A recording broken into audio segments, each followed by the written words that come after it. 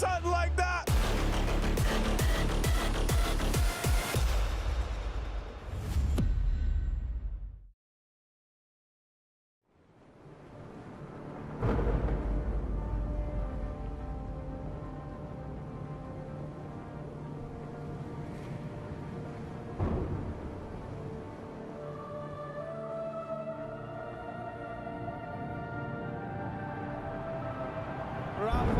Really making history.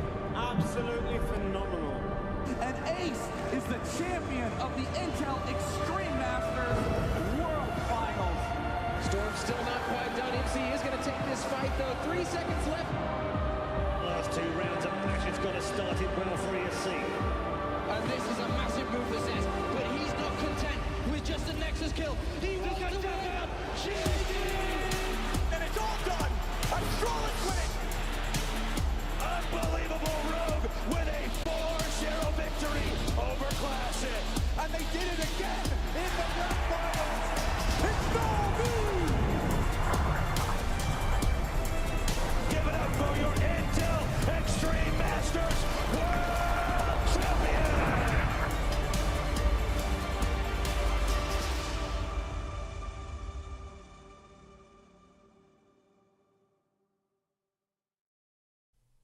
Hello everybody, welcome in. IEM Dallas Closed Qualifiers here, of course. It is an absolutely stacked day today, Neo. I was just looking over the bracket. There's 16 games today alone, which is absolutely mental to think, you know, split shifts for the commentators and everything. So, yes, Katowice has just finished, but the Counter-Strike truly never sleeps, never stops. Yeah. Absolutely mad stuff, and loads of great teams coming into this qualifier here as well today.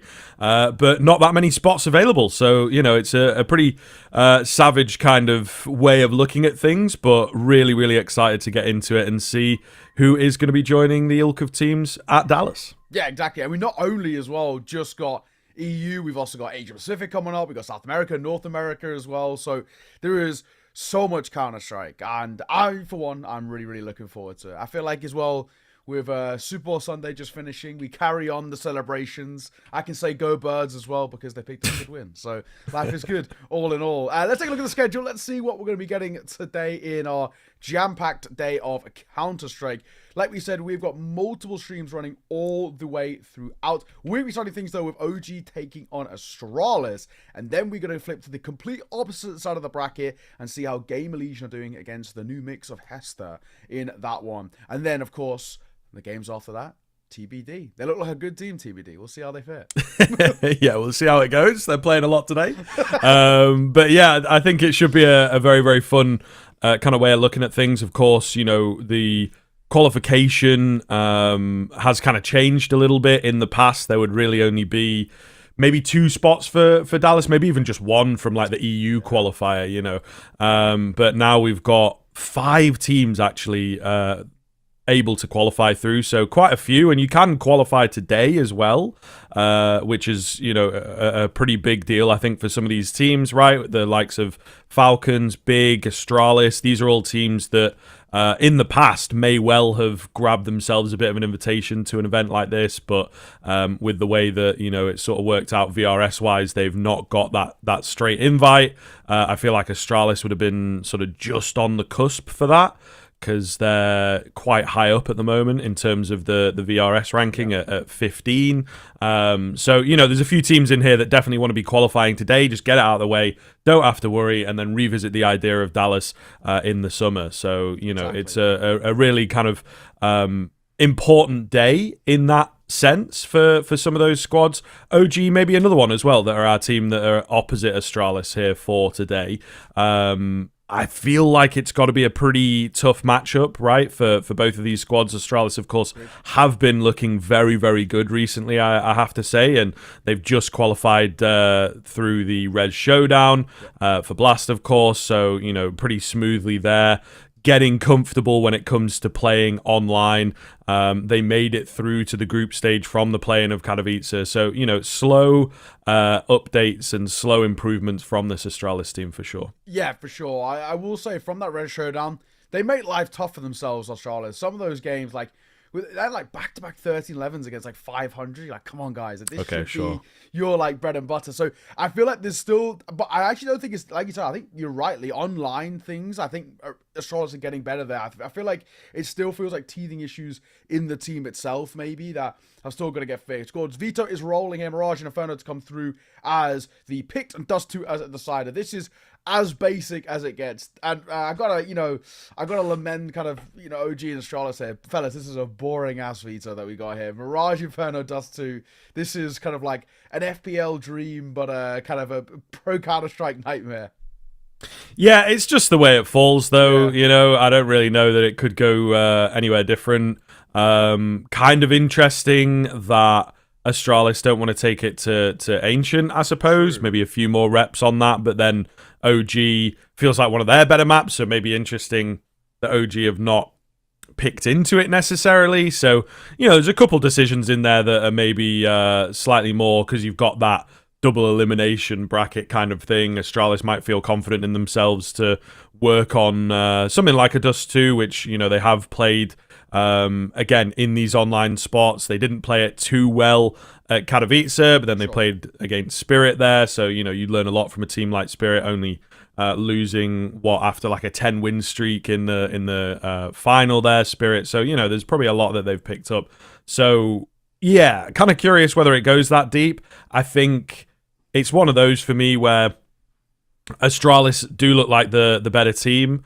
I think that Cadian is starting to get comfortable within this team. Obviously, quite a shift for him off the AWP. And then the OG side, it's always tough with OG because, like, name value wise, they really are quite a big organization. But when it comes to Counter-Strike, they're running this sort of budget Moneyball style with their team. And I think that against a team like Astralis, they are potentially going to struggle here. I just don't know. Spook's been looking very good, but I don't know that they have much firepower to match off against the likes of Astralis. Yeah, especially if you get kind of device playing to the level that we know he can play out in that AWP battle. You don't really want to. You're never really good at back Modo there. I think more often than not. No offense to him, it's just obviously it's device, right? He's one of the greatest of all time in terms of this game and to go as well. And I think you're right. It's obviously for OG. These are two sides in completely different, not only sort of life cycles, right? You've got an Astralis side who are trying to keep themselves as a top team and trying to guarantee sort of invite to all of these big events, but you've got an OG side who are actually scaling back up, right? 2024 and the 2023, they were bad years for OG. There's ways about it. Some real, to put it lightly, some rough team compositions there. And obviously it wasn't working. We'd seen it time and time again. It was sort of this thing of OG where they were a partner team, so they get invited to all the big events, but they didn't do anything, right? And it was kind of a bit of a waste of a spot. And now the fact that they're in this VRS system where there is no partner leagues, they actually have to earn their right up there. And I think actually with this rebuild, they're doing the right things to get these, the kind of steps in place to get these invites. I do actually like the team they put together. I think this is a nice kind of young side who actually have a lot to offer up. And the hope is basically that we can get to see just some consistency out from them at this top level. I think they've already started to prove themselves in tier 2 quite well. They're already seen as like a bit of a gatekeeper team into the tier 1 in a way. It's just about now themselves cementing themselves in that tier 1, right? Alongside the likes of, your Astralises and all the rest, and taking down a side like Astralis. Granted, it's a very difficult opening match, especially comparatively speaking, when you look at across the rest of the bracket. There's a couple of mixes here. We look at kind of teams like Hester, for example, Nevermore, TNL, they're another one. There's a few mixes in who've come through this open qualifier. Then you have a few themselves, like BC Game, there's Nasty Metasport, who are all, a little rough around the edges. If you're OG, who's come for the open qualifier, and you get drawn Astralis, that's arguably the best team in the tournament here. Yes, that is very true. That is very true. So, kind of unfortunate. I don't know if there is sort of a pre-seed that goes on into a qualifier like this, or it just depends on where you qualify through from the open kind of circuit. But either way, yeah, it's a pretty difficult team for them to come up against. I will say on the OG side of things that this is probably like the best looking OG we've had in a while. It is, and they've sat on Fiku for a very long time, but they have made some pretty kind of aggressive moves over the past 6 months or so, adding in quite a few players. They obviously lose out on Heavy God, who I think was maybe the biggest head turner on this team for a while. Few leadership issues when it came to Keto that I think we knew for a while, behind the scenes, that they'd sort of lost confidence in him quite a while ago. We're just trying to get those things moving. I think that Krizen comes in as a very, very mature player for this team, which is really great to see that, he's been given a chance at the helm and, working alongside Lambert, who is just a very, very experienced kind of tier 2 demon, really, for many, many years. Yeah. But I do like the addition of Spook, I think they've actually managed to pull a player out of the ever-popular Johnny Speeds. There's a lot of Swedish players that are enjoying the idea of, jumping back into the Swedish scene, playing a bit more locally, playing with their friends, etc. So I think they've done very, very well there to sort of pry him away, and he's immediately slotted in to this team very, very well. Agreed. Yeah, I gotta agree. I do actually think OG have done some nice moves, and we'll see whether it can pan out. We're gonna kickstart things here on Mirage. It is Astralis taking on OG here to kickstart IEM Dallas European Closed Qualifiers. Like you mentioned, not a lot of spots on the line here, right? We've got 5 spots available. Top 5 teams to make it through. It's a big ask, right? There's no two ways about it. But at the very least, you have a lower bracket. So, we will take it. Cadian holding here. I like the Ready and setup, raring actually, to go. Yeah. If he just stays here, if he doesn't show any contact and Cadian falls away, he could get a lot of real estate. Yeah, they're ready. They seem like they've done a bit of homework here. A very heavy B lean from OG, of course. They will still manage to get Fiku out, and he is the linchpin player. That's really quite nice, actually. Gain that ground. Nades come out, but the flash was beautiful, and he just flies out the window completely unbothered and can just set up those kills really, really nicely. So, simple stuff, contact play, but Fiku gets in super clean there. So that play that felt really good when we looked at it in terms of the setup ends up completely falling apart. The jump out the window changes everything. They just thought they were going to barrel out a balcony one by one and walk into the Julies. Instead, one jumps out window, back turned, and down goes Yabi. So simple as that. A couple of exits going to be found here, potentially. Stown trying to fight. And he'll get it in the end on towards Spook. But job done nonetheless. OG, nice start on T side here. And of course, being their map pick for OG, you really want to make sure you kickstart things. I guess, super effectively. Get the foundations out the gate nice and early. We're talking 2-3 rounds in the early part. If you can get Pistol, the next sort of eco/force to come forward, and the first gun round, that is already a fantastic start against Astralis, who of course have got plenty of good reps under their belt. When you see that force buy out for Astralis, so a double FAMAS comes through MP9, and a double Deagle. It's not the worst force buy in the world, but not a hell of a lot of utility, so if they're ever pulled in towards a retake, they might just give it up.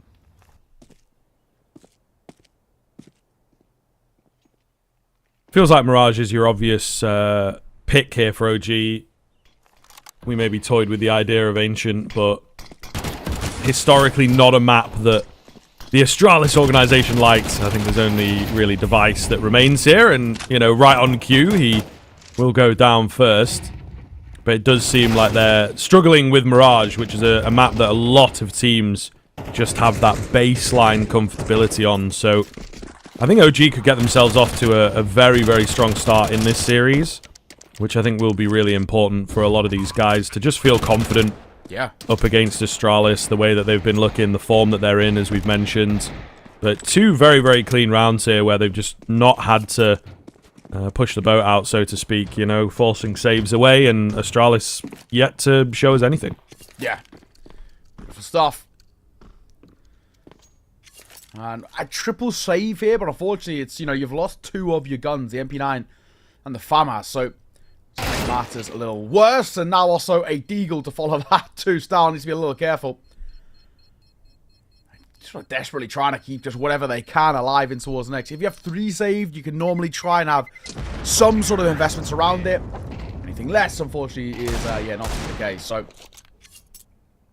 2-0 start for OG. And the fact that it was a force buy for Astralis that falls completely flat on its face means that we get Probably a very simple third put out here for the T side. This is beautiful work by OG. Simple rounds, playing as a pack, playing for the trades, and really just not giving anything to work for over towards Astralis. You don't want to give them any sort of lifeline here in the early part of your map pick, and so far OG are not doing that. So this is beautiful stuff. Map control's been fantastic. They're playing off each other really well. The util sets are giving them a lot of space, and Astralis at the moment just don't know how to respond. Still very early on, of course, so we're going to see how things turn around for this Astralis team.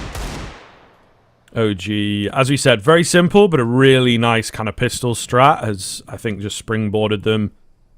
And then an easy A execute in the previous round as well. This feels like the first round that we've had where there is something to think about.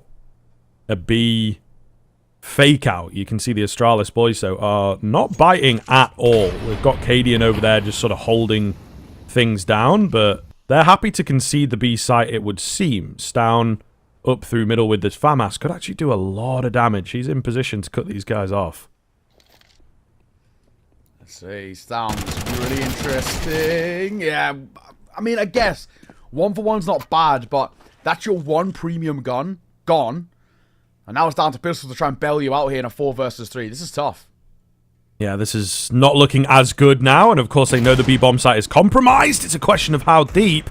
Yabi with the reaction shot may well have scared them off a little bit. We've still got Stare all the way in Palace, though. So, yes, 3 versus 3, but it's going to be positive numbers for OG. Yabi on the Deagle nearly brings his team through this one.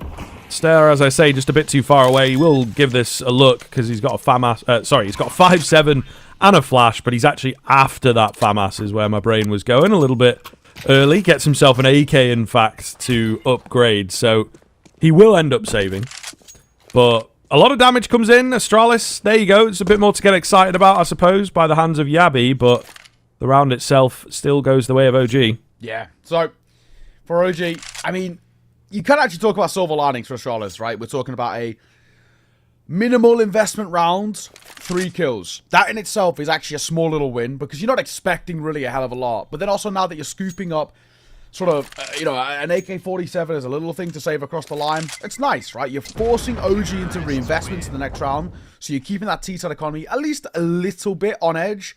Plus, on the flip side, you got yourself an AK to work with. Granted, it's only an AK, but you can buy around it. Might even potentially be able to get an AWP out here on the CT side. Financially, could be an alright spot. With a couple of kills that came through, might be something to work with. But, nonetheless, OG are not too unhappy about where we're at the moment. For those who missed the pre-show as well, Mirage is OG's pick on map number 1. Inferno up next is picked by Astralis. And if we need it, Dust 2 waits in the wings as our decider. Of course, this is just the upper bracket round of 16. We do have a lower bracket as well, so it's not all doom and gloom if you lose here.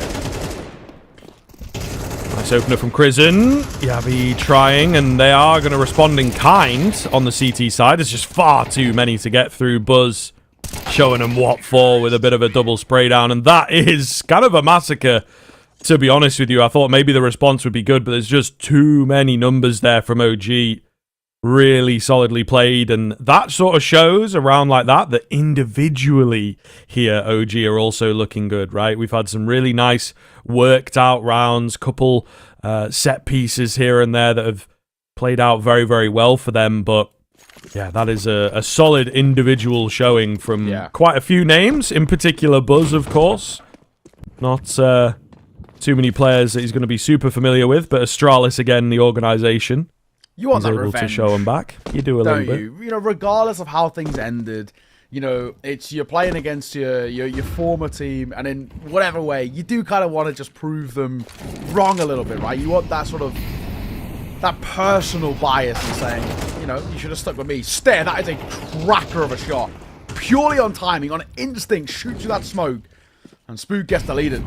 But still, the A-side taken. They breaks open, and that cost Fiku his life. He was jumping between new box and triple, and that'll hurt. It's just been a very, very doable round for Astralis. It's so weird, but they get bailed out by Buzz, and another round for him where he shines when required. OG find 5. But my God, for a moment, that was very, very dicey. That could have so easily have swung the other way. Yeah, absolutely, man. Buzz looking very, very good. If he can keep that up, then, you know, yeah, indeed, maybe Astralis will be a little peeved by the end of today. But this is a fantastic start, I think. A lot of the conversation that we had was just around Astralis being the stronger team, more in form, legendary individuals within this team. You know, obviously the big one of Device, but I think surrounded by some really great players. Stair is starting to become a prospect, you know, that people are really, really believing in. But OG are bringing a fantastic game here. Mirage looks great thus far, and I think Astralis are going to have to wake up if they want this series to be competitive. Definitely running out of time for my money. I mean, 5 rounds T-side is already good. This was, especially for like the first year of CS2, this was essentially the 3rd most CT-sided map, and one of those was Ancient, which is obviously now a drastic changes. So there's always been seen as a very CT-sided map, and it just doesn't feel like it at the moment. Stamp, on to back on towards Buzz. Spam on ticket by Fiku will work. Stam got to do more though, and he will, as he finds Spook again, and he just repositions only briefly, caught by the orb. And the same thing happens to Fiku in response by Device. Again, another bloodbath coming in. This Modo AWP is the outlier. A little bit of an odd position for him up short while the rest of the team was pushing in towards A. It's a round that Astralis have sort of already seen, so perhaps a bit more prepared. I thought Yabi's position at Sandwich was interesting, you know, left out to dry, left by himself. Certainly a solid one and done more often than not. Modo faking things out, not ready for Cadian at all, who is yet to reveal himself in this round. So he will win the round out, cancel the plant. A little bit of BM with the slow double dink. Or maybe thinking he's got an AK. But either way, it is Astralis' first round. Yeah. Better late than never, I think, is the main thing. And let's see if we can now build upon this. Can we get some consistency to come through for this side? For Astralis, we need to build up any sort of a repertoire on the CT. There's no two ways about it.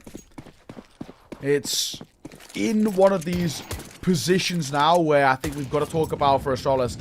You cannot have a no-show on a map like Mirage and then expect Inferno to go swimmingly. They're very similar maps. Their styles of play are quite akin to each other, and that in itself might be testament to how well OG are playing at the moment. You talk towards top mid.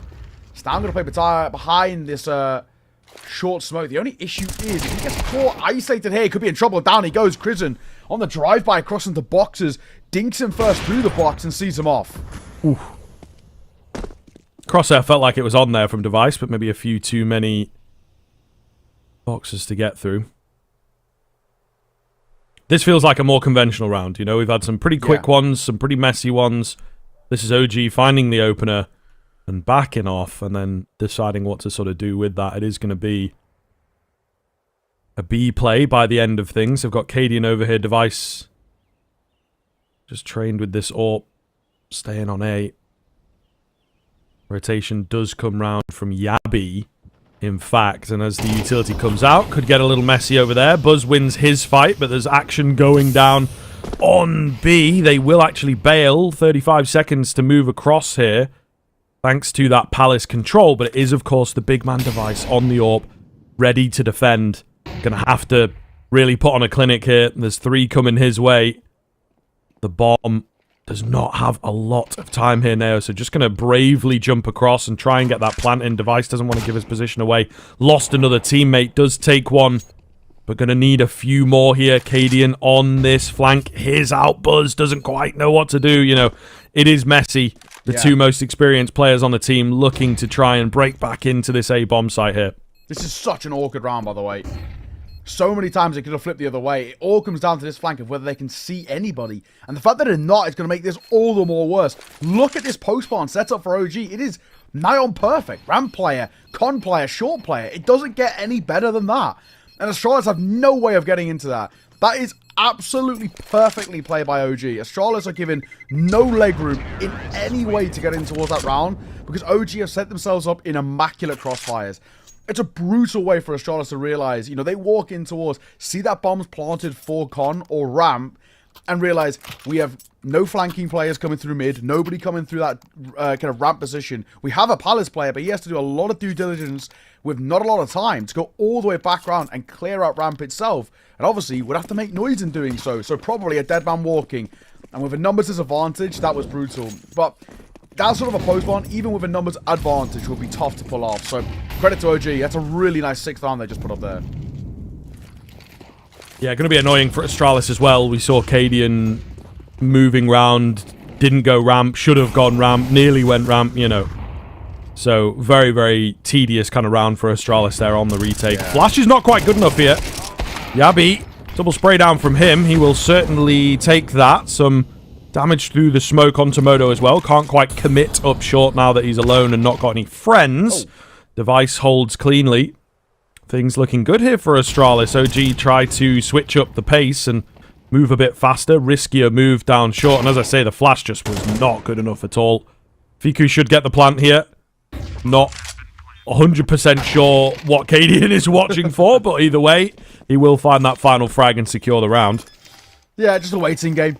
And in the end, he waits long enough. So, finally a second. There is, very much still a chance that we can recover this half. Even getting up to 6 rounds themselves for Astralis is actually very decent. 5 rounds is a bare minimum. It's not even too bad either. But it's just the fact that we haven't seen enough yet that feels like it gives us the element of how Astralis is going to get there. It's these flash-in-the-pan moments with limited amounts of sort of sustainabilities. That round there is decent, but again, it feels like it's simple mistakes in a way from OG that cost them. Not that it was a kind of a grand outplay by Astralis. So that's where you kind of look back at it and say, okay, well, sure, it's a great round to take, but is it going to lead to anything more? I'm not fully sold just yet. OG still feel like they're in a really decent spot. The one thing that is working in Astralis' favour is that win this round here and you break the economy over towards OG. That's going to make your life a lot better. And same really can't be said for OG. Sure, Astralis have some players on sort of lesser funds, but it's not a consistent thing just yet. You've got Cadian still sitting just shy of 3k. That means he can drop over worst case. Same for Device as well. So this is a pretty important one for OG to win, and actually to win quite cleanly if they can. Yeah, it's what we like to call a swing round. Can shift the momentum pretty massively again. Quick moves here from OG. So they try and get the round going sooner rather than later. Spook will go down. Maybe a jump herd, maybe a step herd. They seem pretty aware of that on the Astralis side. Nade plus swing from Yabi. So they will take the first here and thinking about making a move. Stown and swivel in between 2 angles. Device remains ever consistent since he's got this AWP into play. He has looked pretty good with it. So he will take another name. This looks like another great round from Astralis. Yeah, I feel like it already feels dead in the water here. Fiku down to less than half HP. What do you actually do in this situation? 3 versus 5 and a basically non-existent one as well. You might just save for this final 30 seconds. It feels hard to do, but it's sort of better than nothing. Spooks have a little bit of money to work with 1.9k loss bonus. He can buy back in. It'll just be Chris who takes the hit, which I guess ultimately isn't the worst thing in the world. Leg spotted there by Buzz. That'll be relayed over, but now this becomes difficult because it feels like on the flip side, Stayer's got a good idea of where they're trying to save from. Now Molotov will basically confirm the doubts that he had in his mind, but I don't think it'll make a difference in the end either way. Astralis themselves don't want to lose anything, not at this stage. So a flawless round for the CT side. And not only just flawless, flawless not even taking a point or damage. No complaints for Astralis at all. Still recoverable. As you sort of mentioned, 5 or 6 rounds, pretty good from OG on the T side. Puts you in a solid position. Yeah. Not quite a game-winning position or anything like that, but a very, very good one. I think, though, with how quickly it came about, they will most likely want to secure a few more. Seems like we're all good. I heard the chat popping off, yeah, so I thought that we were maybe going to be taking a pause, but it seems like the action is well underway here. But we'll see. Astralis, I think, taking them some time to wake up. Again, this is the world of grinding your way through that online Counter-Strike. I don't know that we can necessarily call it just like tier 2. I think that we just have to call it online Counter-Strike at the moment. Yeah. They've played some very, very different teams from OG over the past few days, right? A lot of different play styles to deal with. So it's just sort of a wake-up period and getting yourself used to the opponent that's in front of you. Yeah. Let's see. Stamp. Waiting for a window jump. It's Device again to start things off well. He's looking so clean with that AWP. Spam. Relay both ways as it's not really Fiku who takes any damage, but it's minimal amounts. This is still an awkward situation for OG that they find themselves in because they're quite rapidly losing the control they built up in the early part of this game. Yeah, it has fallen off. I would like to see a timeout maybe after this round. We'll see how it pans out, of course. It really does depend. If they manage to recover this one back, then we might just be, indeed, back in the winning ways. Looks to be a B lean. A lot of noise being made here in the apartments. Not wasting any time getting in. There's not a lot of time, I suppose. So, do need to get this bomb down. Because of the lack of time, Yabi just hiding away. Device can't go wrong right now. Bomb dropped, and maybe you want to go down before time finishes. I think Buzz is... Oh, days are numbered, don't crouch. Yabi takes him anyway. He was definitely just going to get hunted down 4 versus 1 like that. So, kind of a worst case scenario for OG. Doesn't really work out for them. Astralis have got the read, and as I say, a timeout would be great here to just sort of knock these final couple rounds together. And I say couple, I don't think they're going to get this one here, so it'll just all be about that number 12. Yeah. Tough spot for OG, unfortunately, because now look back at this half, and it'll be a bit of a half of what if we just did this one thing different, and we could have actually had such a big lead to work with, but we'll see. Spook, that Deagle going to move forward in towards apartments. And they should get a decent amount of leg room here. The only issue is they're being held by Cadian, and he was holding, but he's actually going to move away. So Smoke going to go in towards window. He'll reposition back over towards market himself. A lot of the heavy lifting feels like so far has been Device in the early part of these rounds. Not only with the fragging output that he's, so consistently given towards this team, which he always does with the AWP, but also his util usage is so good. It gives the riflers so much kind of freedom to express themselves as he gives them a lot of space. Great flashes, smokes that give them support to play around. So far, so good.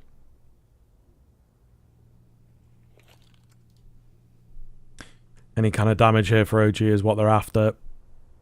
A bomb plant would be really nice.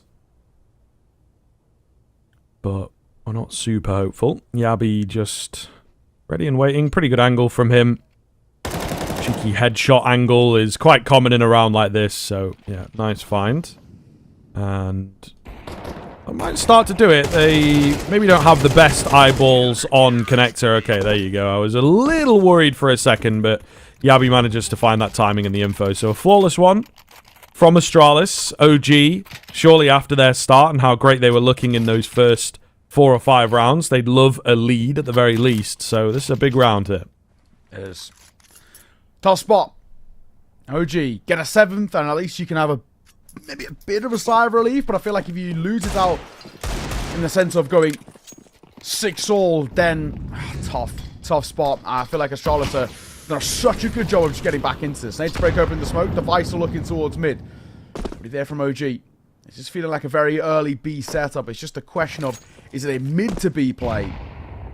Well, top mid smoke will come through. So Christian might try and work his way out in towards short. He will. He's actually going to go through that. So now that mid to B is starting to open up. The only issue is the Device is here ready to meet them.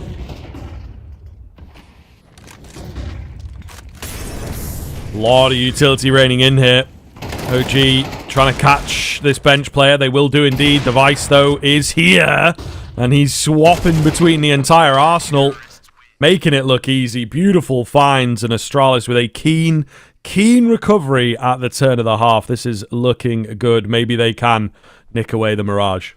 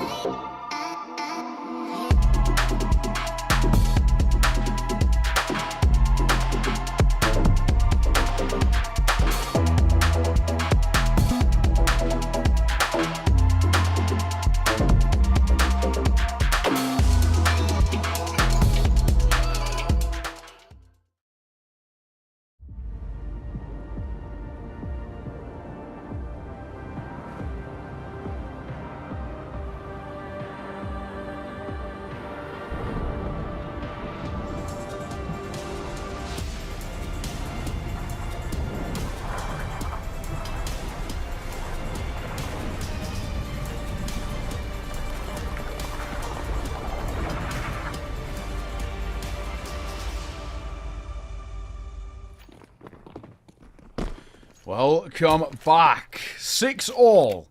A great start by OG, but a fantastic recovery by Astralis. And arguably more impressive to be Astralis, being that far down and recovering in the fashion that they did. And see if they can continue their streak heading in towards the T-side. Dooley's up close. Spook for one, but only a stare. Will trade.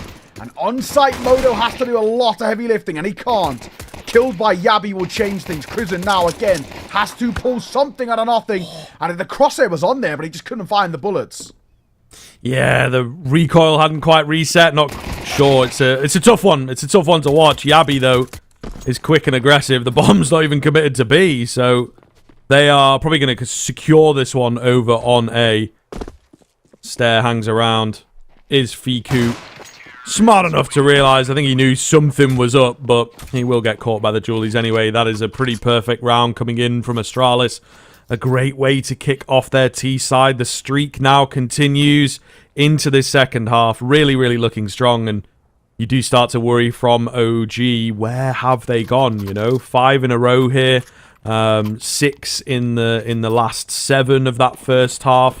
So now up to 6 in a row as we move into the second half. Really, really solid stuff from Astralis. Yeah. This is a side who are looking absolutely unstoppable at the moment. And, you know, all credit where it's due for them. Just a slow starting towards Mirage. A fantastic showing since. Device for a double. Make that 3. As Yabi and Stan shut down the Eco and a very simple 8th point on the board. OG are crumbling at the seams here.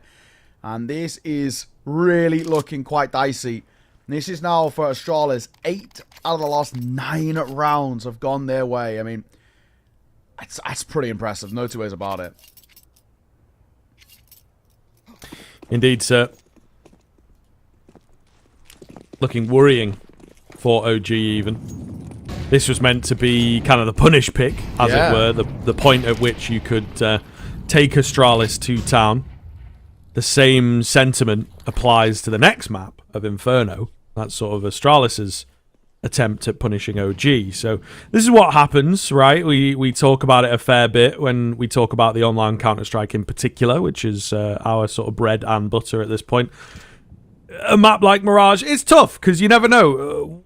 The team might just wake up. That's what's happened to Astralis. Yeah. Device and Yabi just kind of taking over the game.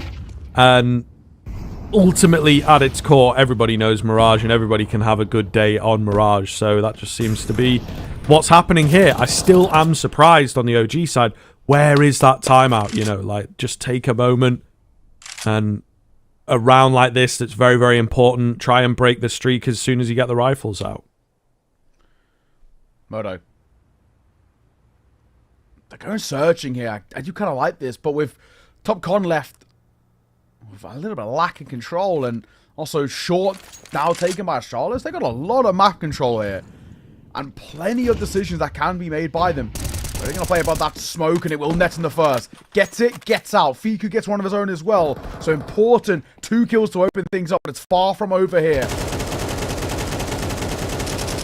Oh, Device. Oh, lovely find from Device. The long spray down pays off. Where is this last player? They've got to lock him in. They find Buzz. That could be the difference. Crimson, good timing. Denies the bomb plant for now. Catches another. Fiku gets Yabi a little carefree. Bullet's not quite there in the smoke, but second time of asking. Fiku will get it done. So here we are. OG back on the board. Find themselves the important rifle. And have finally broken that streak. So we're going to see here Astralis. This is what it feels like to lose. They regain that feeling and they have to now figure out a response. They will have plenty of money to do so. Well, I think for OG, it must be nice to finally kind of sort of reinstate to yourself that we can win rounds and we can, you know, be competitive. But at the same time, you've still got sort of pressure on your shoulders about this map has to go your way. We know that Astralis have a very good protocol when it comes towards Inferno. And sure, OG are going to have some tricks up their sleeve, but it's a bit of a different beast here. So the worrying thing for us is for OG, we kind of need to see them not only recover the losses that they had at the tail end of that first half, but they actually need to really cement themselves in at once again. And it's not a good start. Yabi, what a swing. It's a great find. He has been a big, big part of the Astralis success. here on Mirage, so who better to bring them through? And it's a perfect start, as you say. You find the kill. No trade, it's really early. It's not like it's a information trade even. So OG are fully left a man down and fully left to figure this one out. It looks like they want to try and re-aggress somewhere. Middle is being watched. Stown trained in, not quite fast enough. Is there anyone else around to help him out? The AWP tries to get involved here. Tiny bits of damage, but no kills for either side. And in particular, OG is the important thing. But it's a nice thread of the needle here from Yabi to get himself out onto the bomb site. Gain some ground. Hopefully create space for his teammates. Finds himself another kill. Spook is here quickly. Struggles to get anything done. And Yabi will take him on the sound cue. And single-handedly, it's Big Yabi to win the round. It's tough.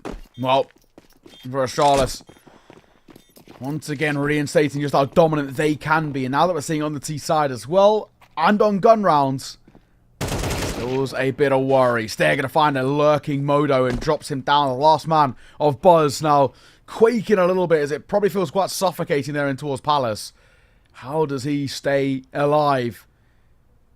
It's a bit of a hunting party, I feel like, to kind of see where he is. Palace is the only place on check, so I'm pretty sure Stair's got the right idea. Flashbang round and a jump over. On this corner, Boz will catch him. But even still, more to find, and it's Yabi in the end. 4 kills to his name. Fantastic round. He starts it, and he closes it too. And in immaculate fashion, Astralis up to a 9th. Tough spot now. OG rapidly running out of chances here, and, well, they've already run out of money.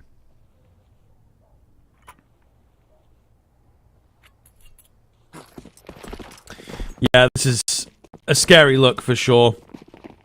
Really not what you wanted to happen, you know, an immediate return round from Astralis just sort of goes to show that the momentum is still very much with them. It's going to be double digits easily, and OG left to struggle at the tail end of this one. Really dropped off a cliff, you know. It's a cliche and a common phrase, but it's definitely happened. And we thought maybe they would be back into things, but just not the case at all. Maybe raising the eyebrows a little bit at this round. They've got the 2 kills. A decision to be made. Do you want to try and go for this 5 versus 3, or do you save the weapons that you have just retrieved? It looks like they will give it a look, but with one of them going down, 3 very low HP players surround Crizzen on this AK, so I don't know that they will fully commit, but they are. Flash comes in. Crizzen! Crizzen! Oh my goodness. Just have a little look. Just have a little check of the blind spot, mate.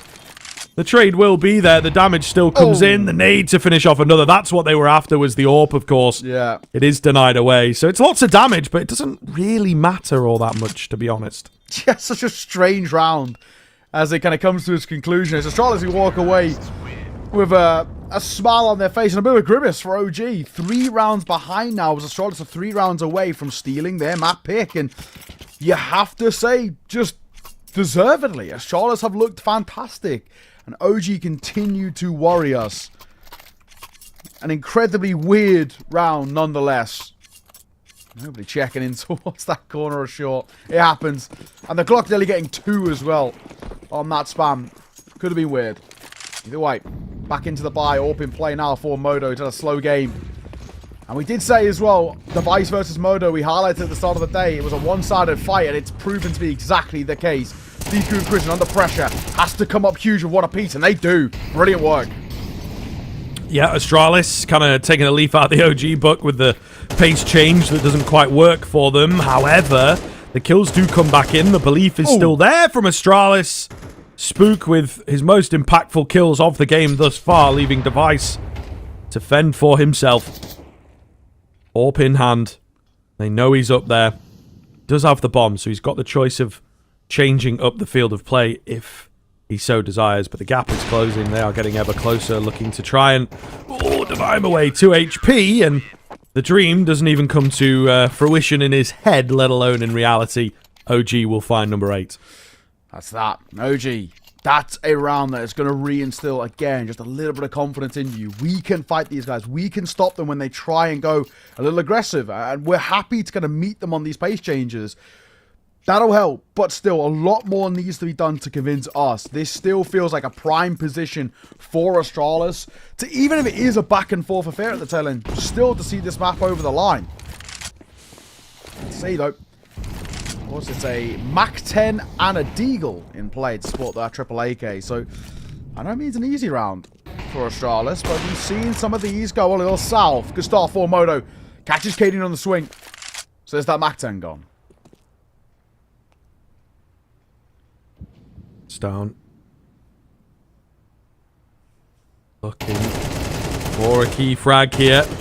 Difficult spray down. Doesn't quite find the next, but I don't know. They're moving forwards. Okay, it does work out for them. I thought maybe a dangerous play, but they felt confident, and it is well-placed confidence. Modo trying to bait out his shot, but the trigger discipline is good.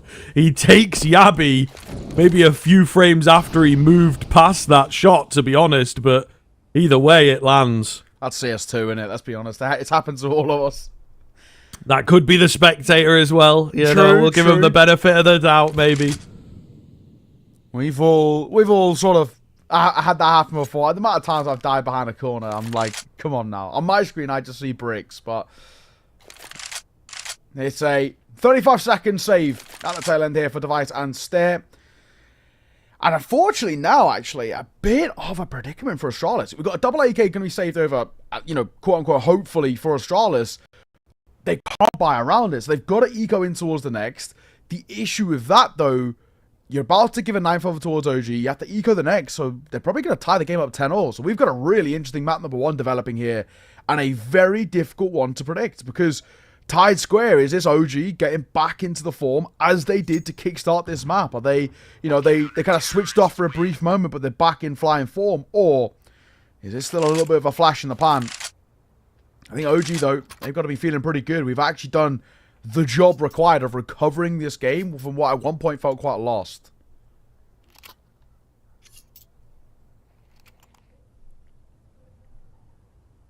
Pretty dangerous stuff. Pretty dangerous indeed. This is getting very, very interesting now at the tail end of Mirage. This is the real Counter-Strike. It's all just been a warm-up preceding event up until now, so we'll see what these teams have got left in the back pocket, of course. Astralis go in. They are confident that they can get something going here. Only the one smoke that remains. 2 flashes. So just going to have to go for it, I suppose. The smoke makes its way towards stairs. It does maybe give some space for the Palace players. There was another smoke. It was dropped down. Okay, so we have the conventional cross covered. Flash comes over. Second comes in. Soon, one would imagine. There's no second flash. In fact, they just sort of go for it and trying to throw bodies at this, get the AKs in the mixture. The drop down into sandwich from Buzz could be everything here. Stare has taken 3, created space for the bomb plant, and the 2 versus 2 is now on. They should have never been around. That was even sort of comprehensible for Astralis, but look where we're at. This is a weird one as Fiku gets in the flank, but I just don't think they're expecting this. No one's looking that way, but Device going to find a kill. Down goes Modo. Device has been in a clutch like this before, and we know that he can hit these shots. It's creeping around that corner, spots him out. Nade will bank off the corner. He might just want a stiff kit. Damage dealt. Bandy gets him off as well. Device with a big 1v2 right at the tail end, and right to put OG down in the ground. That has got to hurt. Astralis had no right to win that round, and somehow they have. Absolutely mental stuff. I mean, that could be it, to be honest with you. Astralis on the low buy, and as I say, man, smokes were one thing, pretty conventional. They maybe didn't move that fast around them, so it was pretty well telegraphed, and then the flashes just didn't do anything, you know? So throwing bodies at the situation was ultimately the Astralis game plan there. Doesn't feel very Astralis-like, but it works. Crizant takes the first, goes down quickly thereafter. Mid-control does come through for the T side eventually. Costs them a player and a lot of damage. Same on the other side, though, so who knows what to say. Yeah, weird spot now. Goes eerily quiet after that initial fight. just one apiece. But this move from Buzz, it actually looks good on paper. It might work against them. Device, how is he ready for this? It's such a weird one to be ready for, but he misses a shot. Stown looking for both. The spam on towards Spook is good. It's just not enough to get that kill, but it'll force him away. It's a nice find. Can they really do anything from here? 50 seconds left for the Astralis side. Slow roll up middle.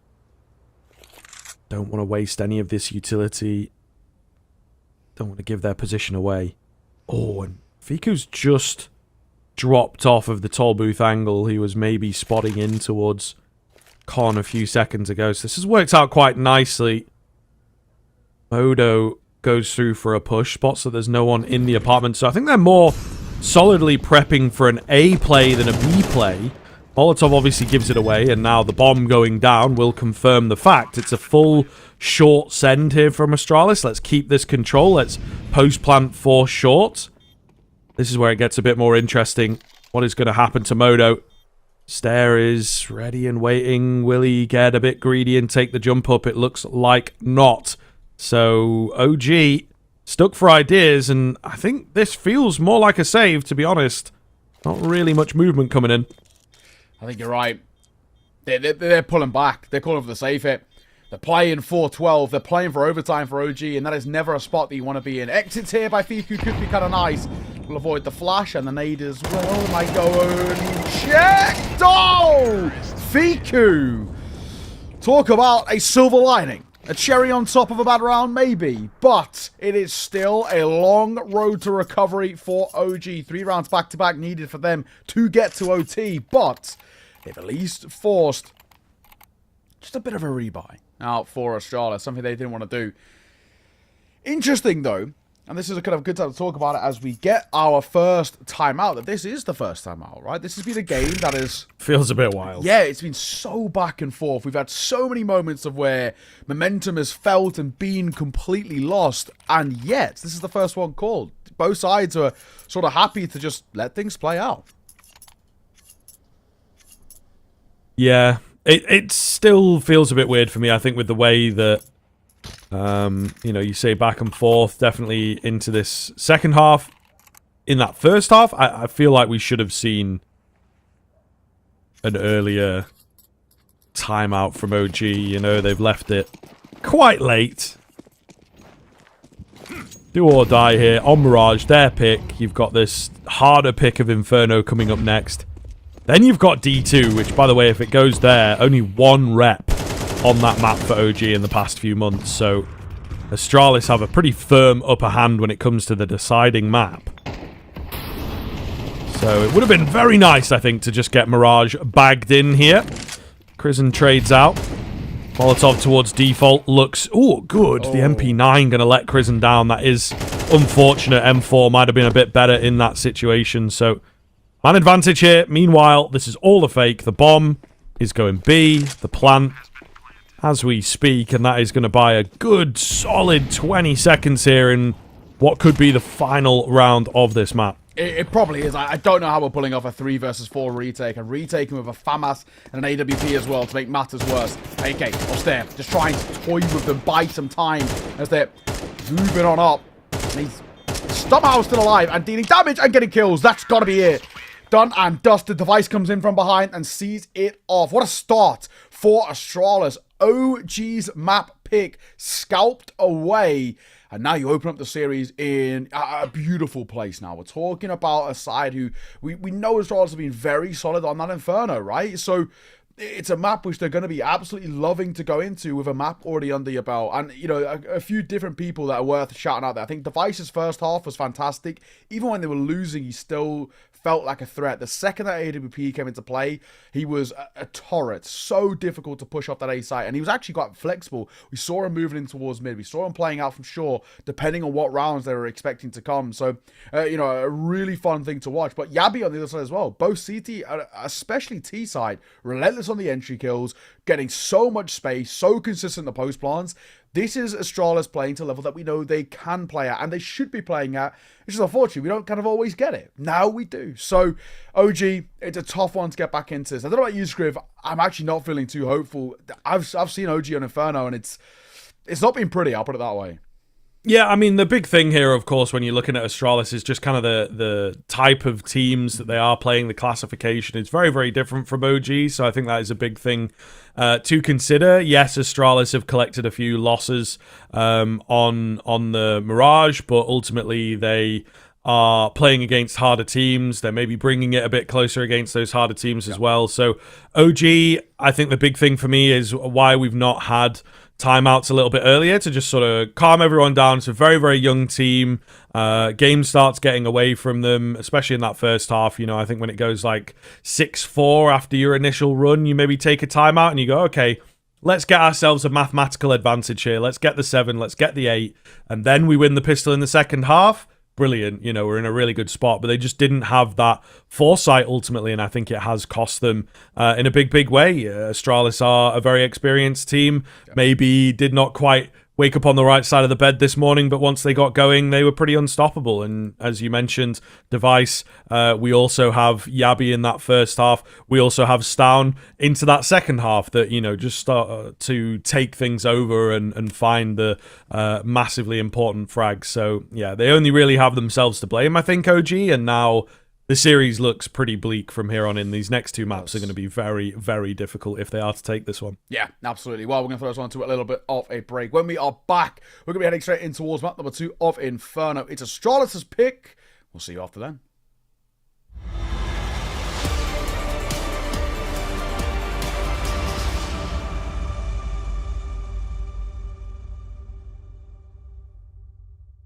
What's your name? Lee. Lee, mate, nice to meet you. What's it like being part of the best crowd in esports? If you're not here, you're not living. Let's go, the boys! Hey! All right, for now, we're going to send it away. Let's show the world why we're the best crowd! You're champions!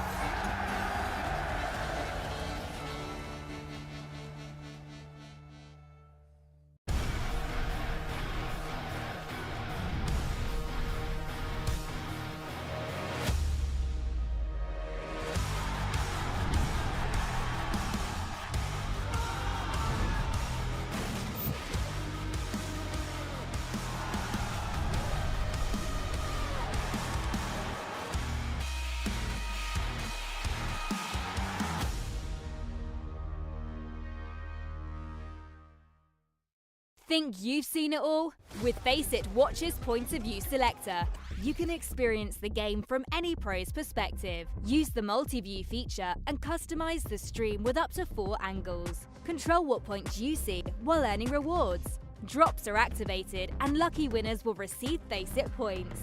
And if you ever miss a match, VODs are now available. Get instant access to demos with multiple POVs and commentary. Watch it, control it, Faceit.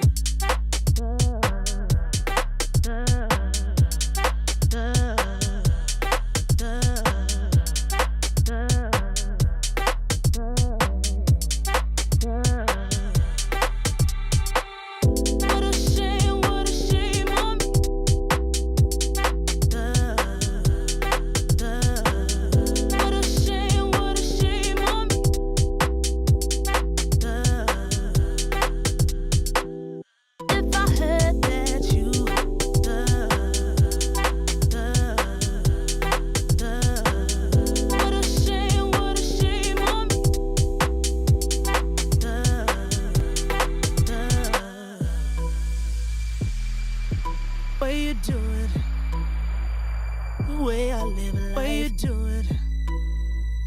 The way I live life. The way I live life. Way you do it. Way you do it. The way I live life. Way you do it. The way I live life. The way I live life. Way you do it. Way you do it. The way I live life. Way you do it. The way I live life. The way I live life. Way you do it.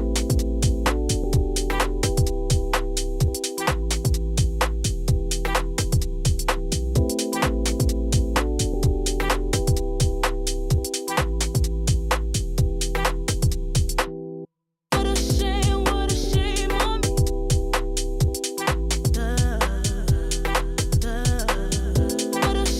What a shame on me.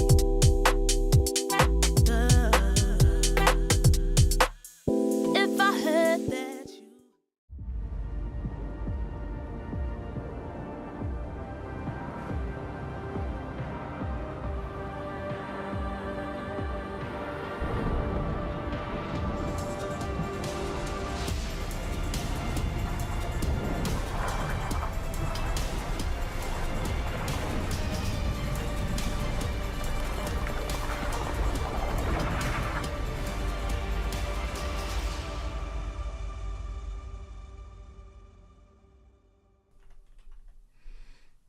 Welcome back in, Counter-Strike enjoyers. We are looking at map 2 here between Astralis and OG. OG started off very, very well there on their own pick of Mirage, but could not keep it going. Astralis with a hell of a streak moved into that second half. It was broken briefly, but they just picked right back up, and the scoreline may well look close in the end and not super one-sided, but it felt like Astralis just, you know, turned that one completely on its head when it looked like OG. Yeah. The set pieces they had early on were really, really solid, so we are surprised to see them disappear in that way. Yeah, started so strong and just lost all control, right? I think, you know, second half of the first half was all Astralis, and it just never stopped, right? I think, you know, there's these flash-in-the-pan moments from OG, but they could not get themselves back in towards that game. So, credit where it's due towards Astralis, right? Yes, they started slow, but they picked up the slack, and they were able to find a little bit of consistency. Yabi, a fantastic performance out from him. 1.63 rating is not too shabby at all, but a lot of the heavy lifting felt like his T side, even though, you know, he wasn't required a hell of a lot. It just felt like the impact and the kills he was getting was so crucial to Astralis, either getting space or getting around or helping in a post plant. So he was incredible, and Device all the way throughout as well. Fantastic work from the both of them, and looking for more of the same. Heading in towards their own map pick. It is Inferno coming up next. And honestly, you know, there's without a doubt worries for this OG side. They've had their struggles on this map, and it's not always looked as clean as they would hope, especially comparatively to Astralis. For OG, they are one of their last 4. That win was against Sinners, and that was only 5 days ago. And before that, you know, we pick up a few losses which are worse for wear, let's say. You know, they lost to Fnatic, fair enough, they're not a bad team. Sinners then before that, just in January, and again in January to BC Game. That's the previous BC Game lineup. Guardian might have even still been playing. Hell yeah. He will be missed. But I think on the other side of things, we have to mention that Astralis have played some really solid teams on this map, right? Yes. So I think that's kind of where the difference is. That difference came to a head on Mirage as well.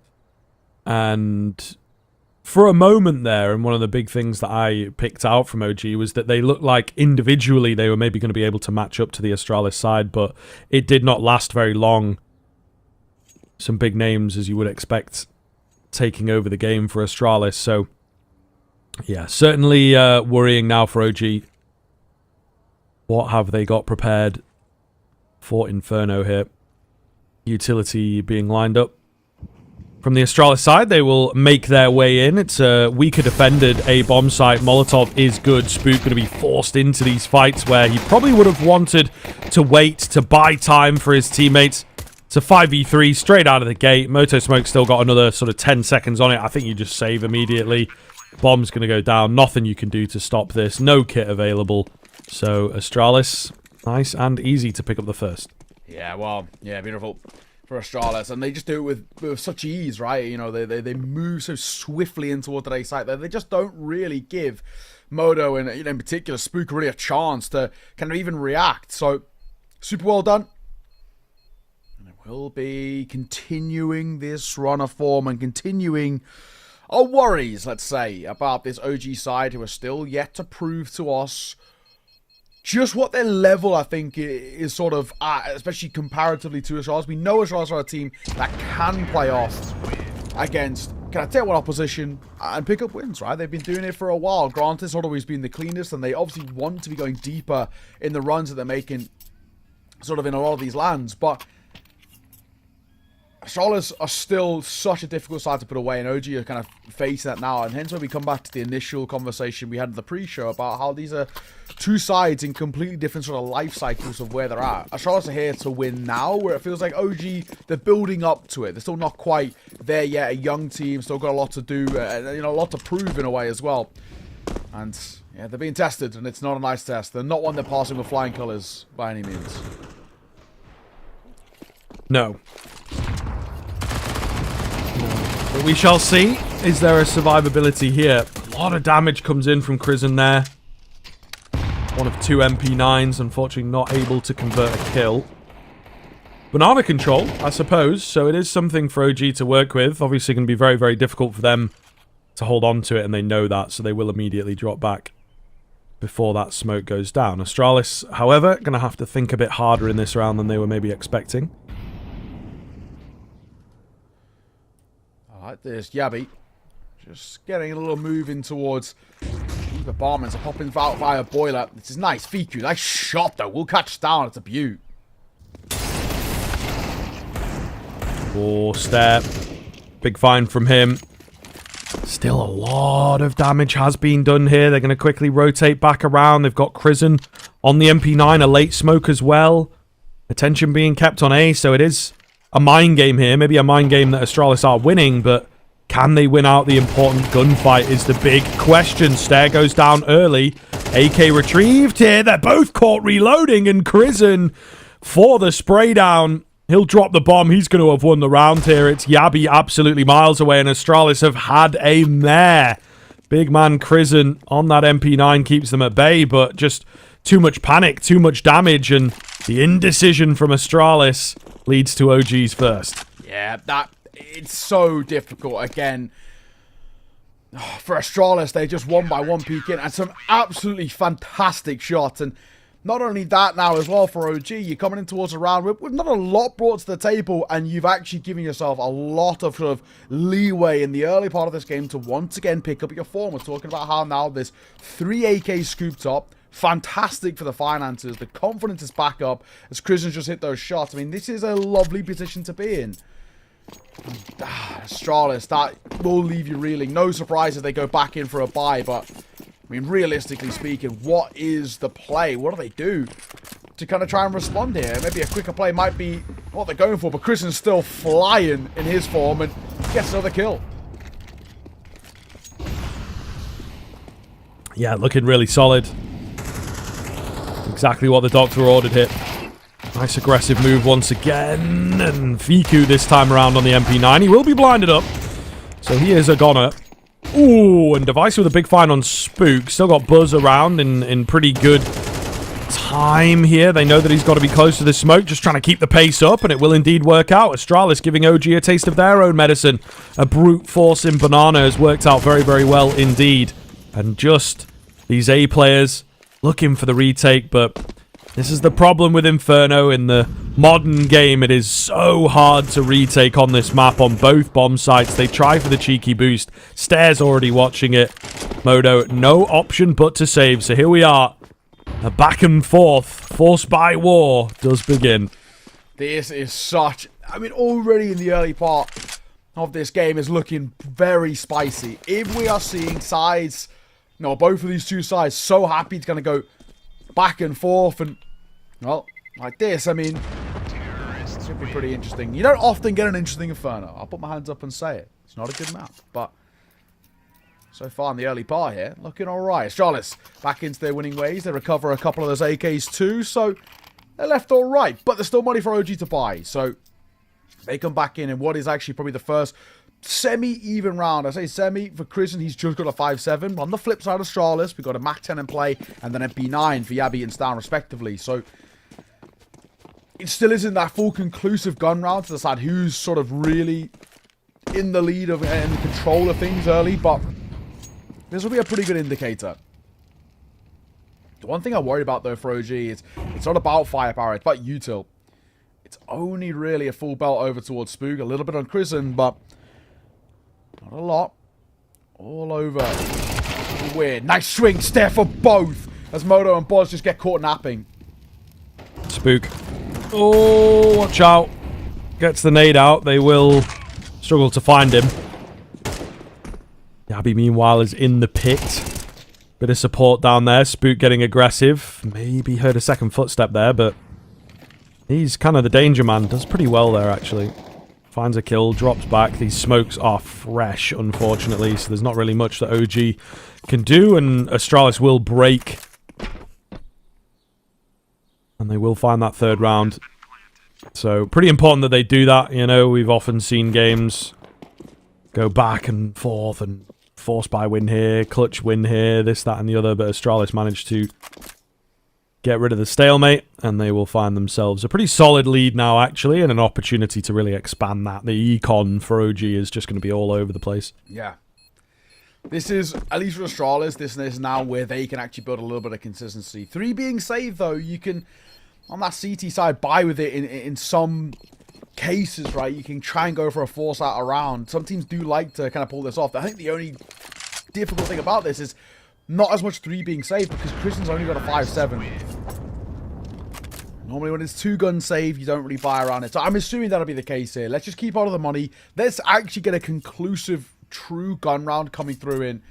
And then we can start sort of talk about how we build a little bit on this CT side. So Astralis should be getting a 4th hit. Not expecting that to be brought up. Tiny bit of util bought around what was saved, but it's a big round for Astralis to take. As much as it only gives them a slight little lead, it's definitely one of those that'll instill a bit of confidence in them as they were, you know, struggling to get that control. Stan, what a start. Headshot through a smoke, wall bang on towards Fiku. All the icons and all the ways to get the lead to the Stan out another. Yeah, looking pretty good over there. That actually cracks open the B bomb site. Oh, nearly the double from Device, not quite. But that should lock it in. I think a solid show of presence on the A bomb site means that these B guys are going to start moving, get that bomb down, and feel pretty confident while doing so. Yabi with the moves, the silent drop. They might not be expecting him here at all. Going to go pushing in. Which way do they go? Not towards him, unfortunately, so a save in the apartments, an AK retrieved, an M4 that they already had. Is there going to be a crunch coming in from Astralis to try and eliminate these weapons? And looks like slowly they will make their way over. There goes Buzz on the crack angle. It's all down to Modo. He's in the pit. I think that's exactly where they want him here. So Astralis will move up to 4. And they will look to deny any saves.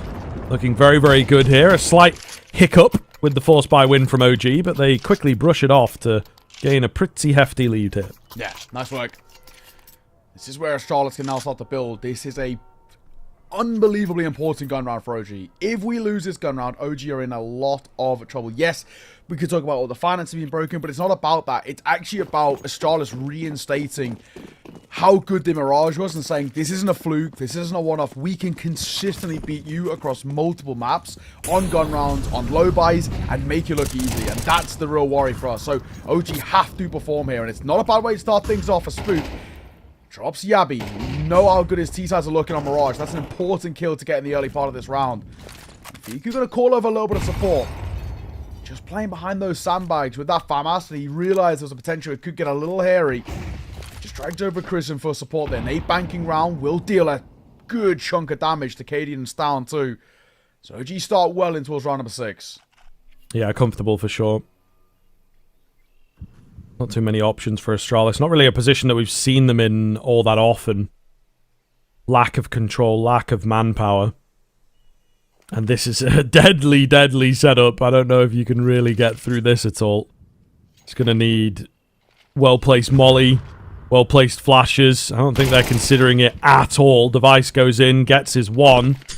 They spot the second. He gets aggressive, but there is a third that will go completely unchecked. And Modo, of course, finishes off the round. A great setup there from OG that just works out brilliantly. Yeah, beautiful. Beautiful stuff. 4-2, and OG respond back and say, sure, you've had a lot of this control and a lot of form, but we've still got a couple of tricks up our sleeves too. We just need to see for OG that sort of convincing 3 or so rounds in a row that at least say to us that we can build upon something here. For Astralis, we go back into a buy. Device with the AWP. We know that, granted, most of it was on the CT side, but it was open, and when he finally got that AWP into play, in map number 1, he became a bit of an unstoppable force. OG, you got to worry about that a little bit. This is not an easy angle to play from. Device gets long control now, though. He'll force off the corner player. Molotov down, and now they can start suffocating those A players. They're in a tough predicament. Buzz doesn't quite know where to look here. Does manage to find one. He's got support coming in as well, but Moto's spray down, not quite as clean as the previous round. It's all good. Spook's not smoked out. Not sure if there should have been a Moto smoke. Either way, Device is left to clutch it up.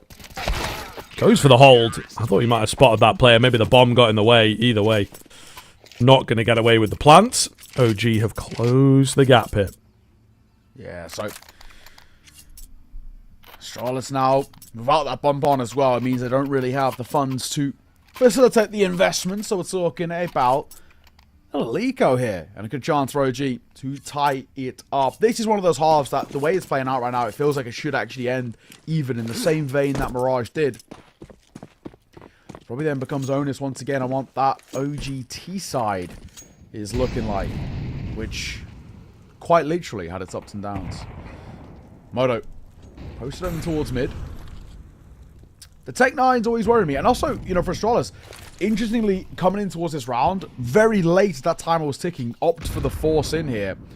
Now, I wonder why this call was made. Sure, we won one earlier, round number 3, where they had Tech 9s and they were able to kind of run in towards that B side and get a bomb down and actually end up winning the round, right? But statistically speaking, it was against the odds. So to go for another one straight away is it's a big ask.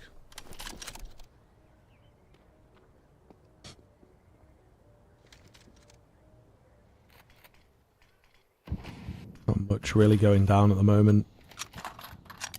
Astralis with the light smoke on B. It is a fake, really. Just keep the attention there. Maybe draw a rotation, they are hoping. 45 seconds left on the clock. Quite a bit left, you would say. 3 smokes. Going to get them all down. Bit cleaner of an execute than even the previous round. This is a very, very planned out kind of move here, and it works out well, catching lots of heads, creeping around this pit smoke in particular, which is somewhat unorthodox, but I think with how fast they move and the size of the pack, really, you know, the fact that they're all together there on short just catches those players off, being like, oh, maybe this is someone creeping around this smoke, maybe it's a lurk smoke, but no, it was a full frontal attack, and OG just getting caught off. Down to Fiku, as he will tail between legs, go for the save. Unfortunate for him. And again, OG, I can sort of maybe give you the little bit of a, you know, pass to lose 1 Tech 9 round, but to lose 2, and both in exactly the same fashion as well, where they just play as a pack, as you kind of touched on. They play off the back of the trees and they get so much space. For OG, you can now see that systematically the way this side is set up is obviously not working out. They have to make a change in some way. Something's got to give. 5-3 scoreline. Astralis looking pretty good for my money. They should actually be able to as well guarantee bare minimum 6. And in fact, if they can get this round, which is a force buy and response by OG, if they get this, they probably actually guarantee a lead at the half, which is fantastic to do on the T side of Inferno. It comes back to what we were saying about our worries and concerns about OG on this map a little bit.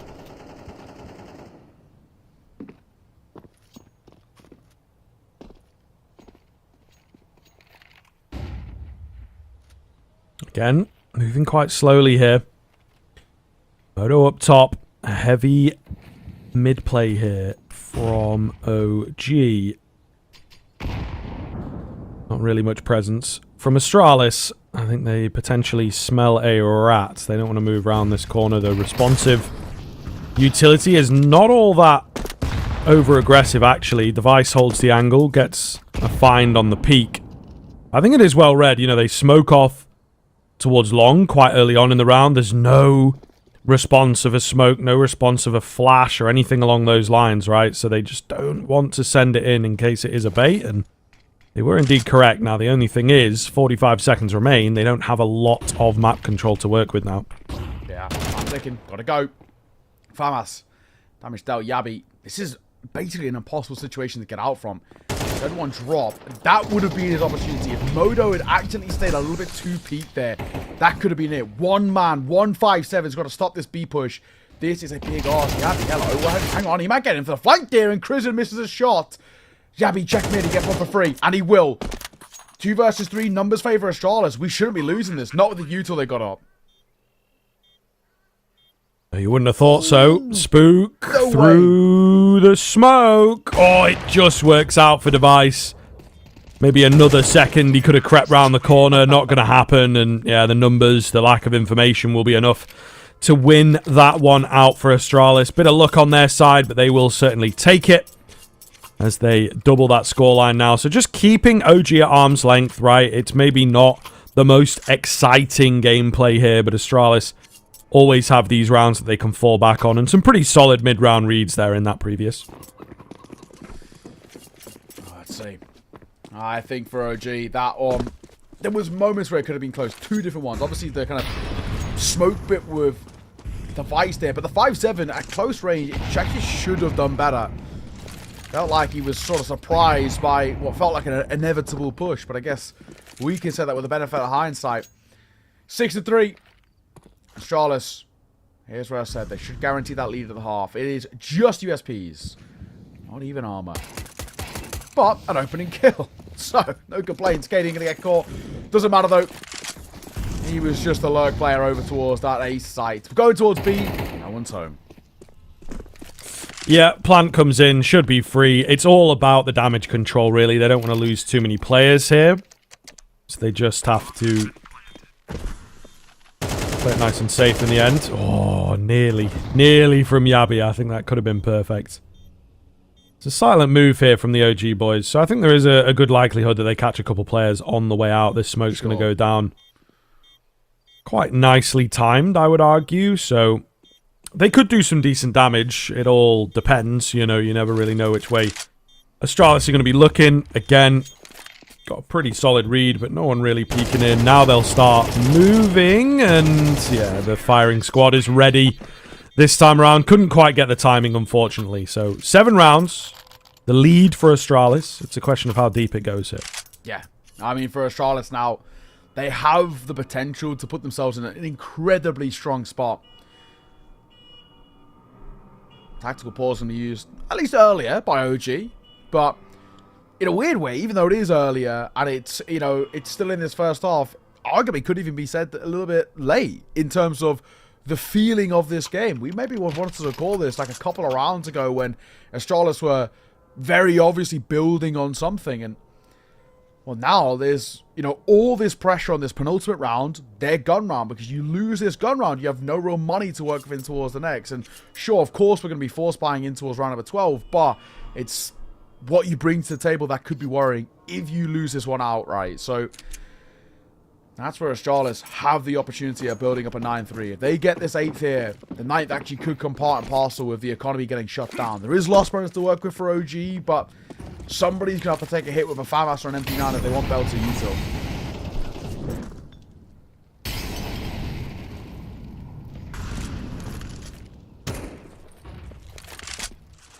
Starts off very similar to the rest of the rounds. Banana control from OG looks relatively simple. The only difference here is Astralis are moving quite fast. They hear all those nades in B. They opt to pick up the pace, and it might just work. Stare. Cannot miss right now, even while Blind gets that frag. You've got to be kidding. I suppose OG can't really catch a break in this first half, but all the same, really well read from Astralis. You know, they hear a bunch of nades in Banana. They maybe can calculate that there's 3 there. At the very least, they take somewhat of a risk and say the rotations are going to be late. You know, something like this, and they do catch a couple players on their way to A and not quite in position. So the pace change from Astralis that they've been saving for a while is brilliant. Yeah. Again, for Astralis, it's just such a joy to watch when they play to the level that we know they can play at. Effective Counter-Strike. And for OG, they just can't find ways to break them down now. I mean, like I said, right, somebody's got to take a hit. It's actually, in a few cases, MP9 comes through for Modo with the belt of Util behind it. It's one rifle to work with.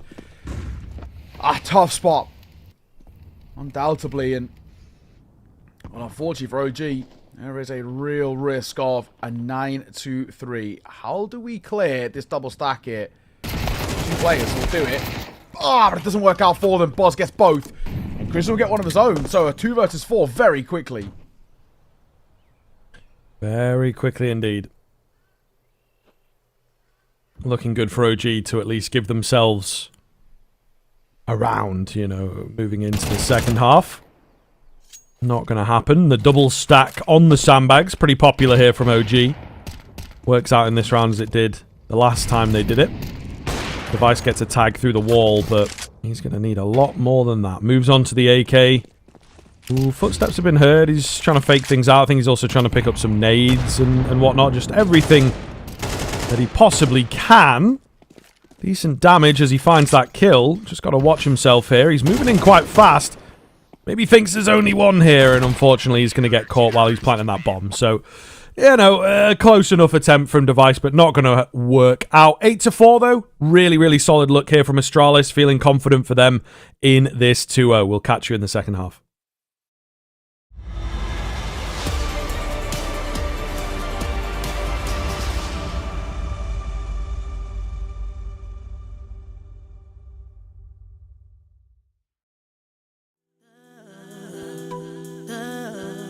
If I heard that you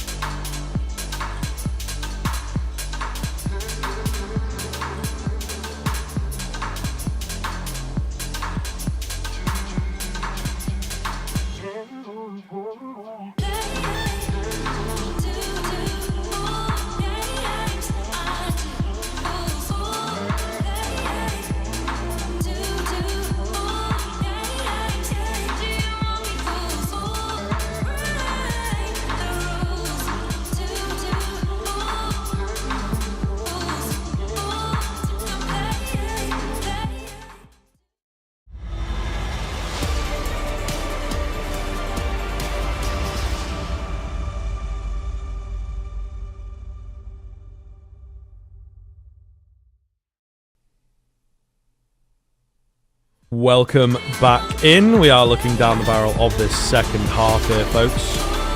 Very much looking forward to getting back into things. Astralis started off very, very, very well from them. I think OG, with a bit of work, managed to make it look serviceable, but unfortunately not close enough. It feels like Astralis are right on the precipice. I think once you cross into like a 9-3 scoreline, we say that it's looking like it's over. Anything beyond that, it definitely is over. This is right on that line. If OG can get the pistol and first rifle, maybe they can save themselves here. Yeah, 8-4 is workable, but it's difficult. That's the sort of simple way of putting it. This is it's a harsh climate that basically OG put themselves in, right? Because essentially you could even say, as simple as this, if OG loses pistol round, statistics say they should lose the map like 80% of the time, right? And that's the really awkward thing about it, because Astralis, you get up towards 9, you basically get gifted a 10th. At that point, OG are at a 6-round deficit. So each different increment in the opening 3 rounds here is unbelievably important. We're talking about the first pistol has to be won by OG.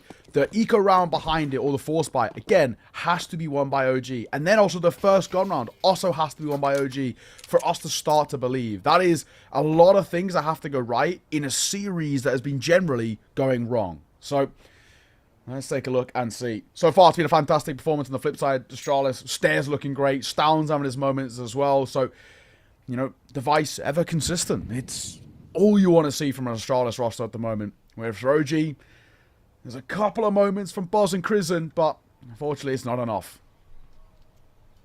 Spook a bit more lively as well on this map. He was quite quiet into the first, so we'll see if he can get something going here on the T side. Let's pick up from Stair. Will be traded out instantly. 2 in on the site, though. Could be deadly here. And they're unable to get through Cadian, so therefore unable to get through Device. This looks really quite scary. The shot's not landing. The headshot's not being found, of course. The bomb has hit the deck as well, so not looking good. Yabi eventually comes around to help his teammates out, but they just could not lock in those A-site players. Astralis with the all-important pistol, so now we maybe start to talk about them taking this one over. Yeah, this is where I have to say, I think I might be potentially checking out a little bit on the OG side of things, and I might have to be a lower bracket run for them. I just take a look at the bracket as well. For OG, they'll be taking on the loser of Big versus BC Game, which so far from how things have been playing out, looks like it will be BC Game, as Big took map number 1, but BC Game are winning the half, 7-5, so who knows, right? And I guess this is a good time as well in a bit of a throwaway round to also say that there's been some interesting results so far, I think is the way we'll put it. Bet Boom took down Namigo map number 1. I said that's expected. I like this new Bet Boom team. They look really good for me. For the first time in a while, I've been excited by Bet Boom. Probably because we don't have Nafany. It helps. However, there's been a really interesting result. Map number 1 in Falcons versus TNL has gone the way of TNL. And I know some of you at home is probably thinking to yourself, who are TNL? It's a fantastic question, because I don't even know. No, I'm joking. They're an open qualifier team. I cast them once. I think we did it, maybe, I'm pretty sure, Scriv, in Elisa. They qualified to the Elisa contender stage through their open qualifier. And I remember even speaking to the admins then saying, who the hell are these guys? And I'd say we're pretty ear to the ground. We kind of know what's going on with, like, the tier 2 and the tier 3. But these guys are genuinely coming out of nowhere. The admins never heard of them. We'd never heard of them. And they won their first game. So, credit there. And they've taken a map off Falcons. And they currently find themselves 5-6 on the second map. So, it might even be even half as well, which is wild. Yeah, I mean, they got the big man S Chiller in there, so, potentially... Oh, is he not playing today? Okay, fair. Well, there you go. The match page doesn't show him. Is he in the Who knows then, mate? No, he's not. He's not. Who knows? All right. Well, they're not even, like, full strength, or it's a newer version of the roster, so that's not great for Falcons, I think it's safe to say. I will say, if anyone does want to watch, from what I remember from the Elisa game, Onic was pretty solid. That's the name that really rings a bell. Let's go back to the game at hand, though, because, well, Yabi's got both. That's a good start for them, as already OG in the first gun round, it's not going well. He doesn't quite spot our Crizzen, but the spam will give away the spot, and Cadian sees it off. Oh, I don't know about you, Scrib, mate. I think this is done. Yep. It's looking rough. It's looking very, very rough. Astralis certainly creating their own look, but it seems like Lady Luck is shining on them this morning. as it still is here in the UK. So a very quick finish into this one. We only started an hour and a half ago, and Astralis are looking to get themselves a nice long break before they go into their next game. OG, nothing they can do here. So a 20-second save to close out the round, and my goodness gracious, it is very, very dire here from OG. I mean, this is the tough thing. This is what was expected. Maybe not quite this one-sided. You know, you'd like to see them remain a little bit competitive. Perhaps the score would be like 10-6, 10-7 before going into this round. So it is pretty one-sided, regardless of we don't really enjoy playing this map. If it was like your first time rolling out the permaban, then maybe I'd let you off. But yeah, this is pretty one-sided stuff. At least the timeouts are coming out a bit more liberally here for OG. But yeah, they lose their own pick uncomfortably, and now looking at a very, very quick 2-0 here. They will be knocked down into that lower bracket, and as we've just sort of been going over, who the hell are they going to be playing? Don't really know. Could go anywhere. That does actually give you a pretty extended break, actually. Yeah. If you do play in the lower bracket side of things, they won't have their game until 5 o'clock Central European. So, yeah, that could be very, very interesting. I think they say on their side of the bracket, so there is a little bit of, you know, could be a BC game, could be an Amiga, something like this. So you have quite a few hours to go away and work on your game for sure. Exactly, and I think for a lot of teams would be vice versa, trying to work out how do you break down Astralis. You know, I said earlier, they're for me the #1 team in this qualifier. Technically, ranking-wise, it's Falcons, but we know how that's going. But for me, in terms of form-wise and ability, it has to be Astralis, and they're showing exactly why, right? You know, OG running out of chances here. Yabi, there's one. Oh my god, I love it. I love it. There's one. The second he heard the steps as well. Doesn't actually need to fight, but this double stacking short is absolutely sumptuous. Device and Stare shut it down, and that is the last hurrah for OG. A full buy-in towards this round that amounts to nothing, and you're left down to a 1v5 for Crizzen and a Tech 9. Good luck, but there is no chance in here. I think he did spot one going towards bedroom, so he might get the wrap round in towards the site, but there's 3 other players that he has to try and contend with. The first goes well. Now finds himself 6 points of HP, so best of luck. Spam around the corner, it's down, who sees it off. 12-4, a massacre on Inferno. And OG, they've got lint in their pockets trying to find a buy-in towards this next round. Let's use their third and final timeout. Yes, not looking good at all. I think it is all about recovery. All about just picking up a bit of pace, but this Inferno is going to be a real problem. You know, teams will see this in the qualifier, and they will look to punish you on it. I suppose their one issue against this Astralis team is that Anubis ban. Pretty rare permaban, actually. So that does make Astralis kind of tedious to go up against in the veto, but yeah, if you have a quick look at the OG pool, it doesn't really look the best at the moment. Not quite as deep as they need it to be against a team like Astralis, and maybe against a few other teams in this qualifier as well. You know, if you are going to meet an Amiga or a big later on, you know, something like this, it's going to be a very, very tough time for you in terms of that pool. And as we've said, you want to be closing things out today. It is very, very possible for you to get your spot locked in. OG could have been one of those teams, and it's not looking like it's going to be the case. Crizzen, confident on the boost. Gets 1, nearly 2 in fact, so it's nice from OG. 8 down as well. Yabi trying to respond in kind. Oh my god, he took a bit of a risk there as that knife got pulled out. Thankfully, it doesn't work against him. There's been substantial damage dealt both ways. Of course, the opening kill for OG is great, but I mean, this is still very feasible. There's that M4, I guess, for Stair can one-tap most players over towards OG, and Device's AK will also deal some damage. Back to a 4 versus 4, and now this already becomes quite dicey. It's 3 towards A as well, so Astralis have read this. Yeah. They know what's up. However, sometimes you maybe bite off a bit more than you can chew. Device pretty confident there. Peeks into 3. Doesn't get a single one. And that might just turn the course of this round. Stan's already sort of soft saving, hoping in a way that they're headed towards B, but OG have no real reason to move. You are moving into the Lion's Den here, though. Stare. Highest fragger on the server, looking really solid. Could do a lot of damage. Hidden away. They've left him out to dry. Utility comes in. He finds two very quickly indeed. If only he had that teammate to work off of. Not going to be the case, but a 2 versus 2 is much more doable here for the Astralis B players. Stam. He's just looking to see if anybody overextends. I think it's all on Yabi here, in all honesty. And it's whether he can A, get out of the library, and B, get the shot on Moto. It's such a tough one to hit, and he does. Oh no, it's crumbling.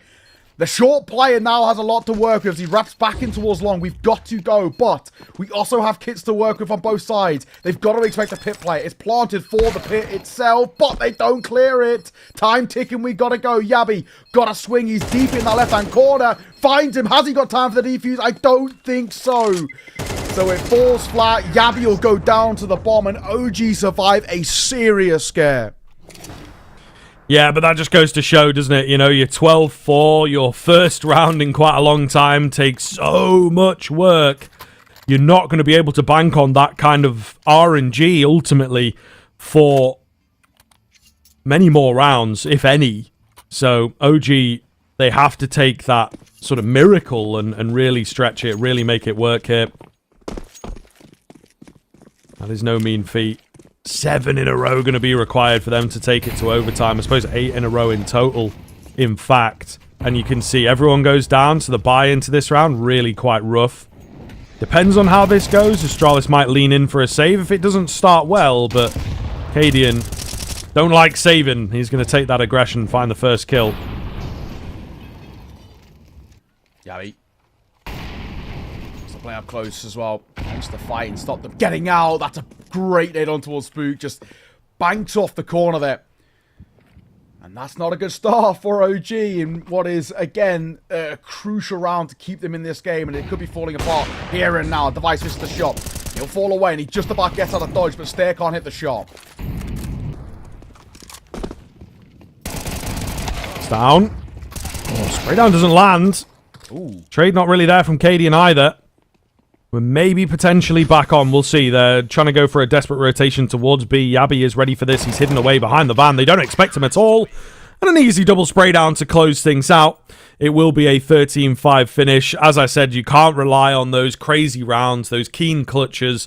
And, yeah, their luck runs out pretty damn quickly. In fact, Astralis rightfully walking away with that second map. The first one, a bit harder for them. Really were some messy rounds in the early stages of Mirage, but once they got it going, again, looked like the better team. As you've said a couple times, as I think is the sentiment across the board, this Astralis team looked like the favourite, looked like one of the stronger teams within this qualifier. The follow-up game for them is going to be against either Big or BC Game. Not sure if that one has concluded yet, but all the same, looking good for Big as far as I'm aware. Yeah, I mean, BC Game are up on the second map, so we'll see. It might go towards 3. But Astralis hitting every sort of point that we expected them to. Individuals looking good. Yeah. Some great reads on that T side of Inferno, I have to say. So, yeah, this is a really solid-looking team at the moment, and they should definitely qualify. They might have to battle through the lower bracket a little bit, but I think they should definitely qualify eventually. Yeah, I think you're absolutely spot on as well. So I'm really impressed with Astralis. I think they've done really well to just, you know, cement themselves as the favourites here and show why, right? OG were another one of those sort of heavy hitters or these sort of well-repped organisations. And I think, you know, Astralis have come in and said, we don't care, right? This is us who need to prove that we are still a tier 1 team and we've still got that calibre about us.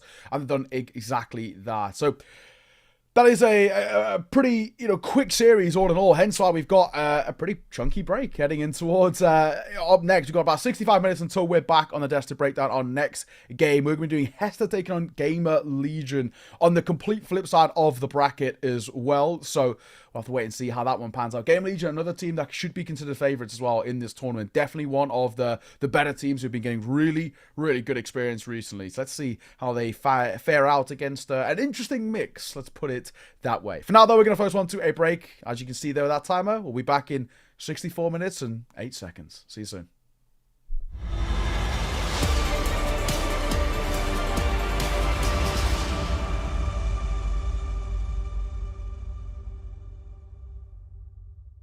What's your name? Lee. Lee, mate. Nice to meet you. What's it like being part of the best crowd in esports? If you're not here, you're not living. Let's go, the boys! All right, for now, we're going to send it away. Let's show the world why we're the best crowd! You're champions!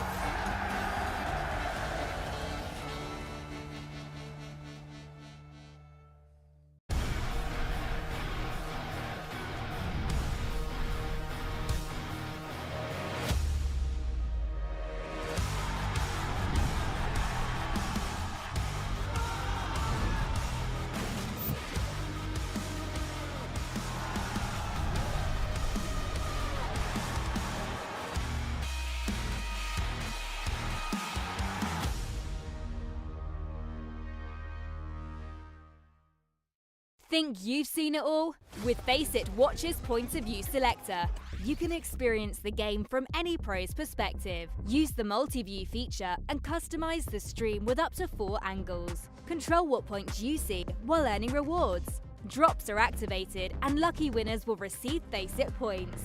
And if you ever miss a match, VODs are now available. Get instant access to demos with multiple POVs and commentary. Watch it, control it, Faceit.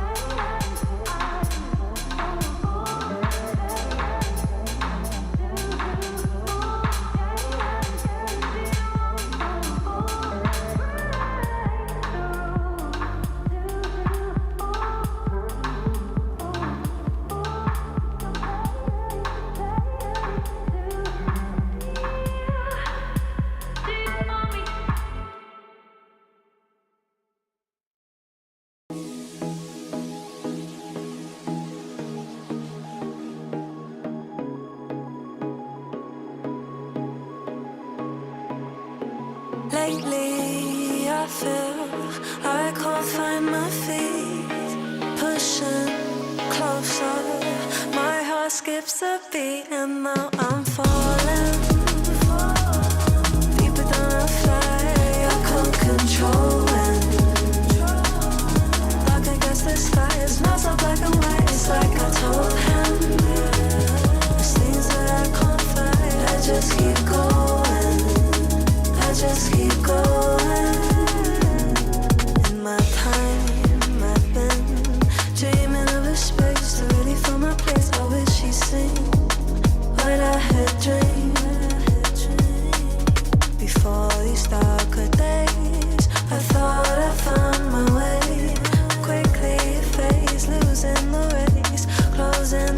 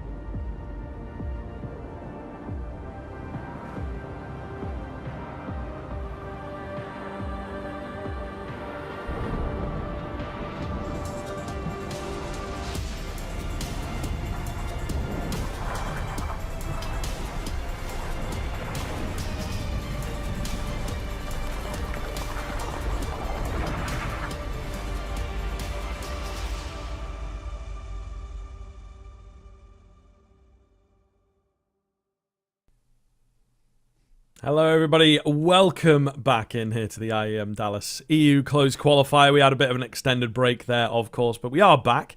Second game of the day of 4. So last game for Neo and I, but there will be a takeover, a shift swap after this one. Plenty of Counter-Strike coming on your screens, of course, and we now move into the second opening game here. So no qualification just yet, no knockout just yet either, and we will be kind of flipping to the other end of the bracket, as it were. We've got Hester up against Gamer Legion here now. Yeah, Gamer Legion as well for me. I would say of this side of the bracket are the number one team. I would say they're probably the favorites of this side, and I mean they should be qualifying, right? This is a side who have that caliber about them. I would say they're the best team on this end, whereas Charlotte's been the best team on the other end. So we get to kind of cover two of the top dogs, which I think is probably the way it should be in a way. But really interesting because as we had our quite extended break, every other series is still going. So we really had a light shift to start things off. Hey, no complaints. But this is going to be, it's quite interesting. You've got BC Game who are 1 round away from beating Big, which is kind of wild, and Falcons who are 1 round away from beating TNL, unless that's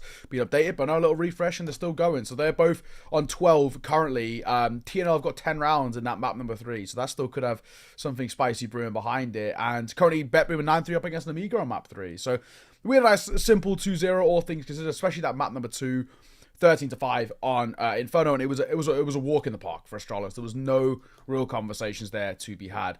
There is a few interesting conversations, though, about our next game, right? Gamer Legion taking on Hester. And Gamer Legion, like we said, probably from my side, the best team on this side of the bracket. Maybe them Heroic, I think, is a good argument, but Heroic have had maybe some online woes. Hester are an unknown quantity. So this is going to be a little weird, a little wacky. I don't really know what to expect. I think we have a veto to bring you as well. So that can kickstart the narratives here heading in towards this series. And yeah, we know so little about Hester. The only HTV officials this team have got is in the open qualifier where they beat Navi Junior 13-5 and looking for org number 3, 13-10. So what do we expect? Who knows? We're getting the vetoes through here though. Hester are going to pick in towards Anubis. They beat Navi Junior 13-5 on that, and Navi Junior are a good team. So that's actually a pretty good kind of scoreline to go off. Nuke's going to be the response coming out though from Gamer Legion.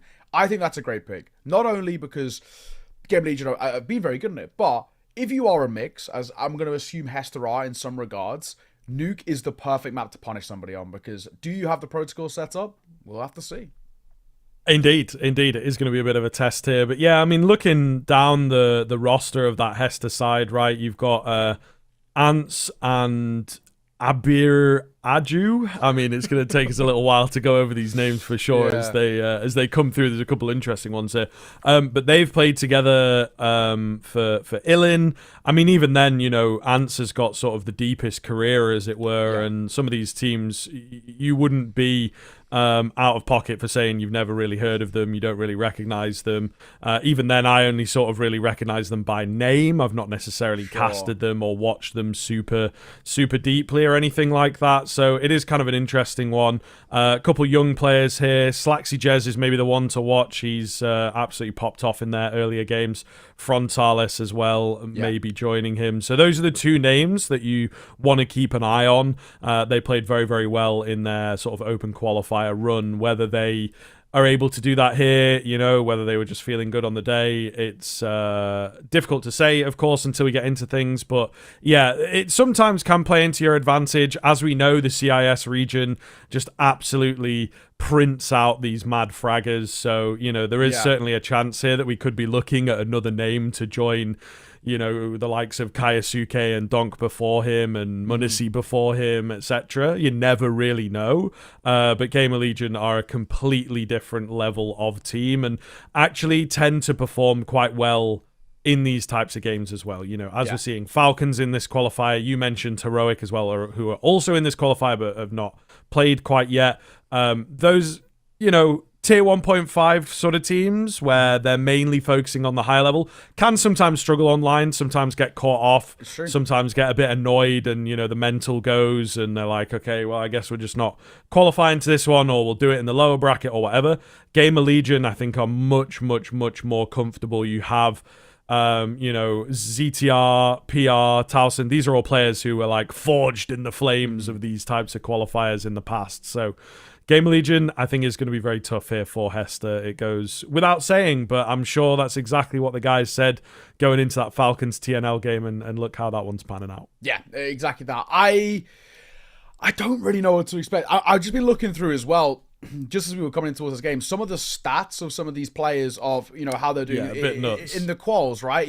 Obviously Frontales is like the highest rated player in the two best of ones that they played against Navi Junior and looking for Org 3. He has a 1.67 rating across those two. Granted, it's only 2 maps, right? So you can't read into it too heavily, but 100 out of 100 firepower, 91 entering, 94 trading, 95 opening, 96 sniping. I mean, damn, like, that's pretty ridiculous. The only thing he seems to be a little lackluster at is his utility, but who cares? If you put up a 1.67 rating, who gives a damn about a flashbang, you know what I mean? And he's apparently okay in the clutch at 62. I mean, I don't know. Honestly, judging by some of their wins, which are quite one-sided, he probably wasn't even required to clutch. So those stats might actually be slightly kind of skewed in a lesser fashion than what he can actually offer up. But it seems like he is the guy to look at sniping and everything. It seems like he's entry sniping too, which is wild. So he's really getting in the thick of it. This is where we're going to have to look on the flip side at Gamer Legion and say, right, you've got to find a way to shut him down. We've got to see, for example, Slend get very proactive with the AWP. Got to try and get up in his face. Can't let Frontales just run riot, right? And, we've got to see a little bit more. I mean, obviously, recently for Gamer Legion, their most recent loss against Paravision was a little lackluster. Even the one against Spirit, yes, we got a map off them, but a loss all the same. And we needed more out of Rez. And we didn't quite get it. It seemed like for his individual form, sort of dipped off a tad there. So we need a little bit more out of Rez, I think, as well. But from what I've seen so far of this side, since they've been kind of this full 5 together, PR has been lights out. He's been taken over. As anybody who follows Tier 2 would know, we've all known about PR for a while. I'm glad that like the general consensus of the community who maybe aren't that kind of ear to the ground is now starting to kind of figure out that he is the real deal. Very, very solid player. And of course, any player of his sort of caliber, we're in his sort of raw ability under Ash, which is arguably one of the best coaches we've got in the world right now, I think it's kind of, a shoe-in to be as good as gold, right? So this Game League just they've got a weird task up ahead of them because they can't really prep for this, but this is the perfect time to really say, right, we've got to focus in our own game because it's a best of 3 as well. Yes, there might be an upset across the way in terms of a map or so, but we've got longevity in a veto that we know that we have very, very good reps on. So I don't think Game Legion are going to come in too worried. Maybe anticipating, they see those stats. Everyone's going to look at them and be like, all right, that's interesting. Some pretty good numbers. But I think fundamentally they can understand that this is a random team of people who have not played really any high level. Well, I've not played any high level Counter-Strike at all against a tier 1 team, a top 20 team in the world right now. So Game Legion should come in this full of confidence. I hope they play with confidence. They should come into this and just show no respect. And that's the way that teams like this dominate, as Astralis did against OG on map 2.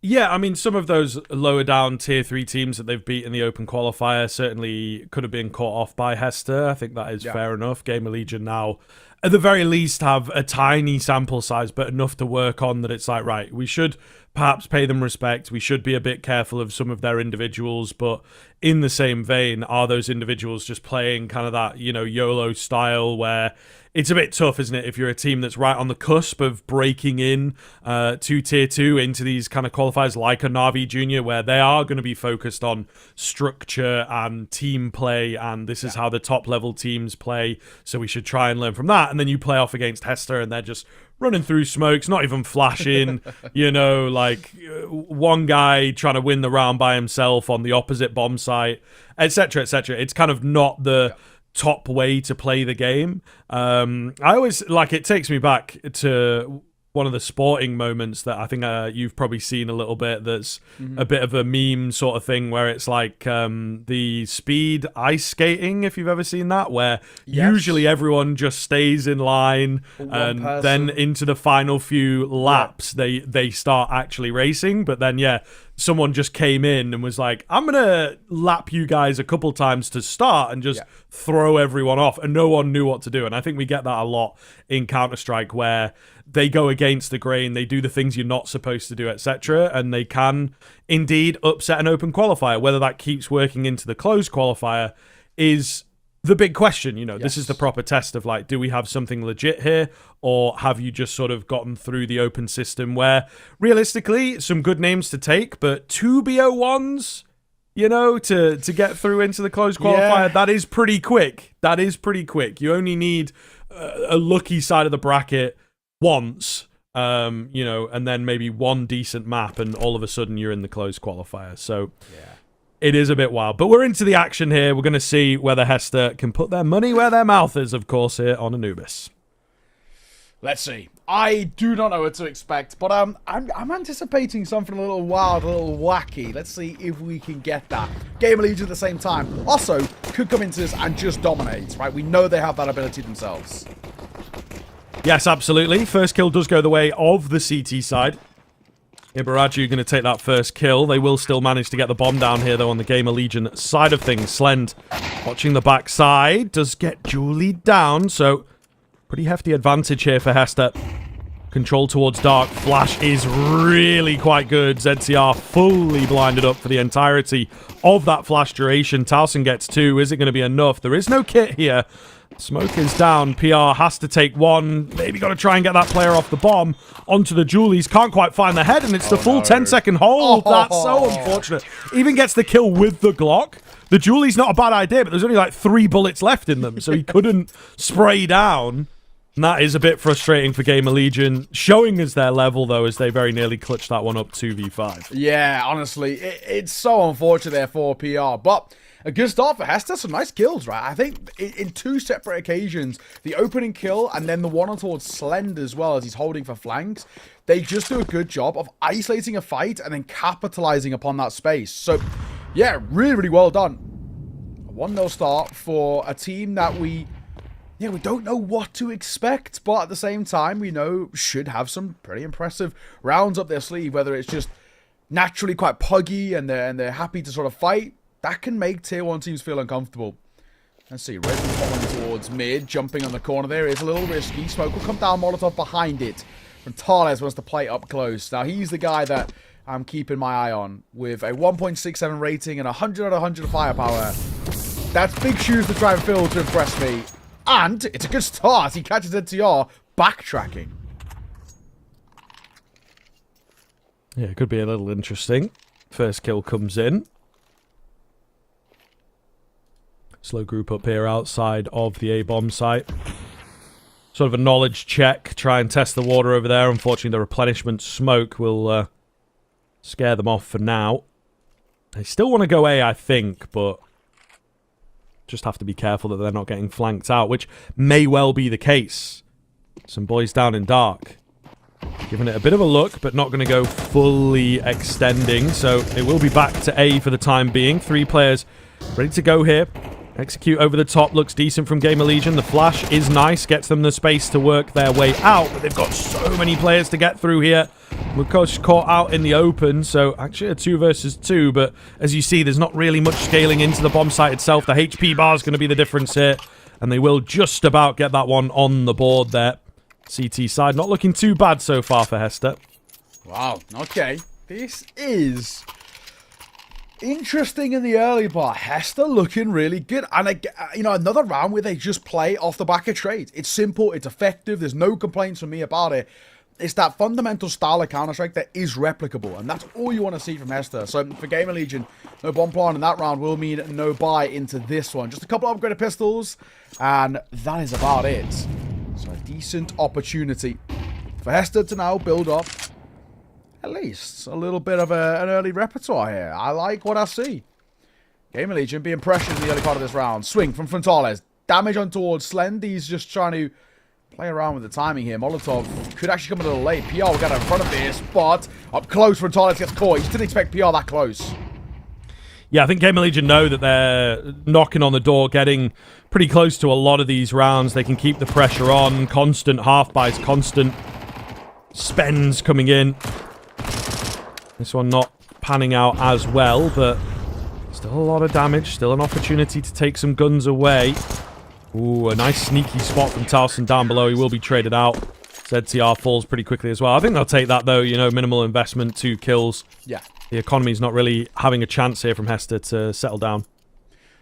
Yeah, also, it's just one of those where for Gamer Legion, any kills that you get in that sort of round are actually nice for the confidence, but you're not, like you said, not expecting all too much. It's this round, though, we come back in, a full buy in response. It has to go well for Gamer Legion. You let this one slip, and that's where Hester can really build up a strong CT side on what is statistically the most T-sided map in the pool thus far. Well, it's the time that they really need to try. Nice nade. A Slend just takes 50 damage and another as well. Oh, that's so rough for Slend. 2 perfect nades right on him. And he didn't move off to the first one, and he does not live to tell the tale of the second. Not the best. Good start for Hester. A little bit more chip damage done as well, so Gamer Legion immediately out of the gate going to have their work cut out. Rez will manage to find the frag onto Mukos. So it's a sound response. 4 versus 4, minute left on the clock, and, you know, Hester left guessing. It's not like it's a full commit down mid or anything of the sort. Dawson trying to make a little move here as well. Smoke to give them room in towards the B site. Mirage is here. And the smoke down front main, perfectly timed. Decision of do we go through or do you have to wait? And now we have to wait. That's awkward. Now Torsten's got to do a lot of heavy lifting. As Frontalis finds one through the smoke. This round feels like it's falling apart for Gamer Legion. They don't have the numbers. The bomb will be planted. Maybe not. Molotov says otherwise. Frontalis also says otherwise too. This round is crumbling at the seams for the 2 versus 2. Now 1. And it's all on to Slaxy Jesse's on the flank. He does deny the bomb. Look at the time. 13 seconds. Rez has got to go. Time slipping away. He's got to swing in towards Evox. It's an awkward fight. And one he loses. Hester. How have they made that one stick? Damn. This is getting spicy already, I have to say. I mean, the start is pretty damn solid. Hester getting close to dropping a couple of the early rounds, but as they've started to speed up, Gamer Legion, again, got to match the pace, got to match the confidence. We're seeing those wide swings, those aggressive peaks. The very fine line between bravery and stupidity here from Hester, but at the moment it is working out quite nicely, and they're able to force that econ down of Gamer Legion really, really well here. So I think that the subsequent rounds, Hester have got a lot of control. If they can deny bomb plants away as they are at the moment, this gets very scary. Ants sort of got the right idea as he was playing around E-Box. Rez, it's an awkward one. Yeah, one of he doesn't win. Rentala's on the AWP. Scriv, I'm excited. I want to see what that 96 AWPing sniping stat looks like. It's already good for the first against the pistol. Not good for Mirage, who gets caught by PR on the drive-by. He'll also get caught himself, and down goes Ants. Plant comes in. 3 versus 3, recovered guns here for Gamer Legion. Would be a big one to steal in the sense of it being their first, but also the investment. The spin around not quite there from ZTR. It's all going to be on Torsen.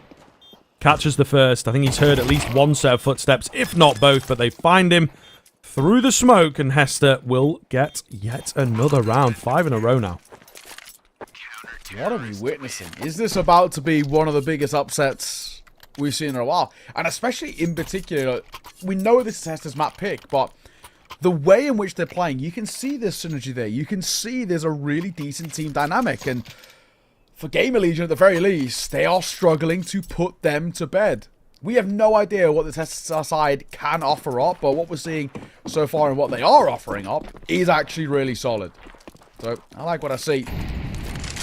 In the other games as well, 2 out of the 3 have concluded from that opening sort of bracket. Falcons did beat TNL, but it required overtime on Mirage to do it, 16-13. And BC game of upset, big there, 13-11 win in map number 2 of Ancient. So, one upset, one expected result in terms of the win, but maybe not in the fashion of the win. Ants pushes water, and Torsen gets caught, and ZTR wasn't close enough to effectively trade. And now he's got to try and fight behind a Molotov, which he can't. I like this from Hester. The teamwork looks great.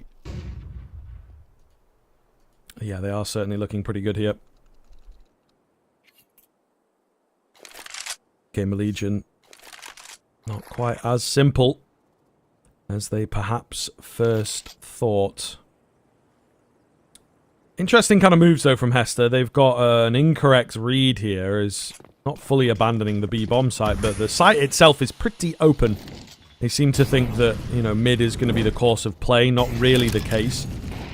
A couple flanks in the past few rounds have gone quite well, so this time around... Oh, it is being watched! Slaxajez, keen shot, 17-year-old prodigy here. Oh, he gets another! That's so insane. Holy hell, he is quick. ZTR left in the clutch. They line up for him, and Slaxajez is low. This would be a hell of a thing if he could pull it off after those first 2 kills. He's going to get straight on the bomb, going in for the hold. ZTR, no way. You've got to try and stop him, and he nearly calls it off, nearly thinks it's a bluff, but no, he will get it done. A big clutch for Gamer Legion. Oh, for a moment, that felt a little weird. Thankfully, in the end, Gamer Legion do take the round, but still,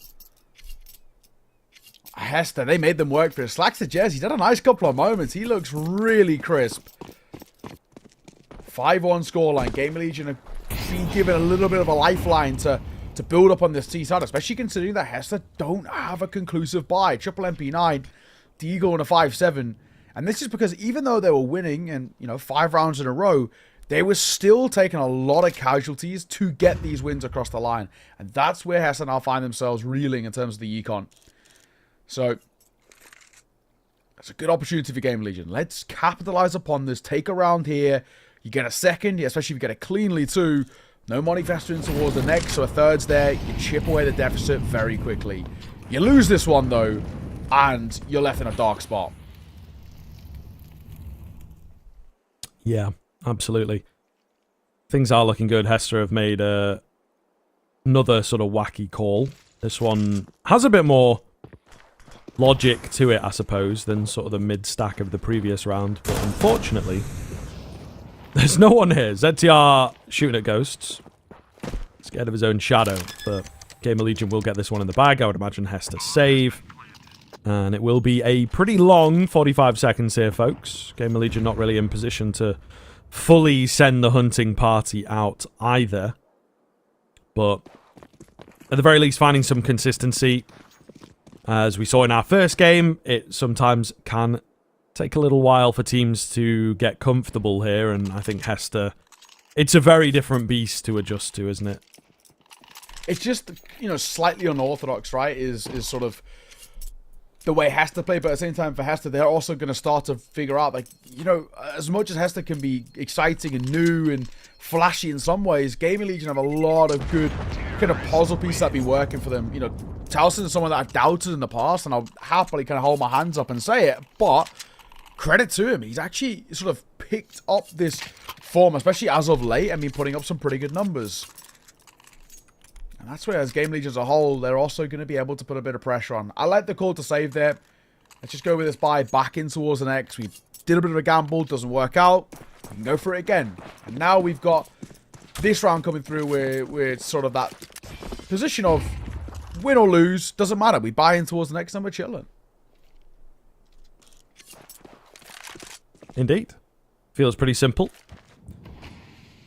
Making some money would be nice.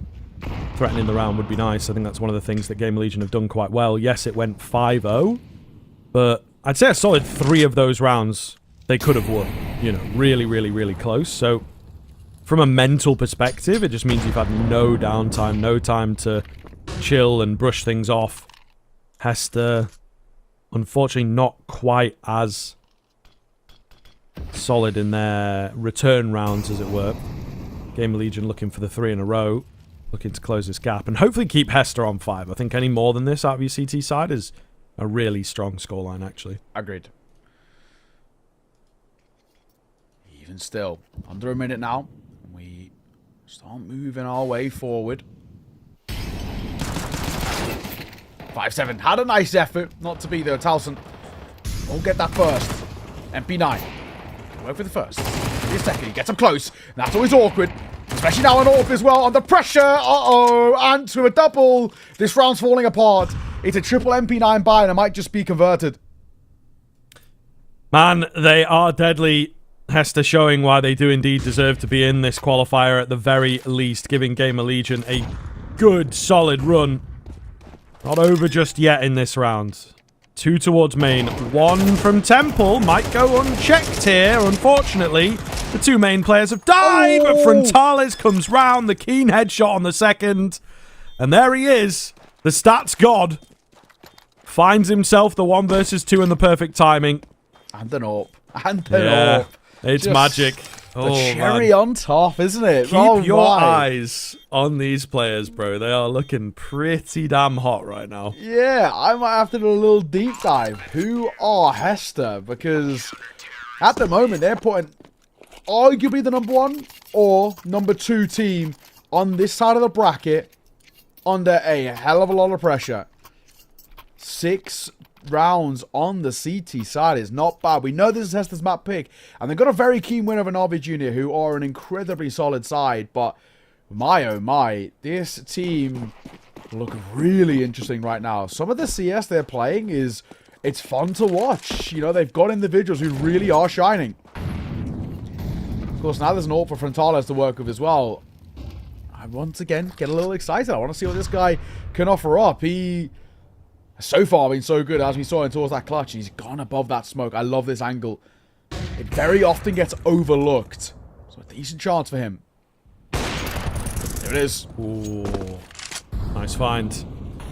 Frontales keeps himself on the kill feed. Flash comes through towards Dark here. The 2-man push will be enough to take ZCR down. A catch through the smoke. I mean, Rez is going to be absolutely fuming at that one. Felt like he had himself a workable position for the round. 5v3 recoverable. 2v5 not so much. PR's trying. Does get 1, but the dink lands, and I think that will start to seal this one in. So Hester looking at 7, unless it goes disastrously wrong. PR. He's just reeling back, tail between his legs. He's sort of given up the ghost on this one and said, sure, let's get out of here. But is there going to be a little hunt by Hester? I mean, I would probably hope they don't hunt. They don't really have the long-term funds themselves to be kind of risking that. So, personally, I would say no. But, either way, a 7th for Hester. A wild spot for them, and Game Legion are getting owned. There's no 2 ways about it. This is a side that are just like uber crisp at the moment. They're pretty funny to watch. This is a really, really spicy display. So 7 puts up. That guarantees the lead at the half, and there could even be more behind this. Yes, we're going to have a buyout for Game Legion, sure, but long-term money gone again. So if they lose this, we could actually talk about Hester getting somewhere in the region of 9, maybe even 10 rounds.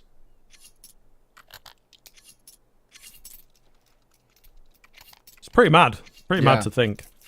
You know. Again, this is the thing. They've been training all week long on Anubis, you know? Maybe, right? They've obviously picked into this for a reason. Nuke, as you said, coming up as that next is a really solid barometer. Yeah. For where Hester will be at as a team. But Anubis does hand itself to a lot of like timing peaks, aggressive moves. You can just work the angles, and I think that is exactly what Hester are doing at the moment. Rez has opened into this one though now, so for the first time in what feels like an age, Gamer Legion are actually in the ascendancy. Flashbang being set up here. Rez could be in a little bit of trouble. Flashes a banger. Oh, but he gets away with 3. They just don't clear the angle. That is so rough. You hate to see it. The idea was so nice by Hester, but they overlook the closest angle.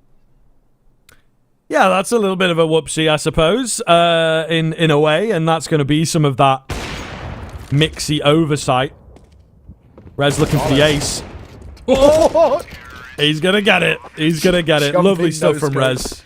Yeah, it's not gonna happen, is it? Let's be honest. I love the confidence, though. I love that. It's probably just more of a jump scare than anything, you know? I don't know that he'd Really calculated him being there.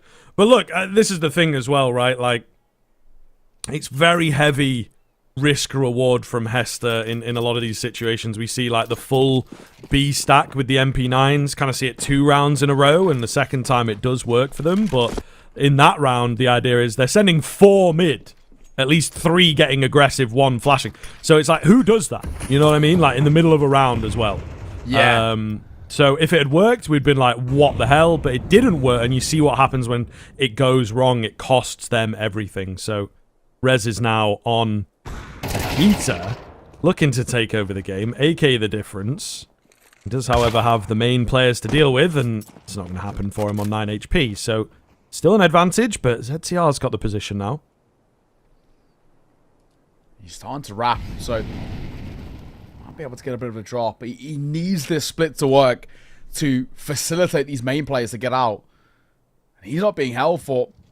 Mirage should be dead here, and he is. Down he goes, and now it's all down to 1 E-Box player to stop this initial push coming in. He might just try and buy a little bit of time, honestly, for the rotations to come through. You two will come out, Mama swing, the flashbang is good, and he will get 1. Looks for a second damage dealt. Uh-oh. Oh, God. No. Slacks and Jez flank the flank. It's just a mess. It's just a mess on B, to be honest. But yeah, he did. He came out of nowhere. Caught the player that was catching them off guard. I don't know. It has gone a little bit into the chaos. And this is the problem, unfortunately, when you come into a game like this. You and I have seen it 100 million times when you're up against these mixers, these lower level teams that just play maybe individually at a high level, but like as a team, not so much. And Gamer Legion are getting caught in that brawl, you know, down in the mud, not really able to outsmart or outgame. But it's the old classic, innit? And I think this is a really, really good time to pull this one out. A little bit cliched, but the best swordsman in the world doesn't have to be scared of the second best swordsman in the world, but the complete novice, right? That just does whatever he wants, things that don't make sense, things that could even be life-threatening. Yeah. And I think that is what we're getting a little bit here from Hester, but it is working at the moment. We'll see whether it flips onto the next map or the next half, but it's a very, very interesting case of trying to deal with these lower-level teams. Yeah, that's it. Frontalis will catch Slend. That head-to-head's been going very much one way. Slend 3 and 9 from Tales. 11 and 5. Towson, though, not more cuss. He looks for another, but he gets caught. Slacks a Jez. This kid's looking crisp. His 14th kill of this half. And Hester have the chance at a 9-3 here in the 3 versus 3. Abaragi moves back over towards Heaven. Restrar seeks his way forward, but Abaragi checks it in time. Numbers advantage. As they're trying to head towards A, and they might actually have to pull back towards B, but Frontales is there.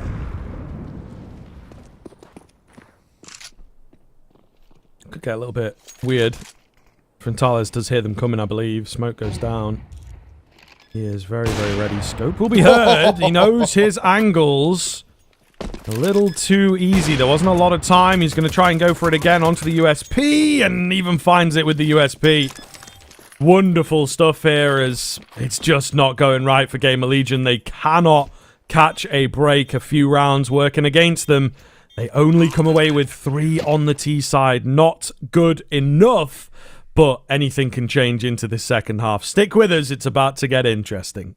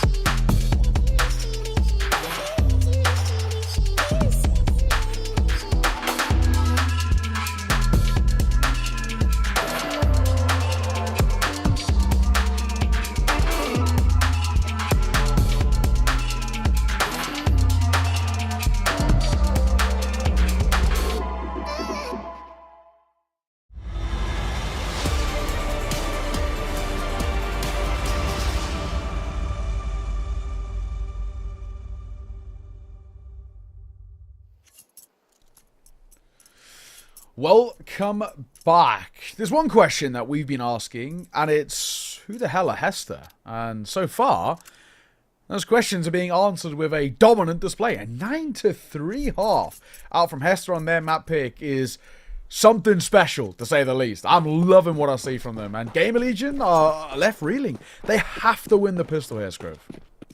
Yeah, it goes without saying. I think they need a massive bounce back for sure. Slend playing the information game. PR not knocked. Finds the first. Trapped in the second. Confident for it. Not dropping back at the moment. Meanwhile, the rest of the attack will come in towards the B-bomb site. All the kills go in the way of Gamer Legion, however. Headshots just not quite landing. PR never dies. Finds himself a big 3k. So, exactly what the doctor ordered. Super simple. Super easy stuff there for Gamer Legion. Only losing the one, denying the bomb plant as well is a pretty big deal. So that's going to buy them some time. Yeah, they needed that, I think, is the main thing. So, first attack pause will be called by Hester, as they want to figure out what's going on, what's going wrong. And, you know, so far they're not in a, a dicey spot by any means, but I think they'll probably know, and they'll talk about this a little bit, is that if we had got that round, we could have closed basically this map out here. But, regardless of all of that, it is Hester who probably deciding, do we actually want to force buy into this? And I think, personally, that wouldn't be the right call here. Low buy here, full buy in towards the next, and then you can start, utilizing the AKs and just allow sort of the MP9s, the FAMASs, to do whatever in towards this one. If you get a bomb plant, that'll be nice, but nothing to worry about too much, and that'll be the case. So, 9-4. Good for Gamer Legion. Really needed, but a lot more still needed as well. Yes, absolutely. And Hester have just taken a timeout, so, one would imagine they're going to pull out a big round they've been working on into this rifle. But for this round, nothing happening, just chilling, again, they know their position, they're trying to be a bit annoying, playing the mind games, playing a very wide default on the Glocks. It's not really a round that they're going to win, but Gamer Legion expecting an eco. Therefore, just expecting like a fast round to come their way, get it over and done with, get the rifles in. But Hester are taking their time and drawing it out. Very, very tedious to play against. Yeah. They're grouping up here. Even one out towards Carpet's lurking. Slend has a real opportunity of getting. A lot of kills there. He swings out and he gets one. That's good for the first. They're lining up. Julie's pulled out two, and it's a simple shutdown of mid. Bomb spilled. And Mirage also going to get caught on that flank. So they went for a nice idea of that push towards the A site in a slight split fashion, but didn't have the weaponry, didn't have the firepower for it. Wasn't to be. AK's out in towards round number 15. And this is where, I don't know, you arguably expect Hester to be able to come back into it and really show their dominance. I mean, they were so crisp whenever they were scooping up AKs in that first half. This is true. This is true. I mean, it can be a very, very different ball game moving on to this T side, of course. So, super interested. It's a very unique game in the way that it's unraveling here. Nice nade damage. Bullets are a little close. Unfortunately, Red's not finding any head. Flash comes in. He is no longer here. Looking to lay down some utility. Molotov in hand. Got a bit of support as well. Just round the corner, but it, again, is not a full commit. Rez playing well, super patient, waiting for them to cross before committing to any of that utility. Makos, moving forward. Small bits of damage being dealt, but nothing too wild just yet. What is the play, though? ZTR is just going to sit here with a smoke in hand and get it down if he can. Good timing on that one. Focus down. With their respect to Hester, might just go through this as well. ZTR might be able to pressure down. He goes. Same for PR as well. We said this might happen, Scriv, and it did.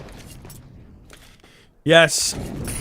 Difficult to deal with. The quick fragging power of the Hester side comes to fruition. The A players just going to have to save what they have. And Gamer Legion very quickly right back to square one. They needed this. They needed probably the next rifle round. But without this, I think we start to look at this map being over and, you know, a fresh start on Nuke for Gamer Legion, perhaps. Yeah, I think it might just need to be a complete mental reset. You brought this up a little bit as well in the pre-show, and you said Hester the type of side that you sort of, you know, expect to be rushing through smokes and so unorthodox. They do exactly that. Smoke goes down with ZTR, and they do not give a damn. They go straight through it. And it's such a simple take towards that B site. Beautiful work from Hester. Up to 10. 5 rounds ahead of Game Legion, 3 rounds away from taking their own map pick and starting this series off so well. This Hester side are... They're surprising because, like we said, we don't know who they are. I feel like we're pretty ear to the ground in terms of, you know, knowing kind of who these kind of players are and this, that, and the other, but I don't have a clue who these guys are. And they're playing good Counter-Strike, I'll give them that. They're crisp. They're very crisp. And Gamer Legion are struggling, that's for sure. At this rate, might be a lower bracket run for them. They have gone contact out towards the B side. They didn't even flash. They just went to fight. PR gets one. Molotov ticking him. He's in trouble here. And a fight by Slacksages will get that one. He does get caught by Towson. So 1v2 for Frontales. The main man that we highlight in this series. What has he got for us? Nothing. Oh, nothing. Yeah. Thought he was maybe covered by the smoke or something, but he will get taken down. So Gamer Legion answer right back. More awake in that round. In a way, it can be useful as well. They break the econ very fast. Will be a reinvestment from some of the players here on the Hester side. So, okay. Frontales will sell. I was going to say, got to be careful not to get too disjointed here. They opt to just go for that half buy. Okay, we got a couple of sort of upgraded pistols that can be kind of scary. But even still, Gamer Legion, I feel like their confidence has been rocked a little bit. You get a little concerned. Flashbang through. ZTR gonna get caught by Slacksages. Spamming! Oh, Biceland! What a shot. Drive by with the Tech 9. A 2v5, we've got to save it. Yeah, they do. And I mean, Hester are really bringing this super gloves off kind of style that we were talking about all of the pre-game. Saw a little bit of it on that CT side, but once you get onto the T side, you know, and you're directing where the game goes, where the fights happen, it has come to an ugly head for Gamer Legion in particular. And this is looking like we are, yeah, just going to have to wave goodbye to this one again. Gamer Legion, false start for them as they find the return round, but what can you do? What can you do, right? You're just getting banged round corners. They're a bit quicker. They're a bit more aggressive. Even Towson getting dinked there by the M4 around the corner. He will manage to survive, but Hester move up to 11. Oh, timeout going to be called by Gamer Legion. And this is now a really difficult conversation that Ash has to now try and portray. It's about, say, sort of reinstating a bit of confidence in the side and saying, we can still get back into this. And maybe on the other side as well, potentially even saying, okay, let's save the mental for Nuke and, you know, we'll do what we can here, but don't kind of work yourself too hard. This might just be their map and we might have to kind of call it. We'll go for that reverse sweep, but part of me feels like Hester might have a couple of ideas when it comes towards Nuke too.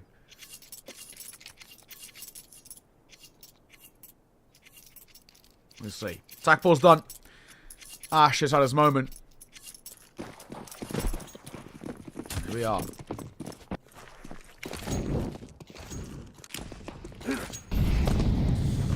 Okay, let's see if it will come to any kind of a positive spin on this map entirely, not just this round, not just this half. The whole thing has been disappointing, to say the least.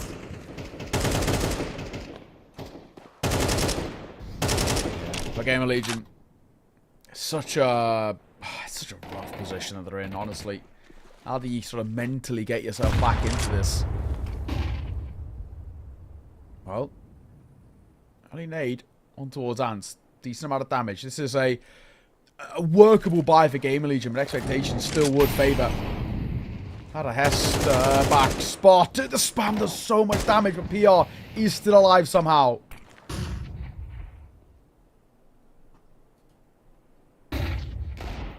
Oh. Ant's got to be careful. They are indeed after him. Meanwhile, over on A, it's that solo hold at the moment. Rotation will come back around. Rez is eventually going to make his way there. Ants goes down. Towson in the safe spot. He's not been smoked off. They're happy to fight him. And again, it's contact flashes. Happy to take the angles. No real execute coming in. To be fair to Hester, it's kind of all they had left. But still, it's enough to catch Gamer Legion. They're expecting a little bit more push and pull out of these rounds. And Hester are just sending it. And it's working, right? So why change it? That's true. And it might just be, again, one of those safe calls that for Gamer Legion, you think it's not even worthwhile giving that retake a go, especially with the damage dealt towards PR. But at the same time, it's probably not even worthwhile playing anywhere near for the X's. Hence why they're so far away. And also, with the money built up over towards, you know, Slacksages in particular, he can drop over a couple with ease. So would Exis really even do that much damage? Not really. 12 for Hester. As map number 1 is about to be concluded. It seems, unless Gamer Legion can somehow dig themselves out of this hole. I don't know if it's a possibility. Hester are just looking too damn clean. And a worrying display for sure. We have got to see if this is to be the conclusion, basically, of this Gamer Legion side. How do we recover and turn things back around heading in towards map number 2, right? Because their mentals could be all over the place. Yeah, I think it will be tough. And that's maybe part of why, you know, Ash has come in at the end here, just to try and talk them up a little bit, but, you know, focus round per round, don't get annoyed, just grind it out, try and get as close as you can, and if we end up mounting a comeback, then so be it. But this is obviously not their pick, right? And I think Hester have clearly done some Anubis specific work, even though it does have this flavor to it that is entirely their own. There is still a lot of little set pieces, quick executes, etc. Rez on the molly knows what's up. He'll do a lot of damage as well as the kill. They are ready for the A-hit. Both of these defenders getting a killer piece. And goes a bit too far forward. Carlson also going to go down. Awkward fight here for the FAMAS. Bukos on that last bullet, mind you, will find that kill. So looking to extend play here will be ZCR and PR. It's a fake plant. Got the A main flank coming in. PR in good time should be able to pull off the backstab here. They're not expecting him at all. Double swing towards camera. Comes in on the smoke. It's not going to work, and Gamer Legion will survive. They stay alive for now, that is. I mean, still a long old road to recovery, but you're spot on. I think, you know, all they really can say is if we are able to pull this off, that'd be great, but kind of don't kill yourself in trying to do so, right? It's not the end of the world if we're not able to kind of get back in towards this game. So be it, right? Do whatever you can. Don't burn yourself out in trying to do so, but if we can start pulling something off, then maybe. But even still, 5 more rounds required. That's just for overtime. And has to come back into the bite. I haven't seen Frontales up on that T-side too much. He's been using the AK. But still, Slacksages doing a lot of the heavy lifting. So far, so good. Smoke down. Need to break it open. PR was tempted with the idea as well in towards the E-box.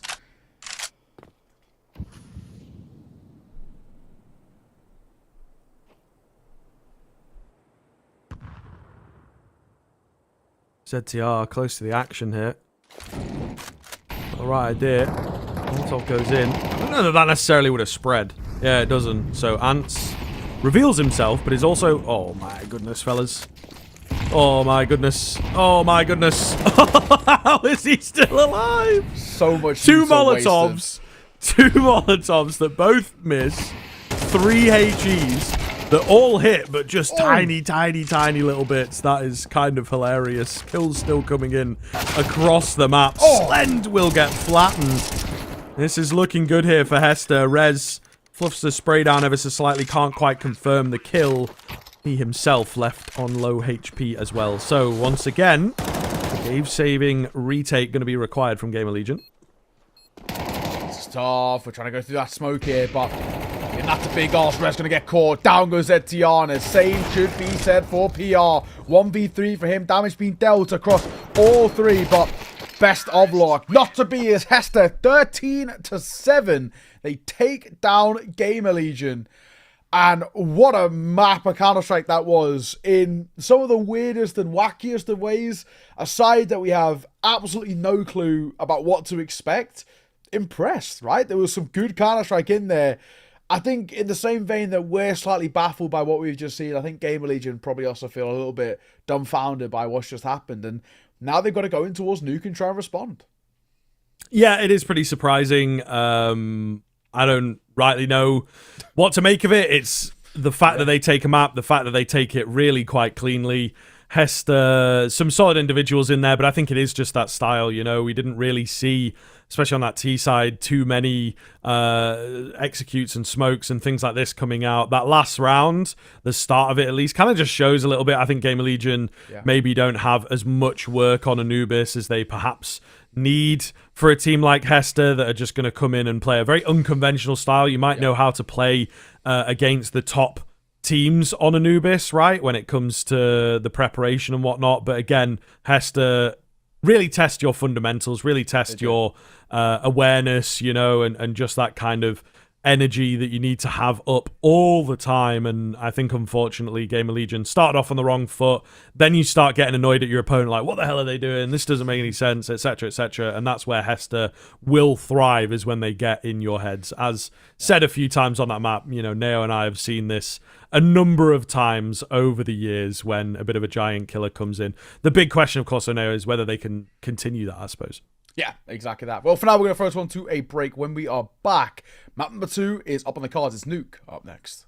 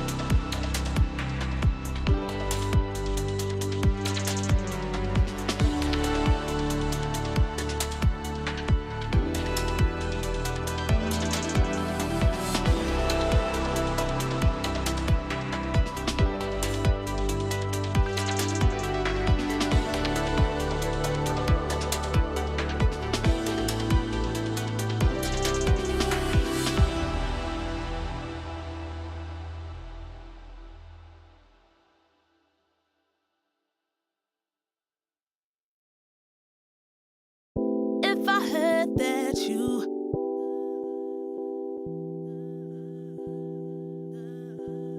if I heard that you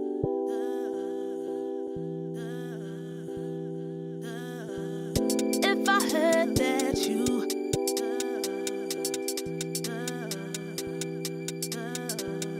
if I heard that you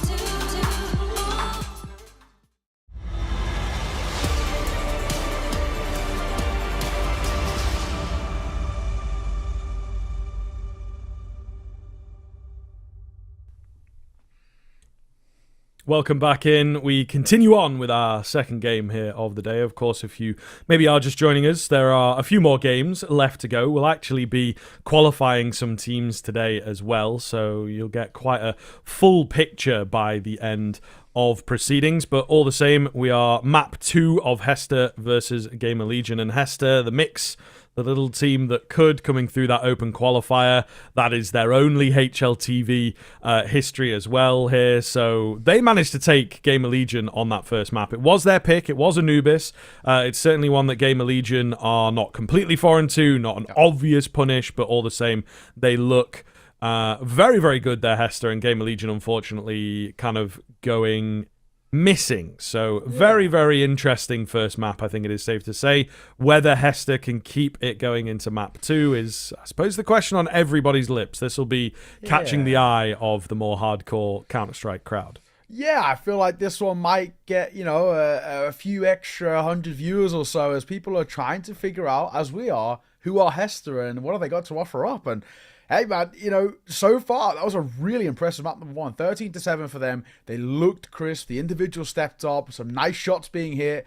This is a side who have made Gamer Legion feel uncomfortable. But, of course, now Gamer Legion going to their map pick. It's Nuke up next. And this is a real kind of litmus test for actually how good Hester are, right? I think is the main thing. We've got to look at this and say, on a map like Nuke, if you're a side that don't have, you know, the reps and the understanding and this, that, and the other, it can be quite difficult to really get to the level that you need to play on a map like this. It's difficult. It's hard to maneuver around. You have to have very good communication and setup. So let's see what they get. The good thing is that they start on that CT side for Hester. So statistically, a very good place to start on that of Nuke being, you know, it's always historically kind of been one of the most, if not the most CT-sided map in the pool. And I'm wondering whether Hester can build up a really good repertoire early in this map, as they did on Anubis, and make it very difficult for Gamer Legion to get back into it. We'll have to wait and see, but it looks like we are just about ready to get things underway. Map number 2, and Hester have the chance here at, well, causing quite the ruckus and quite the upset against Gamer Legion, one of the highest ranked teams in this qualifier. Let's see if they got it in the locker. Yes, indeed. Slaxajez up top. Oh, a little awkward for him. He gets drawn away, and he does manage to find one, but it's PR once again. Bit of a pistol demon on Anubis as well that will open things up nicely just to remain here. Frontales, nice finds, down to the 2 versus 2, and this is all before the bomb has been committed. So not looking great. Julie's out from Torsen, nice and crisp. Frontales, good for 2, but he can't get any more. Will lose his head eventually. Gamer Legion, they stay cool. Okay. Well. Good start for Gamer Legion. A needed start for them. Frontales, nice couple of shots, but it wasn't enough. If he had kind of maybe had a little bit more support, even just that one player coming through main, just staying alive for sort of half a second, who knows what could have been. Still. Hey. One little start, and this is where Gamer Legion can build up a little bit of the T-side in response, right? No buy for Hester in the second round. They're waiting for guns into the third, so this should be a 2-0 without too much debate here. We shall see. Outside push, though. Look at this. There is a silo player that hasn't spotted them, so they have got all the way in. They've got a deep red player who is going to get caught here. So Torsen now should be on his toes. He's going to get dinged. He's going to get dropped. He should get dropped, and yeah, he will. Down he goes. There's an AK to be recovered. All right, we'll see what they can do with this AK, I suppose. The big question. Bomb does go down quite easily. So I think with that, probably a save of the AK. Yeah, he's all the way out. In towards T-spawn, so he's hidden away in the corner. Going to be a slow finish into this one, I would imagine. We are, again, looking to catch a player off here. Oh, there's ZTR. That looks so funny on the X-ray, you know what I mean? When you only see a guy's head, you're like, oh yeah, he's moving up and down the ladder, but this floating demon on the X-ray just scooping up and down is pretty funny to look at. Gonzalez, just the eagle, saved over for him, but we've got an AK, right? That kept alive at the very least is something. I'm trying to keep some attention drawn. I don't think it's going to do anything. Yeah, nobody close enough there to go down to the bomb. So the one casualty for Gamer Legion. And for Hester, you know, it was a throwaway round. They're not going to get too much from it. And that's that. 2-0. Hester now back into the bye. AK-47, triple M4, and an MP9 to be brought to the table. Let's see if Hester can respond and show how strong their rifles can be. As we saw in that map number 1, they were so clean in some of these rifle rounds. And on the CT side, they were very good at making Gamer Legion's T side feel uncomfortable.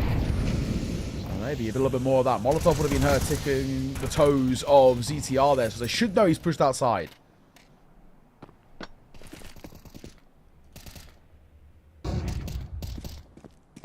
Abaraju is ready and waiting there.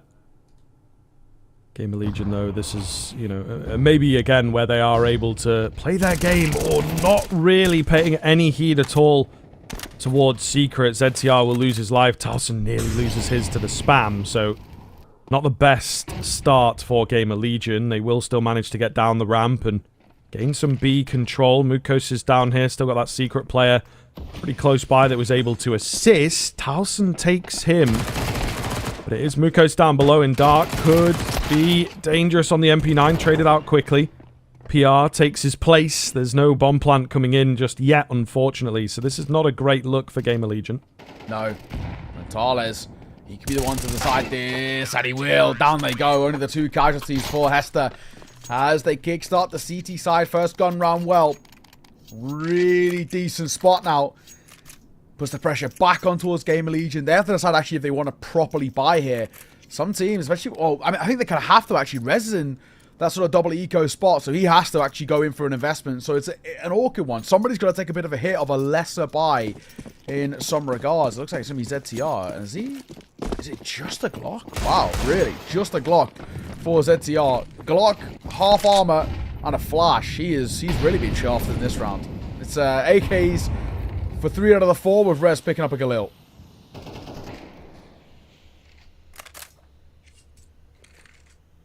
Outside control comes in for Gamer Legion, once again going for the cross smokes. So keeping things simple at the moment, but, you know, working around it, changing things up. They're not necessarily flying down Secret this round as they tried to in the previous. A lot of damage again comes in.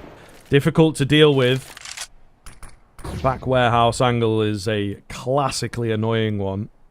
So just, again, trying to keep things fresh and unpredictable here on the Gamer Legion side. Maybe taking a leaf out of the Hester book. Nice find from Rez. Quickly traded. Abaraju can't find anything, but the advantage looks good here for Hester. Slim just spotting a player on the edge of the smoke. Can't take him down. You know, again, the look running out quite quickly. Toes spotted. Mukos moves in slowly. ZTR's patience will pay off. Can't go too early on the Glock. Needed those headshots. So all of a sudden, guns retrieved. Maybe a chance. Nade sees off ZTR. Slen then left in the clutch. Not an easy one for him as well. But at the same time, Mentales is low. Up on backside. They've got Util. Or a flash, that is. That they want to try and push him off the angle. But Mentales just hits the shot. Nice work. Really nice work. Sure, bomb plant comes down for Gamer Legion, which is going to keep them afloat in quotation marks, but to all-star Hester, and again showing that they can fight up against Gamer Legion in some of these rounds, and this is the round that Gamer Legion has to take a step back. I can't really be buying properly in towards this round. Money doesn't go too deep. So Hester should get a third in. There's where the CT side starts sort of rocking and rolling a little bit. This is spicy. Very spicy indeed.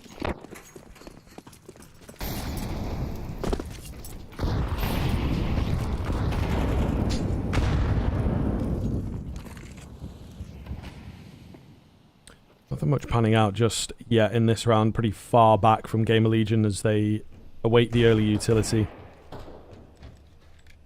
The odd tit for tat moment. Gamer Legion, I don't know, it's very, very tough to look at. I think we've seen already they're trying to just confuse their opponents a little bit. That last round feels like quite a good example for me. This one as well, moving fast. Trying to remain unpredictable, switch up the timings as Hester did on that first map as well. Lots of damage coming in. Nabaraju actually spins around for that second kill, I think, and a nice double spray down from him gives Hester the lead. Tough for sure for Gamer Legion. They weren't expecting a hell of a lot there, but at the same time, would have liked a bomb plant just to really help themselves out. It will be Gamer Legion responding back with their investment. This one has to stick. You lose this, we can see Hester go up. It's like a 5-2 scoreline, and that's where they can start building up. Big CT side of a big first half, as they did. You know, 9-3 was the half that they put up. The kickstart had Anubis to spam through. A lot of damage dealt both ways, but Frontalis with that ult that gets the opener.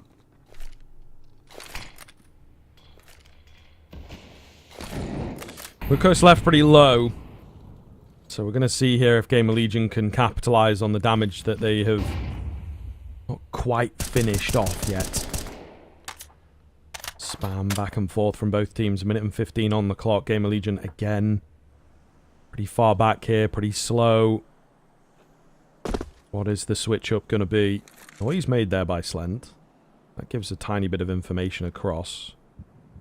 Are they looking to... Yeah, I think completely silently. The one thing they have working in their favor is the fact that ZTR has made his way down below. And he's got a lot of control to work with. Ant goes in a bit too early, and he will find the business end of that AK. Carefree, not quite respecting how deep ZTR could be here. So, a nice find, a nice return, allows the bomb to go down. It's really solid B control now. This is a tough retake for Hester, and there's a debate of whether you actually even give this a go. And judging by the movements, it looks like they've kind of instinctively already called it. Slaxajez will just hold towards outside, but that'll be that. They're going to give up Gamer Legion's sort of attempt down towards that B side, and I don't blame them too much. It is a difficult one, and even though they have belter utility, it's probably just a confidence thing. The rotates are a little far away, and they're probably just thinking to themselves, the risk versus reward here is maybe not what we want to be doing. That'll be a third and a tie back up for Gamer Legion. I'm sure for them, that really helps. Getting anything out of this T side. I normally like to say, you know, 5 rounds T side on Nuke. I think you're doing pretty well. And Gamer Legion are most of the way there. Just a little more needed. But that's really going to help. Showing, you know, we can still fight up against these guys, and we can still sort of pug against them too. Number 7. Hester. Of course, no issues. They go back into the reinvestment into the one casualty.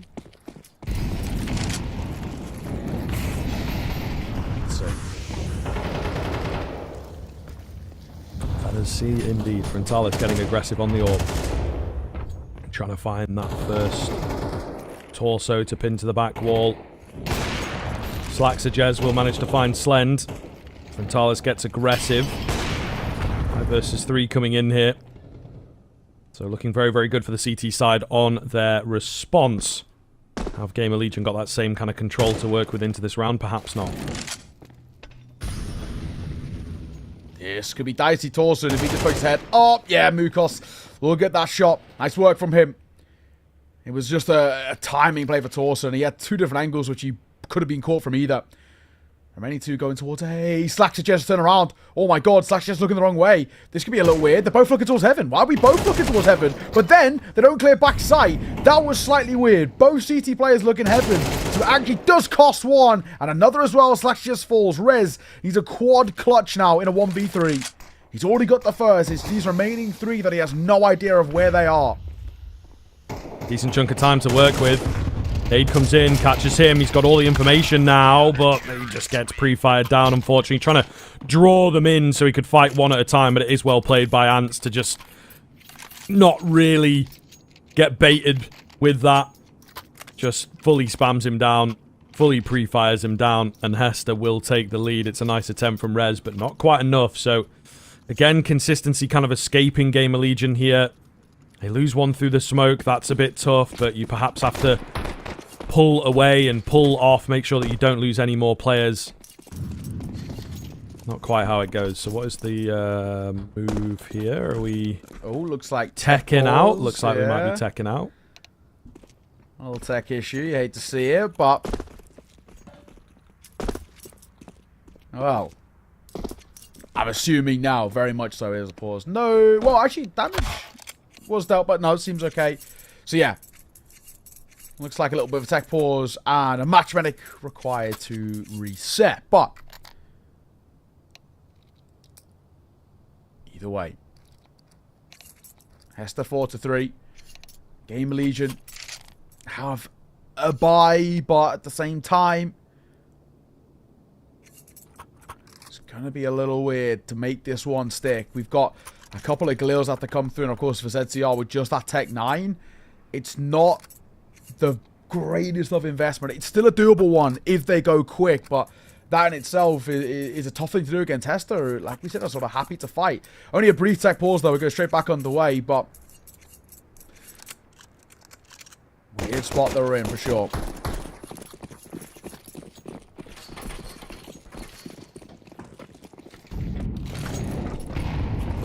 Okay, Game of Legion on this difficult buy. After a bit of a slowdown, it could be nice, you know, a small refresher. Let's see, there's a lot of difficulty to get through here. The utility rains in from both teams quite quickly, mind you. Only one player on the CT side, 30 seconds in, still got full utility, so definitely something to consider if you are Game of Legion. Not afraid to just go lobbing it in.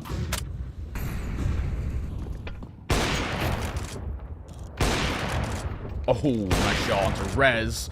And Tales, he's a little stuck here. He has support! Spot at Mirage. Uh-oh, he struggled to hit that. Sling to find another. Tales is in trouble now. He's in a lot of trouble. There's no getting out of this one.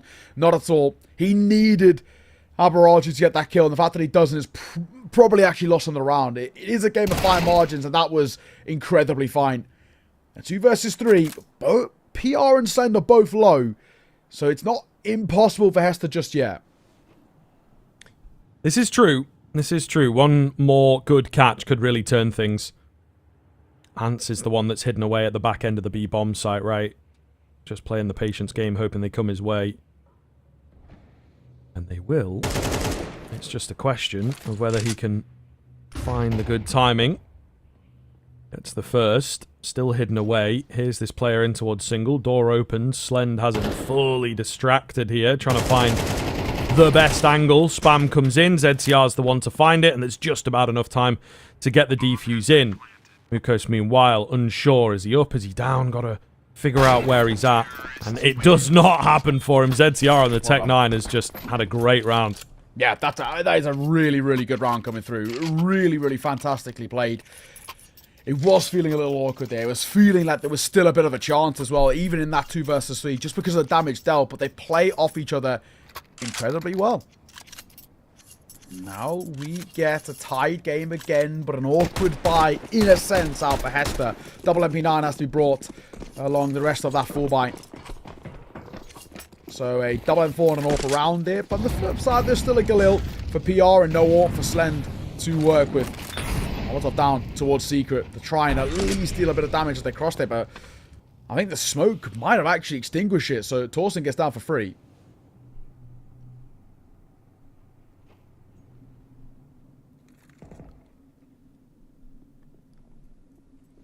Torsten's in a really good spot here. They have lost PR, so he has to be careful. His position is pretty tantamount for the rest of the round. It looks like he's just going to join up with the team. Frontalis missing a couple of shots here. The re-peek is very, very confident. He loses his head for the trouble, and I think the smart move probably is the save here. Mukos is moving round. Yeah, they're trying to retrieve the AWP. Okay, fair enough. They'll get their hands onto that, and they'll be able to back off. So, Game of Legion going to take a lead here. 5-4. Hester have to really revisit the game plan here as it's starting to unravel.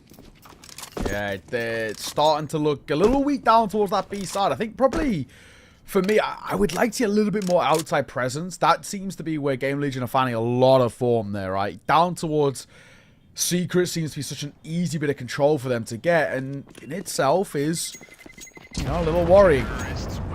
Game Legion up to their 5th. That, for me, is already a good T side, and I mean, the way they're playing, you're probably expecting at least one more, if not a couple, at the tail end of this half. They can get like a 7-5 in favor of Game Legion, they're loving life. Yeah. It's pretty tense. It is pretty tense, you know. We talked about Anubis. We talked about, like, getting used to the way Hester play, etc. It feels like Game Legion have had a decent amount of time to do that, right? As much as you should maybe need. And Hester is still keeping things competitive. Still winning out gunfights.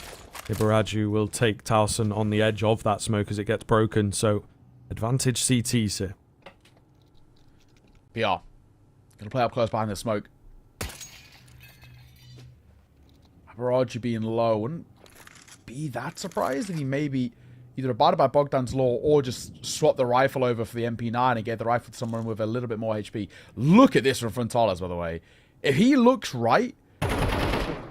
Ah, he doesn't. And Rez catches him. So now they've got space down towards B. Once again, we know this is the weakness for Hester. And it looks like it might be the case once fourth. Abaraju is going to get caught in rotation. Now, Ants has to double back and try and have this control of PR, who's just drawing attention away.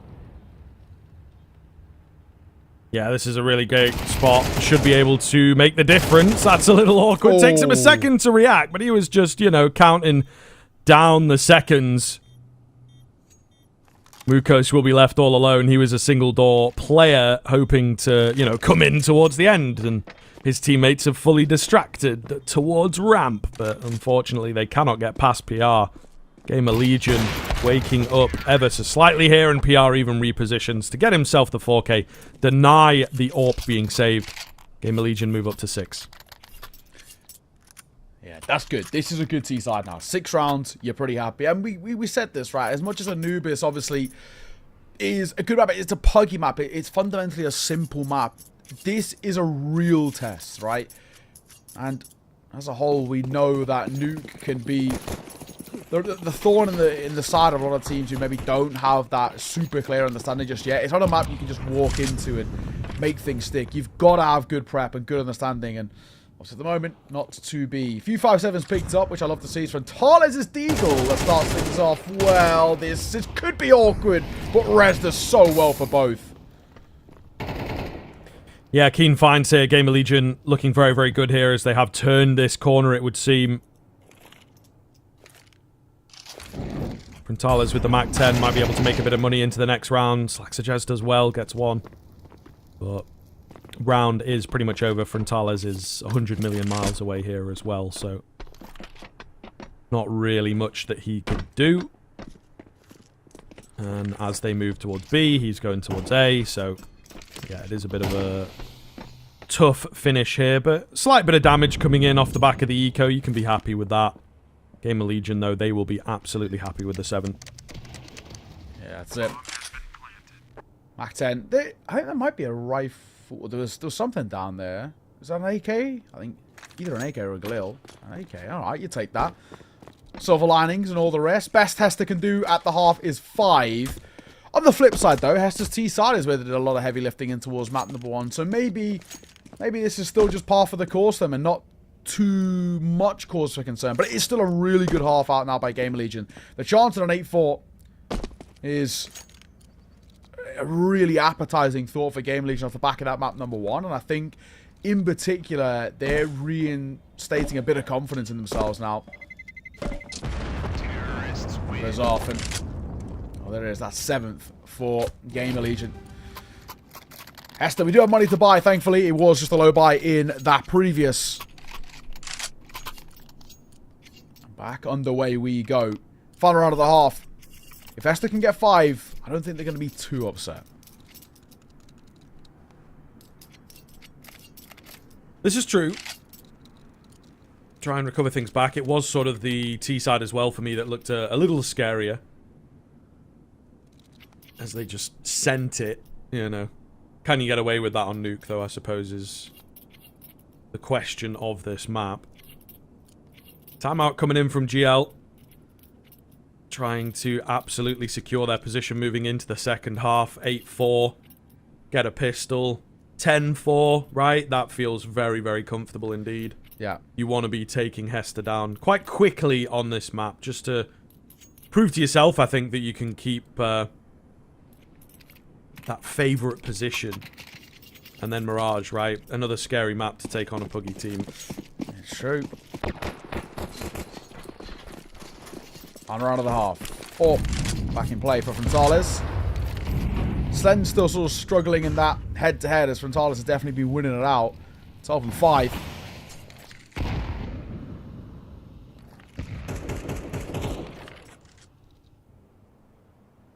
A slow play here by Game Legion. It seems like they're expecting a lobby crunch.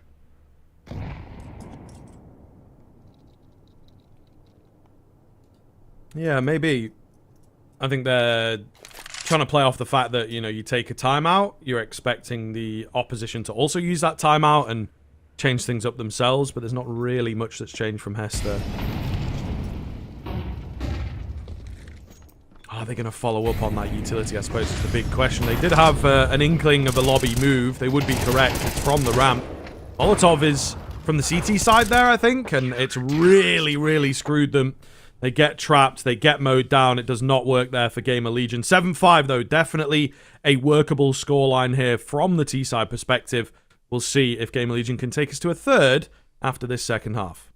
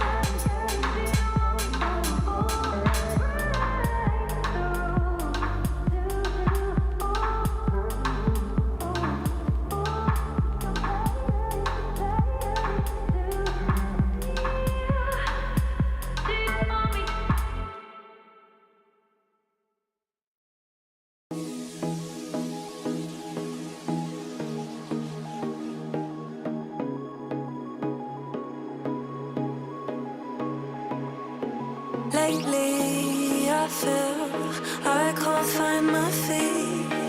Pushing closer, my heart skips a beat, and now I'm falling. Deeper than I fly, I can't control it. Dark against the sky, it's not so black and white. It's like I told him. There's things that I can't fight. I just keep going. Just keep going. In my time, I've been dreaming of a space to really fill my place. I wish he'd seen what I had dreamed. Before these darker days, I thought I found my way. Quickly it fades, losing the race, closing the page. In and out, I move myself again.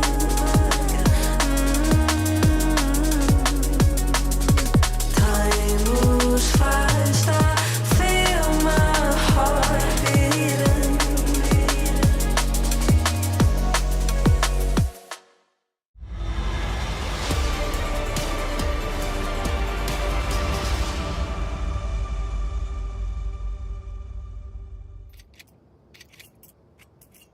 So we are back. Hester have kept things competitive here on Nuke, but Gamer Legion on their pick seemed to have the upper hand. It was looking kind of dicey there in the beginning. They did have a few rounds that really did not work out, but towards the end, for the most part, they were able to get the upper hand, play those mid-rounds nicely. Individuals coming alive a bit better as well. PR in particular having a couple of very nice rounds. But now we move into the second half, and it's not like the gap is monumental. Gamer Legion could certainly lose this lead quickly. Let's see. Slen, what have you got for us? First is good. The second, not so much, as him and PR will get caught, but Towson going to have one of his own as well. So at least still in a 3 versus 3 as Bomb goes down. Flank starting to progress. Oh, Mukos, that was so close there. They're going kind of falling completely on its head, but thankfully not to be. 2 versus 3 now, and they're crunching in towards lobby. ZTR, he escapes 2 to run into another. He's trying to run away, and it's not to be. Last man of res. 1v3 for him. And highly unlikely now half armor, no kit, and now no head as it gets ripped off his shoulders. A 6th and a start for Hester in towards the T side. Their T side was so scary, and there it is. Yeah, this could be very, very worrying. Really difficult for Gamer Legion to bounce back from. They're actually going to force in. Wow, it's a big call. It is. It really is. Because that'll give Hester 8-7 in theory if they win this round, right? And then the follow-up rifle. We talk about this all the time. The follow-up rifle after that is never the best. You know, you're always short of a Molotov or a couple flashes or whatever it may be, right? So, or someone has to go down to an MP9, you know. Especially on Nuke, where that early utility is pretty damn important. So I'm not so sure how we feel about this one, but maybe Gamer Legion can prove us wrong. Let's see. It's a quiet start for Hester as Mukos is just getting a little bit of information down towards B. This first fight could be very interesting if it can go favorably. Especially if an MP9 toss are going to get both. There's something through it. He couldn't get there behind it. ZTR's pistol will. The force buy might just be successful, and it is. That's a huge round for Gamer Legion. They needed that so badly. Well, there you are. There you are. I mean, if you are going to force buy, especially in those unlikely scenarios, not in the ones where you're sort of, as the name suggests, forced to do it, you have to have a game plan. You have to have some belief and confidence in yourself, and it's exactly what Gamer Legion have. They too showing that they can take the gloves off, meet Hester at their level. Really, really nice round from them. Consistency for Gamer Legion to start CT side would be lovely. Force by, of course, in response for Hester. They have to. They're in double eco. No two ways about it. It doesn't start well. PR catches Mukos as he was trying to just retreat back to lobby, and he isn't given that luxury.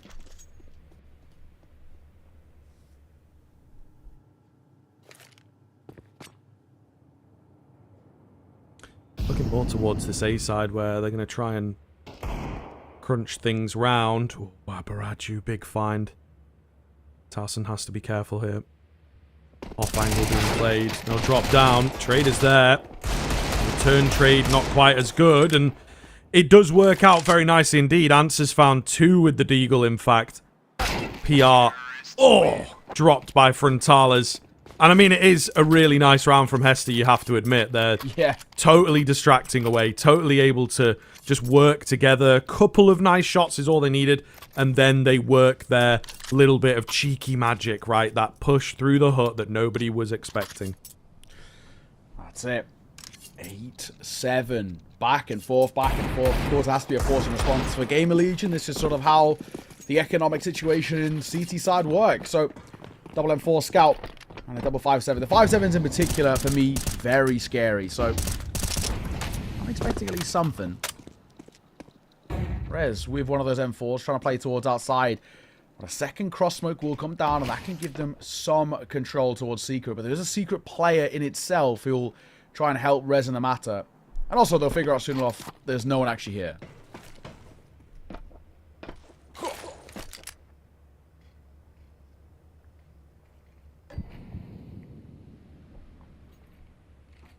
Doesn't look that way. Quite a quiet start from Hester. Very, very quiet indeed. They're all just grouped up. Zero, map control really being taken. Early nades on towards A, but I don't think they're going to do much with them. Just got a couple players that are nearby. Digging for information. First comes in. It's after all the nades have really gone down. PR finds one. It's the M4s that we look towards here. One's dropped. One's still alive. ZTR on the backside with a pretty important kill towards the hut. He's heard some footsteps off to his right as well. A lot of damage has been done to these Hester players. Certainly not over just yet. No kit available is the big problem I think Gamer Legion are going to have. They've got to move in a little faster than they would potentially like. Force a few more fights than they would potentially like. Scouts remaining in the hands of Slend. Not ideal, one would say. He does find a frag. ZTR's got to get this one, though. It doesn't happen for him, and they just about fend it off. 41 points of HP on those remaining 2. Hester players. Not a lot at all, but it's enough. Yeah, I mean, honestly, for Game Legion, we weren't expecting a lot in that round as a whole, but they've made it quite expensive. That, to a degree, is somewhat of a silver lining, but of course it does mean that the Hester should take a lead. And I don't know, for them, this means a lot on this sort of T side. Oh, early damage up towards Fatalis with that Mac 10. He gets that in towards A, but he's left limping a little bit. Could come back. Not entirely sure. He's got the entire team around him. You know, and one kill onto the Mac 10 is not really too scary. But they are looking. The 5-man group up here. Molotov keeps them at bay. Ladder going to be heard. Not really expecting another 4 behind that Molotov, though, I don't think. So if they move a bit quick, they might be able to catch some exits. Not quite going to be the case here, unfortunately. Just got to be careful, however, because, you know, the bomb's not fully gone quite yet. Ant sticks around, stays cool, gets himself the 4K on the eco. And Hester move up to 9 here. So Game Legion, after a keen start in the first half, a decent start into this one with the reset, actually looking at the precipice of the 2-0 now. They have to be very, very careful. Game Legion, worrying times that they're in. We come back in towards this buy in round number 18. If Game Legion lose this, this could basically be the beginning of the end. This could be curtains in a way. Tough predicament for them, that's for sure. Setting up for a bit of outside control. Nuke's going to get out just as the smokes are pluming, so a lot of space for him. Nade breaks open the smoke, but he wasn't too far pushed forward, so not too problematic. The second one as well, he does cross in time. That's fine. He catches Torsten. Good timing on that push through the smoke as Mukos gets the entry. Rez. Oh, lovely move. It's a good trade. He's able to live it as well. Still sticking around. Wants a few more fights. Nice and confident for it. Pretty quiet start to the game, but he has, you know, since sort of round 5 or 6 been a bit more consistent. Timing gets the better of him there, unfortunately. 4 on 3 now as Rez goes down. Hester back in control of the round. Slend. Post on the angle. Very much could get one and get out here. There's the one. And there's the getting out as well. But he's just stick around for seconds. This is a big call because up on high, Slaxajez will catch him. And then I'm mistaken back by Hester and PR going to dip away.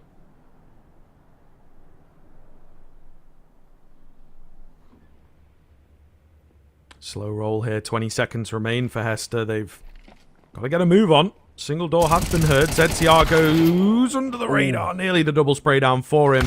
PR going to be watched by the AWP, and down he will go. So, double digits for Hester. Obviously a bit scary in places, but they are looking good. The Econ missing now from Gamer Legion. Hester are in with a really solid chance here.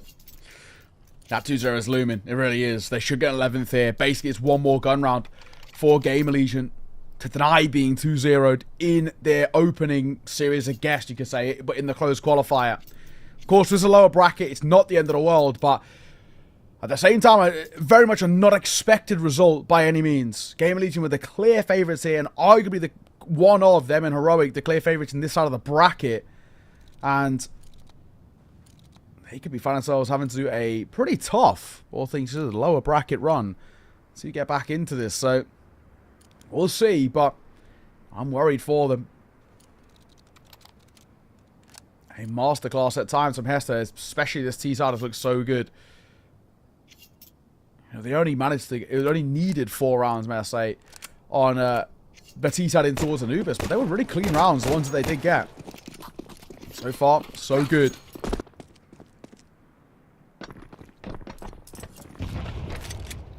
Torsten going to play up close to a P250. Just pistols for Gamer Legion. Hester, 11th should be there. Abaraju, he's going to be tested momentarily. The Molotov is very aptly placed. Whether he heard anything or not, it's right there to stop 2 people, and he should have that information about both. Indeed, should being the operative word, but we'll see. Spam down doesn't really find anything. Deagle outside trying to get that first head. Gamer Legion, in the sort of intensity of these past few rounds, have been a bit more forward-facing, a bit more proactive. Is that the way to play it, I suppose? They will probably ask in hindsight. Time will tell. 50 seconds remain on the clock. Hester don't have to get going quite yet, but it would be good. They started moving forwards, flush out a couple of players, and gather some information. Ants and Muskoz outside looking pretty comfortable here. They've got some good space to work with, and now I think the rest of the hit is going to come forwards. 5-7 can't quite get it done, and the bomb surely goes down soon. Dollars catches PR. Might know about another one as well as ZTR goes down. They're still making this a bit awkward. ZTR got to be dropped and he will. The last round of 1,000, P250. There's a big ask in that one. Couple of constellation kills for Gamer Legion, but that is about it. And well, it kind of comes down to this in a way. We're looking at an 11-8 and the bye round. That is a must win. If Gamer Legion loses, that's that. Yeah.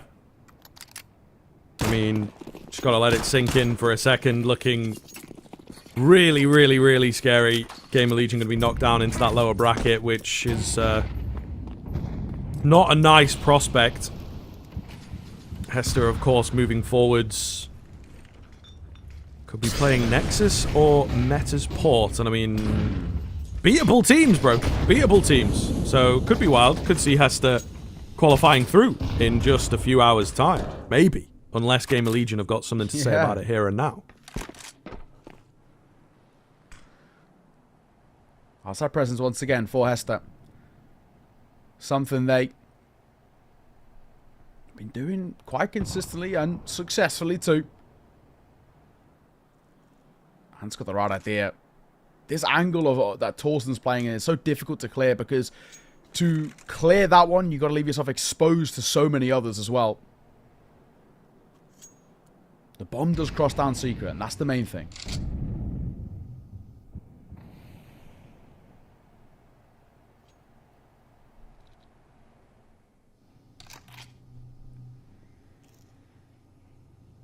Just a question of whether Gamer Legion are expecting this. They've got a man down below set up very much and ready to go. Double doors blasted open. So Hester might not be expecting that. Gives ZTR a lot of info to work with, and it cuts off the approach of the T side. 19 seconds left. Lots of noise being made. ZTR up top. It's a hard angle to beat. Goes a little early. Oh, he's definitely panicked.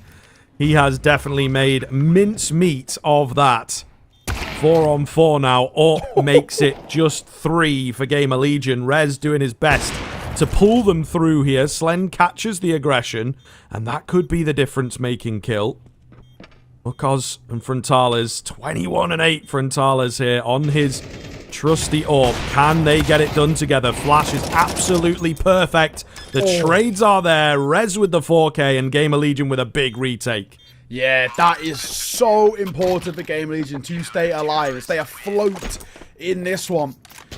Man alive, for a moment that felt like a really awkward spot they were in. Thankfully, not to be, and we're okay. And we can kind of breathe a little bit for Gamer Legion, but, you know, bomb goes down to Hester, and so much money left in the back pockets. They buy back in, no issues. Frontales, 21-9 for him.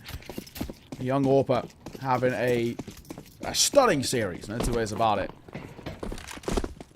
Gamer Legion still got a lot of recovering to do in their own regard. Oh, Slen. Good night, sunshine. Alrighty. Frontales back with a vengeance into this round, looking to close things out as quickly as possible. Moves his way in towards main. He's created a lot of space there as well for one of his teammates to get in. Rez kind of lucky to be alive. Should have been blindsided. So much damage comes in. PR could mow them all down here and now. This is a mess of a round. Wakad's left low onto the AK. PR will get it done. It's the Heaven player that's completely unexpected, but it's a damn MP9 from ZTR. So he can't really take that fight. Aboriju is going to move pretty aggressively. Makes sound, which I think ZTR has heard. Because he was on his way to flank out Heaven. Then he heard the drop. Stepped. Well caught by the observer, man. That is huge. That is huge. A bit of a misstep. Yeah. Quite literally by ZTR. Oh, he's repositioning. And Aboriju is sort of flanking the flank here. This is a weird round. Bomb's still got to be collected as well. 30 seconds. Aboriju, we've got to go, man. This bomb has got to be collected and gone. He's probably got a knife out run towards the A site, but ZTR's going to stick around there. Now noise is being made, so ZTR's going to know about this. Aboriju, if he doesn't have his gun out, it could be troublesome. Does he get cleared here? Close right? No, is the answer. ZTR's done so well there. He patient, waited for the opportunities to come, and it does on a silver platter. So, massively important. Thankful, I'm sure, Game Allegiant in that spot. And they're getting closer to tying this one up. Ever closer. They are battling pretty hard here to make this work. Some very, very close rounds just swinging their way. Finally, a bit of luck. You know, they had some difficulty in the past with those clutch situations, with those 50-50 situations, but now it does seem that they have had a turn for the better. Timeout coming in here from Hester, as they will, again, look to go deeper into the strat book. I'm not going to lie. They have been playing their game well, but there's probably not too many pages to said strat book. Maybe even dusted off into this here nuke. And we'll see if they've got anything left in the tank, sir. Yeah, that is it. Well, another attack pause used, and what have Hester got? What is the game plan, right? Like you said, is, you know, some of the rounds have been, for the most part, quite simple, relying off these individuals. Getting a nice couple of shots, and let's see if they can here once again. Sax is going to play up close towards single. He'll break it open. No one really behind it for now. We've got a vent player and a top hot player of PR. Torsen just going to get down. He might actually be called back up, but there's a Molotov that'll stop him from joining the group. But there's a three-man play here towards A. So Game Legion are well equipped for this fight towards the top site.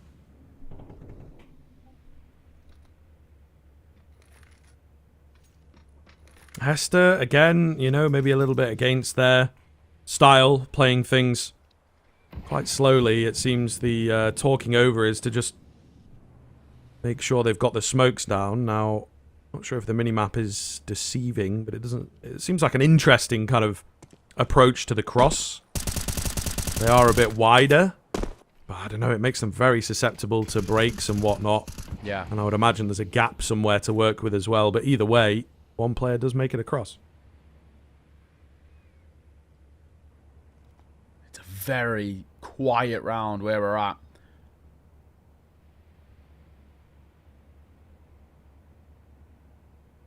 "30 seconds. Has to gotta go soon."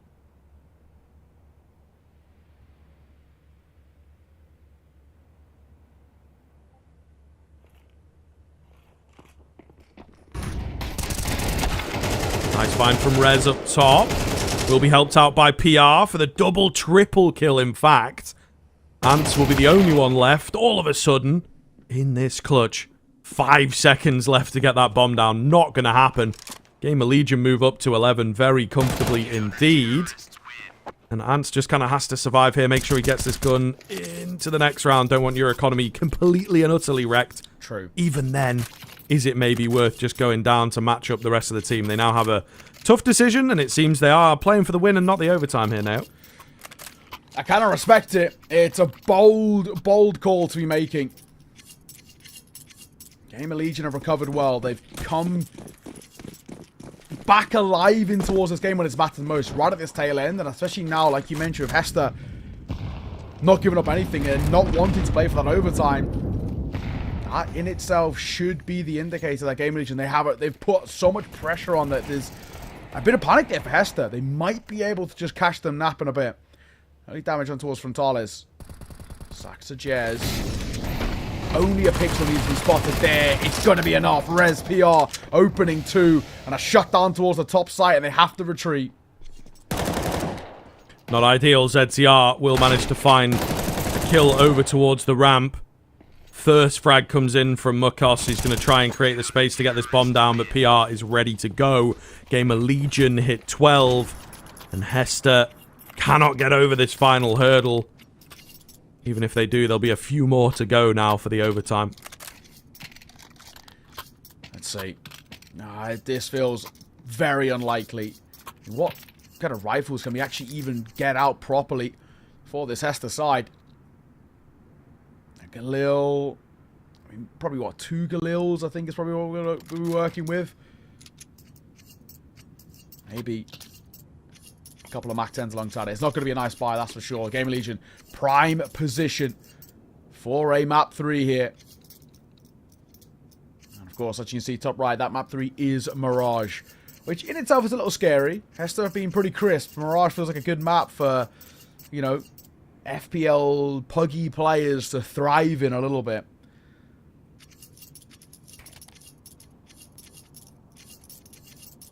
Let's see. Timeout concluded. Hester, last chance here. We actually do get more rifles out than assumed. So it's Galils across the board, bar Abaraju. But the downside to the investment in towards the Galils is the fact that they now, of course, don't have a lot of util to work with.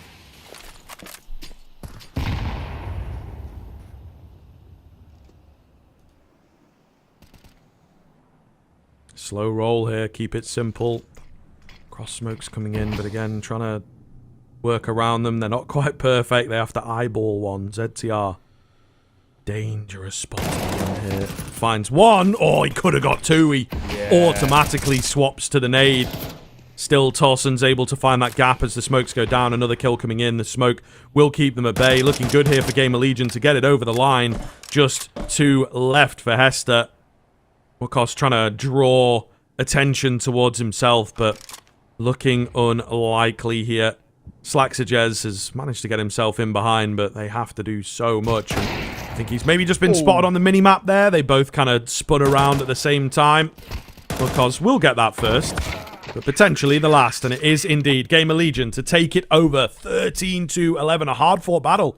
11-8 that was, Neo, if memory serves. Yeah. So really, really solid and tight comeback coming in from Gamer Legion to take us to the 3rd. We've got Mirage up next. Yeah, and Mirage has been really interesting.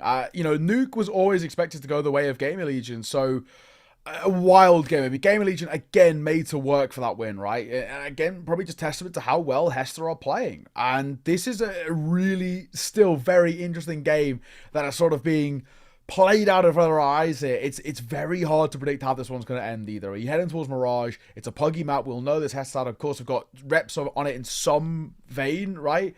That's going to be a little bit of a silver lining for them. Of course, Game Legion have a lot of good reps against tier 1 teams, good pracs and scrims and all the rest, but even still, this is not going to be easy. The way Hester are playing, this could be very, very spicy, but we're going to have to wait and see. We're going to throw this on to a little bit of a break. When we are back, map number 3, our decider of Mirage, up next.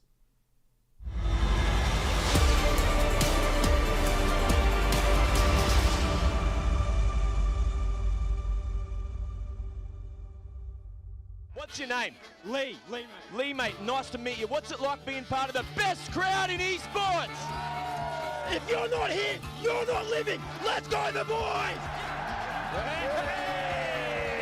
All right, for now, we're going to send it away. Let's show the world why we're the best crowd! You're champions!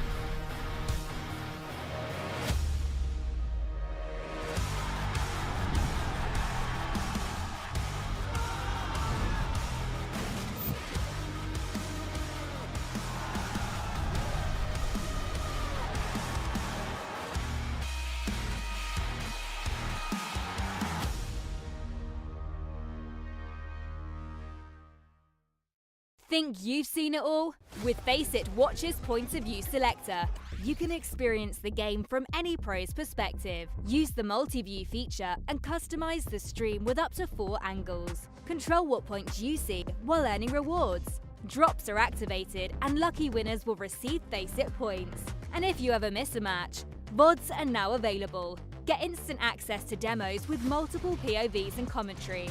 Watch it, control it, face it.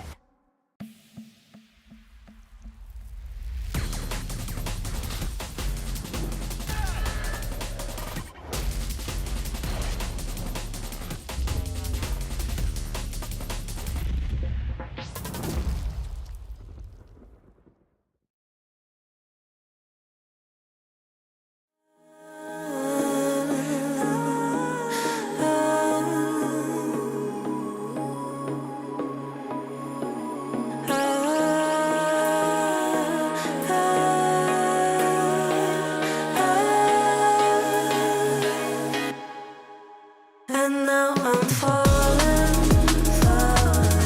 deeper down the flood, I can't control it. Dark against the sky, it's not so black and white, it's like I told him. There's things that I can't fight, I just keep going, I just keep going, I just keep going.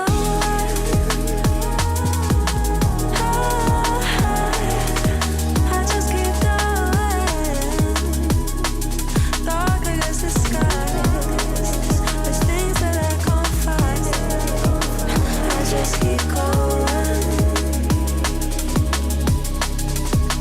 I just keep going.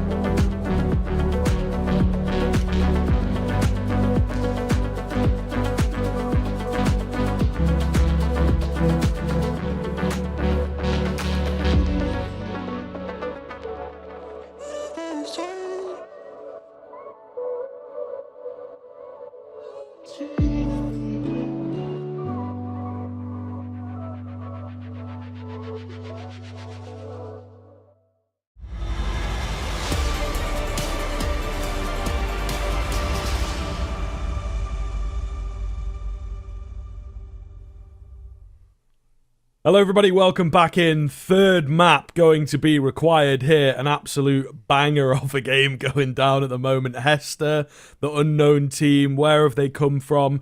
I know a lot of people are going to be out here because they've been turning a few heads, let's say, to keep it nice and broadcast friendly. But look, man, they look very, very good there, I have to say. Some really nice rounds that they've clearly worked on, clearly put the time into, but very, very... Suddenly, it fell apart for them. 11-8, they were up into that second half after a very, shaky beginning. They got reset, then they did some resetting, but Gamer Legion were able to string them together, get that really solid run of 5 in a row, and take it to this third map. It's going to be Mirage. It's another scary kind of playground to play a team like Hester on. So, yeah, what do you make of it? Like, is there something here for Hester? Is it just Gamer Legion really having to get used to this style of play? What do you think? Honestly, I really think that Hester have been, proving themselves about how good they can play in terms of their level, right? I think, we can talk about kind of Gamer Legion being a little slow to start and all this, but I don't even think that's the case. I don't think Gamer Legion have been slow or off their game by any means. They are just being tested. They're being kind of, pushed the distance here by a very decent Hester side. Regardless of what people will say, I'm enjoying what I'm seeing from Hester, right? And I think this is where now Game League, you've got to prove it. Mirage it's a good litmus test of a map. It is the most basic map in the pool. Everybody knows it. And I really don't know what to expect coming in towards this one, but it is going to be considerably more simple to play for Hester, right? Nuke is a tough map, especially on that CT side to get going. It's really, really difficult. I don't know. I don't know if I believe yet in Hester, but I like what I saw on Anubis on what is a similarly quite puggy map. Put it that way. So there's a good chance here. They're going to start on that T side as well. Yeah, we'll see. We'll see. I think the Gamer Legion may well have just turned that corner and sort of figured them out a little bit. They were trying a few different things on their T side, being unpredictable, random bursts, random pace changes, a lot of really solid team play moments of let's double swing here, let's also play them at their own game of just taking fights. Remembering as well that they do have a few solid individuals in there. Rez with some pretty big rounds. PR with some massive rounds, in fact. Okay. Frontales, though. We're so back. We are so back. He is just the individual that I think everyone's been talking about on the Hester team. Mad stats coming into it. Again, it's a small sample size. 2 BO1s against a couple of teams that, you've only heard of Na'Vi Jr. because they got Na'Vi in the name kind of vibe. Either way, Slend going to find his first frag. Tolson holding well, but can't convert another.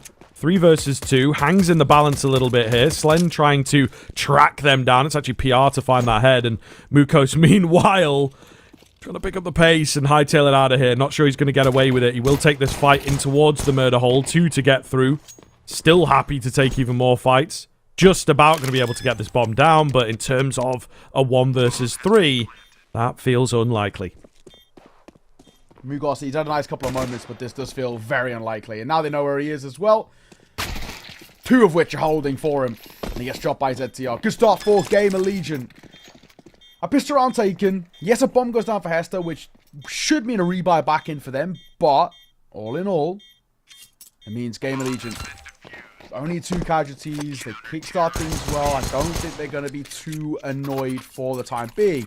This is where they can potentially start to build upon something, right? We know Game Legion have got very good protocols on the CT side. We've seen it all the way at that sort of top level. Let's take a look and see. Hester going to buy back in. We got Anna, AK, Triple Galil, 1 Deagle for Frontales. And arguably the Deagle is kind of the scariest matter. Frontales and that Deagle has been insanely crisp. It is a very good point. So keen to see what he's able to do with it. Quick move up short from Slend. But no one peeking this middle area. It's quite a safe hold from Hester, in fact. Anti-flash being played. It's the players underneath that they are relying upon. Eventually the move forwards will come in. It's a contact flash. Slend finds one and is able to back off. So the flash is late, or the idea behind it, if it really was like a contact flash play, is maybe not the best. Either way, 4 versus 2 looking good for Gamer Legion. PR. Gonna break open that smoke. Yeah, we'll get his kill in a second behind it. Lovely work from PR. The young star showing exactly why he's living up to sort of these names and being heralded as sort of as good as he is, right? PR is a player who is of tier 1 standard, and getting this opportunity with Gamer Legion, you continue to see why. Very smart move there right at the end, and shutting down Hester's force bite. So it should be a 3-0. We've got a few upgraded pistols, nothing too major.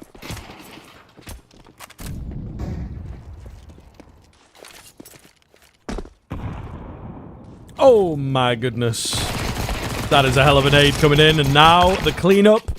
Ah, not quite there. Not quite there. Frontalis on his deagle. Always looking good. Gets the catch from Palace. Actually gets that bomb plant, which I think is really what they were after. Return on investment. Frontalis! Oh, hello, sir! The nade should take him out, surely. Alright, bit of assistance from the bullets. It's all going to be down to Ants. And a hold here from ZCR, just going to fully commit in. Ants can't quite believe it. The nade leaves him on 6 HP. The jumping headshot as well. What is going on in that round? Gamer Legion come away with it, but goodness gracious me. Yeah, you can see Rez, I think, just got to let the energy out somewhere.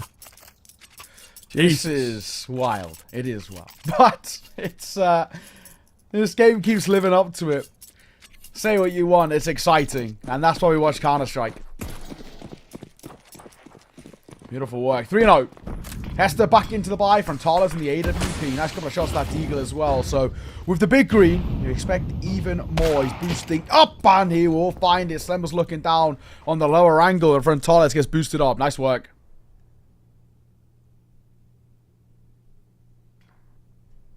Big find. Very big find indeed. Hester need to gain the upper hand. Need to stay hot on the heels. For the most part, they've been either ahead or very, very close to Gamer Legion. Couldn't quite get it over the line on the previous map.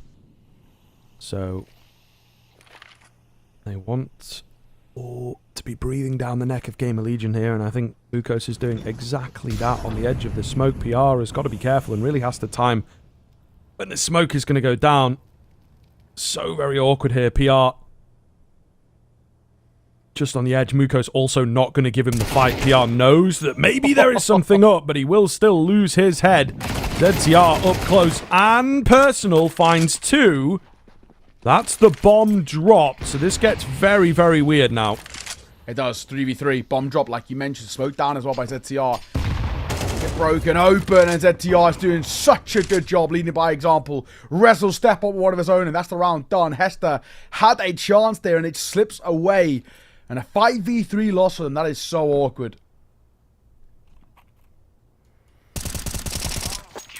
Nice pickup from Rez, but indeed, as you say, very, very awkward indeed. Gamer Legion with a really big find there, I think, and that could set the tone for this first half massively.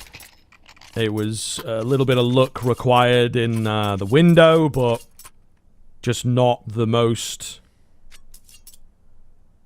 solid clear into the apartments from them. Costs them everything, really. You know, just way too much for Gamer Legion to work with. The bomb with only 2 players is risky, you know, when it's your endgame plan. Maybe you need to wait for the rest of the move to come in, the rest of those little pieces that you've set up around the map to get moving before entering into an area that it looked like, by their movement, you know, and the way they were set up of like, you check left, I'll check right. Yeah. They knew there was someone potentially deep. They'd either been smoked off or heard a step or whatever. So I think you just have to wait a bit more patiently there if you are Hester. Okay. Well. Rez. Jump down in towards bottom corner fight around this, and PR going to support him now from short. Big control quite nicely taken here. Oh, Spam's not far off either. Molotov will go on high. Riz just gets out. They're hitting B quickly, but this split through short is deadly. Okay. Or it's not. Yeah, I mean, it was looking likely for just a second, but ZTR holds pretty well. Bomb goes down. This could go sideways pretty fast. Oh, Slaxajez with the spam. Manages to find a keen headshot. Rez is coming in from behind on pretty good timing. Slaxajez is going to be watching for him and will get him dropped. Quick rounds, aggressive peaks, confident moves here, making all the difference. Slaxajez with the 3-piece. Little unfortunate for Slend. He wasn't quite fast enough. Oh, that is a hell of a flick. If he can pull it off here, he's got no idea where Slaxajez has gotten off to, though. He does just about have a kit, but he's not got enough time now. And Slaxajez has given him the runaround. Really well played there for the clutch. Slend hits his shots, but it does not matter in the end. Hester will be on the board. Yeah, honestly, credit to Slend. He makes that very expensive. So it is going to leave Hester reeling a little bit, at the very least, heading in towards this next round. But my oh my, some nice shots without a shadow of a doubt hit there. So really, really well done by Slend, just to keep them in a uncomfortable spot. No two ways about it. We're going to buy back in, but Mirage has to pick up in towards a Deagle. He's 0-5 so far. Double Galil as well. Towards the table. And hello, what are we doing here? He is flying out and just runs straight 6 feet under. Gets caught. Dawson ticking in the flames. He's looking for more. The flashbang is so good. PR. That supporter utility was excellent. And the last man an hour known quantity in towards Palace. Should be done, is done. That's an incredible hold by Game Legion. That A-site hold was perfect. Yeah, really nicely found. Fantastic response from Gamer Legion. Hester, though, you do have to question him a little bit. Just, you know, charging in. Wild pace switch up that's maybe not necessarily needed. You know, desperate for rounds. And Gamer Legion looking much more comfortable, right? I think they're not getting caught off as often. They've got people ready and raring with nades. Much, much better from them, it is safe to say. And yeah, this gets very difficult now if you are Hester. They're struggling to figure this one out as they have on that first and nearly on the second. Yeah, it's a shame for them. They've quite rapidly fallen apart here, but still, the off the first, he will get traded. So will PR as he gets dropped. Nice work. Bomb goes down.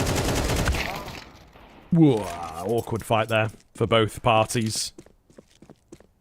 Hester, though, proving their bread and butter of quick and aggressive. It didn't work in the previous. It does work in this round. On the low buy. B bomb site maybe a little better for it, you might argue, and Gamer Legion forced to save. Yeah, they don't really get too much of a choice. Nice work. Just a quick hit towards B. Don't pull any punches. No questions, and that'll be that. So, AWP saved is a good thing at the very least. And an AK-2 as well for Gamer Legion. Especially considering money's in a little bit of a weird spot. I don't even really know if we can actually force buy around this AWP. It's actually the awkward thing. But, you know, you got the other side where ZTR's just above double eco. Torsen with an AK only got 1.4k. You might see an investment of some sort get brought to the table. And yeah, here it is. Double MP9 going to be brought out and an M4 as well. I feel like they sort of had to go for that buy there just because there wasn't anything long term. Hester, good chance then to get a third here against a slightly weaker buy. At the same time, Game Legion, some of these rounds have just come off the back of one individual getting 2 or 3 kills. So you kind of have a feeling in the same vein that they can also pull out some heroics.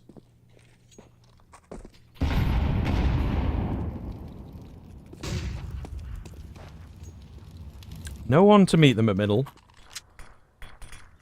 So Gamer Legion happy to give that position up. Just a very, very difficult one to get on the end of. That nade is perfect, though. So this could really make a difference. They've just got to be aware of a compromised window, which I don't quite think they are. Lovely little move. Get 2 boosted up. I mean, he might even go for a bit more here, right? Mirage's got such a good spot that they have no idea about. Just need him to stand still so I can click on his head. Yeah, there you go. Easily done. However, the overswing maybe does reveal some locations, but it costs them a player. I'm not so sure how I feel about things here. PR hidden away at the back end of the site, though. Just too many for him to deal with. AWP shot misses. Maybe through the legs.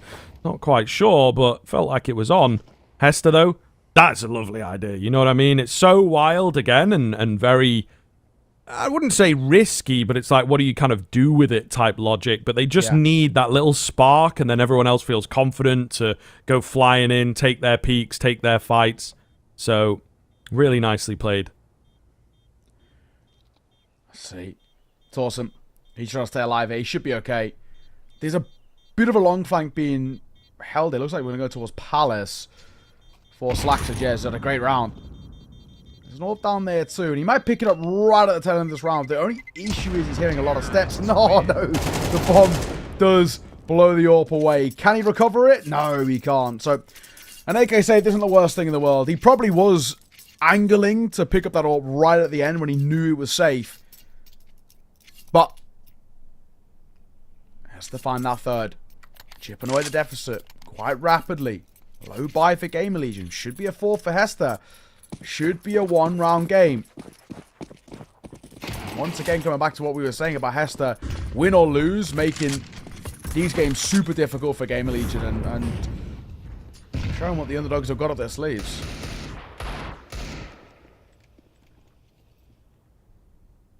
Towson on the AK. What can he get up to? Unfortunately, B-bomb site completely open. Feels like that's where Hester is moving to. It will give the game away with all the utility, but there's no one really around. PR will get towards short, quick, I guess, but, you know, you need bodies in a round like this. Gamer Legion don't have the weaponry that much is evident, so you need lots of guns going off at once, right? Recovered AK in the mess. So nothing's going to happen here, and I think they will go for one of those sort of unicorn rounds. Everybody surviving, of course, protect the AK, but it's denying a bit of that kill bonus away, and yeah, I guess the confidence as well. You know, when you're not getting kills, you feel a bit restless. Yeah, exactly. Yes, Pete. Struggling from PR there. Not expecting a lot, but let's see. I might have a look in himself there. Actually suffocated them in a little bit, so there could be a bit of a play for a hunt. Down goes one, and the low HP of Slen. Does he really want to be risking the deagle? Not that he's going to need it in towards the next round. We'll have a buy. I'm trying to see now, can he get the AWP out? Technically, he could if Res buys no armor. It's not obviously a risk they're going to take, so no AWP in play. But again, same thing for Hester. We're not using the AWP in the hands of Frontales at the moment themselves. So, 5-4. 1-round game. Gamer Legion. This lead that they built up is pretty quickly starting to be eradicated now. And the fact that this gun round has a lot of weight behind it. Basically, if Gamer Legion loses gun round, you could talk about them losing the half. And on the T-side of Mirage, unless that's pretty impressive for Hester. Feels possible here. This is, I think, one of the bigger rounds in the half for sure. Gamer Legion can't really blame the parameters, right? The lack of economy or dealing with an annoying force buy.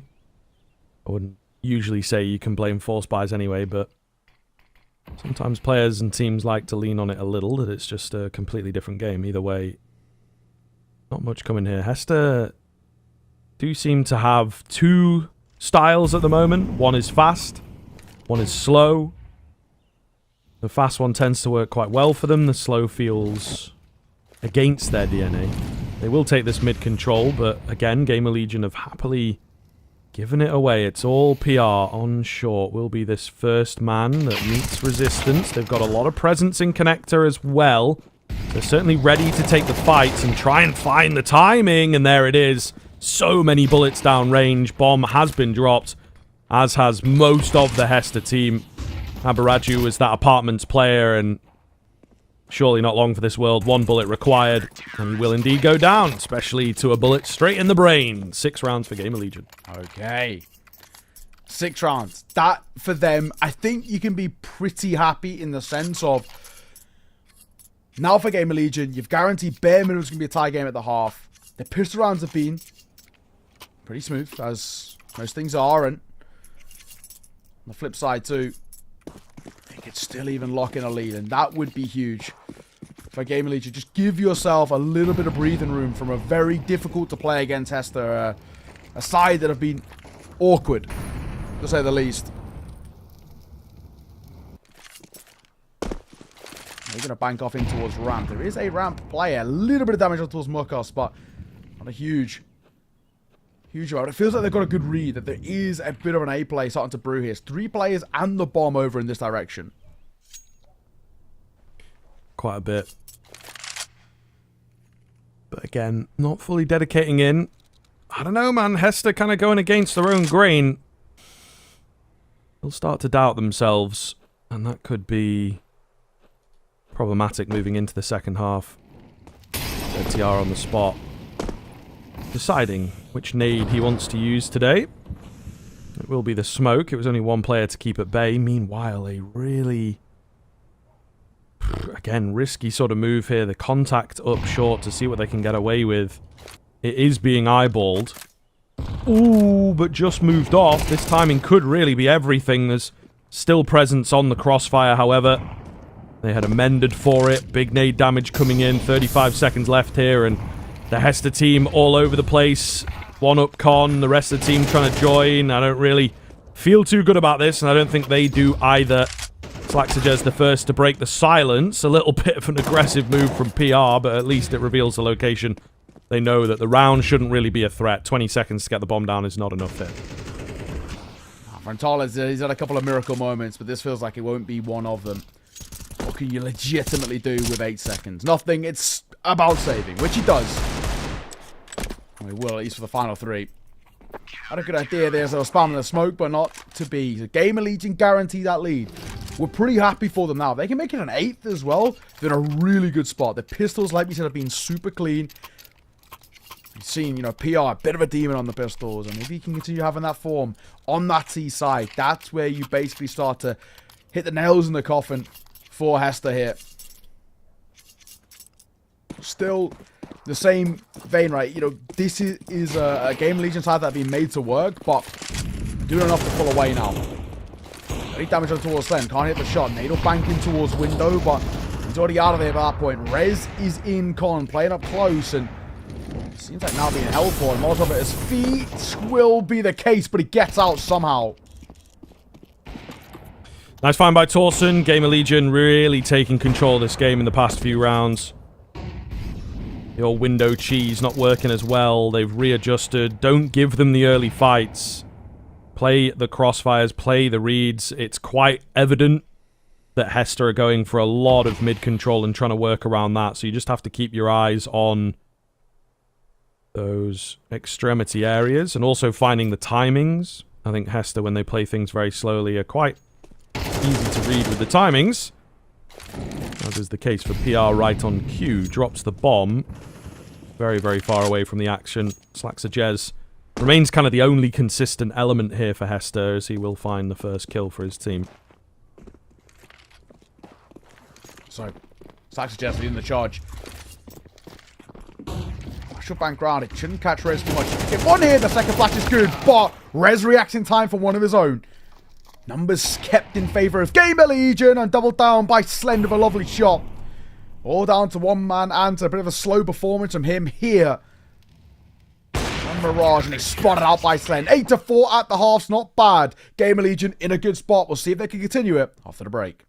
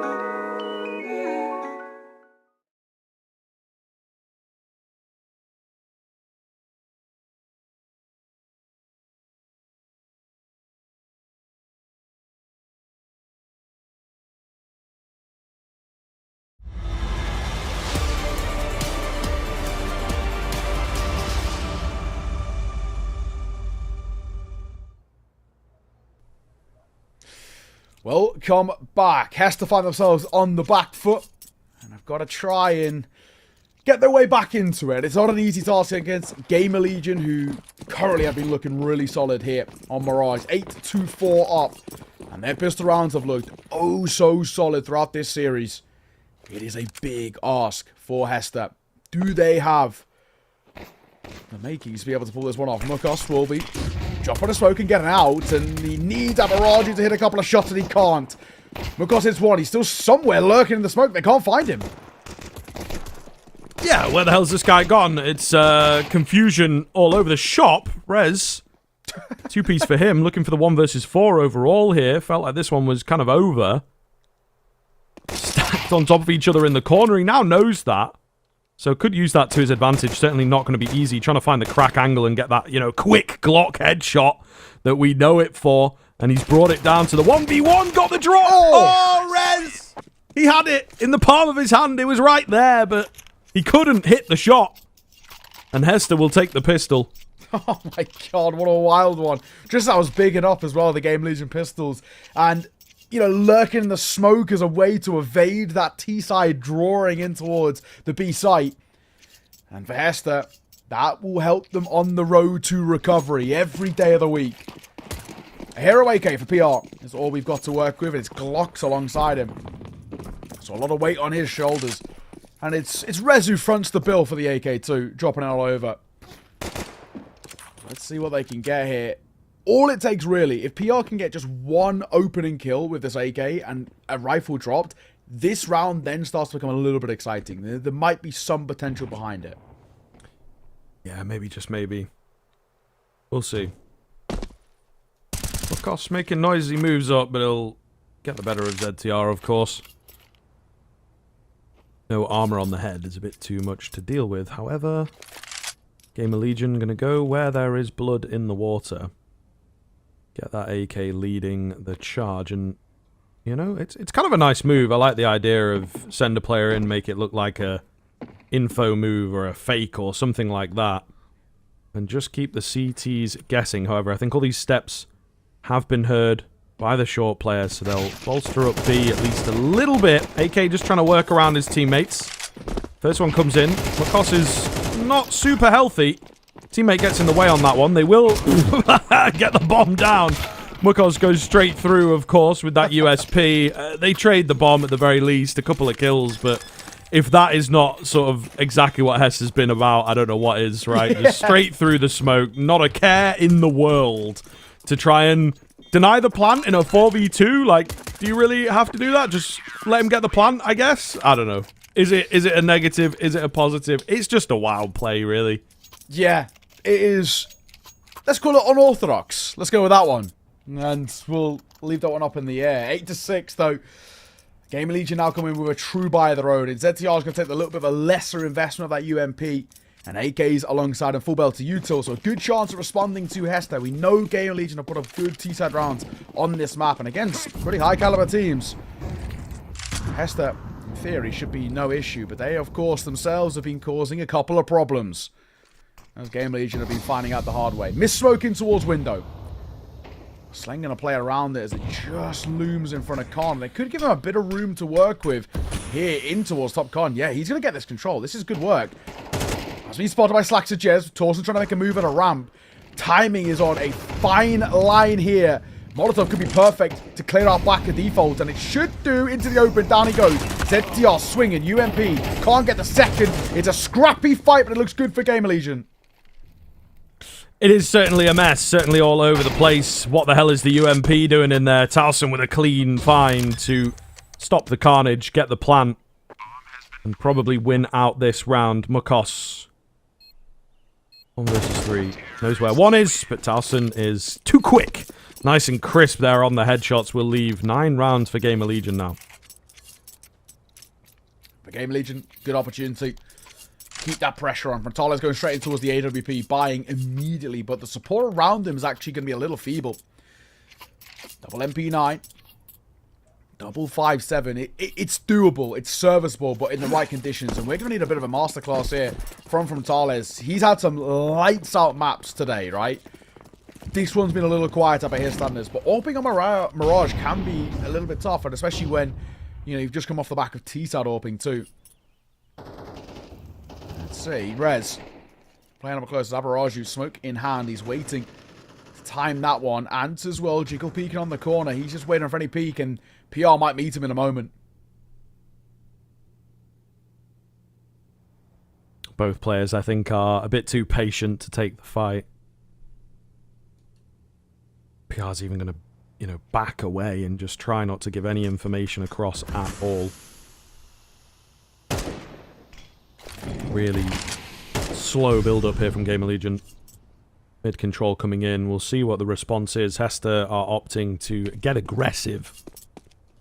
PR's got to be careful here, as Lacoste was after him, but the MP9 is the only real option he has. I don't know. It's a weird sort of round. We got 4 on A. Game Legion edging ever closer to B. So Hester have got to make a move, and I think it needed to happen a bit faster than this. Here we go.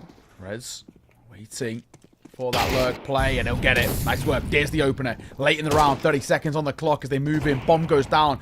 Round should be done here already. Post-spawn on B. And there's still a slow rotate coming over from Ant as well. How do we even get out of market, I think, is the first question. Yes, Frontales gets that kill, but Moko's on for the flank, and he gets one. Good work. Staying alive still. Buying time to get out of market. This is becoming dicey. PR's double is huge to keep them alive here, but Frontales still causing problems, and he looks like he's getting out as well. Ant will get that kill. He comes back in, and he has got a kit. No, he hasn't. But has he got the time? He does. I'm pretty sure it's going to be right down to the wire.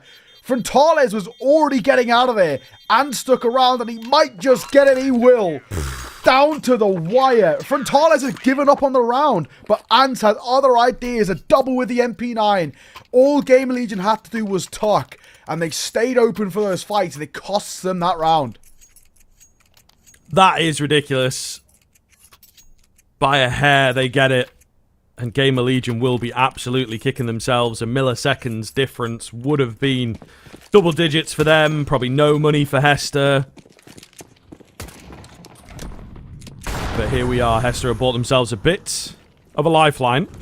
An angry round from Game Legion coming in as 3 will try and take the ramp here. Slacks at Jez, caught out at the back of the site, doesn't know what to do with himself. And Game Legion showing him how the rushes can be done. Super dry. No real information given across, and Game Legion will roll through that one. Hester, absolutely no answer at all.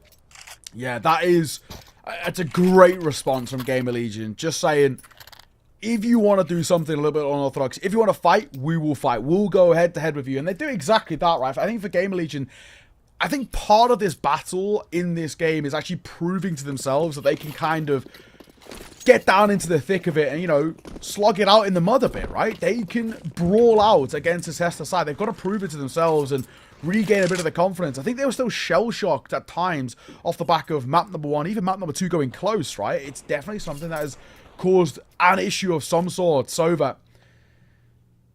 So for Game Legion, 3 rounds ahead now, 3 rounds away, close to the 2-1, and finally getting this series concluded in what has been one of the most awkward ones they've played in a while.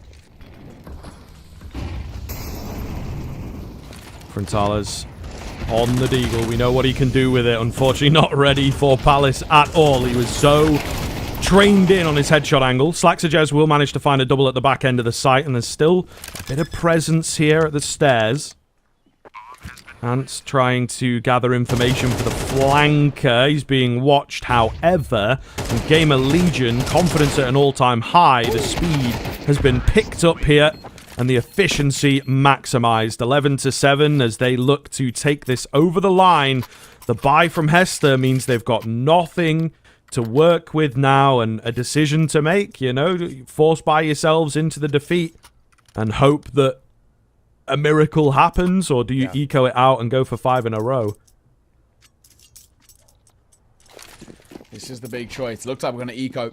Playing for overtime is the call for Hester.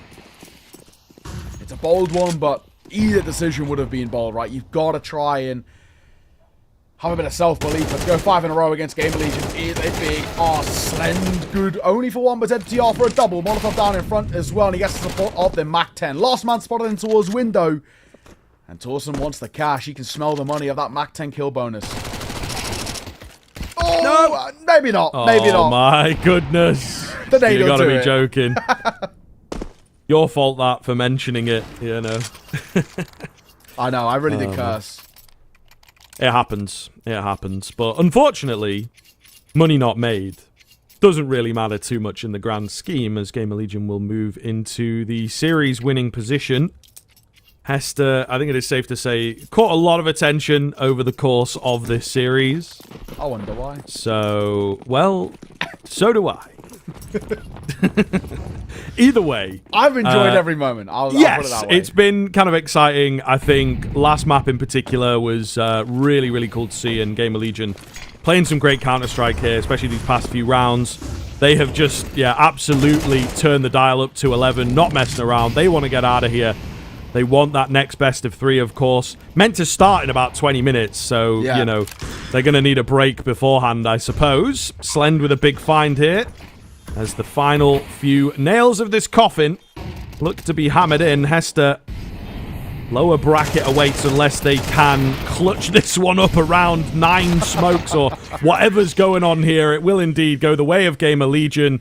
They take that turn for the better in the end. Really, really well played on the T side of Mirage there, it has to be said.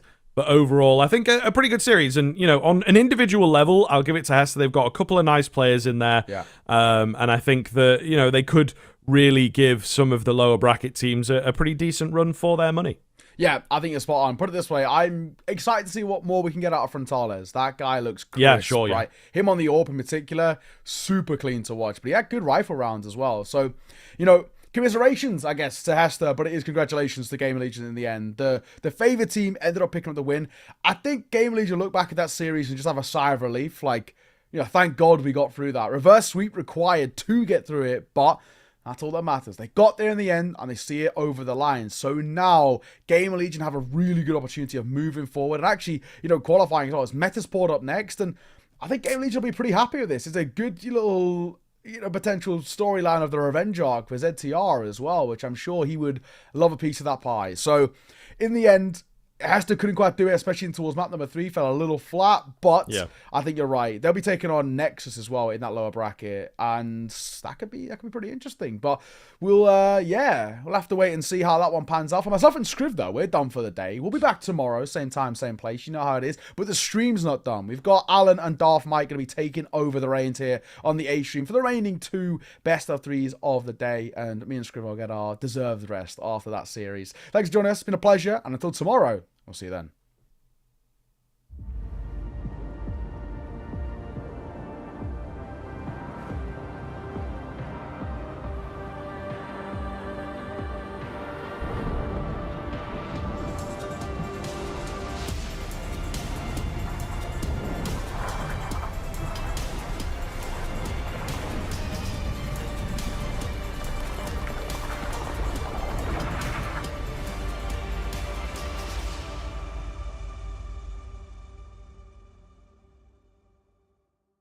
What's your name?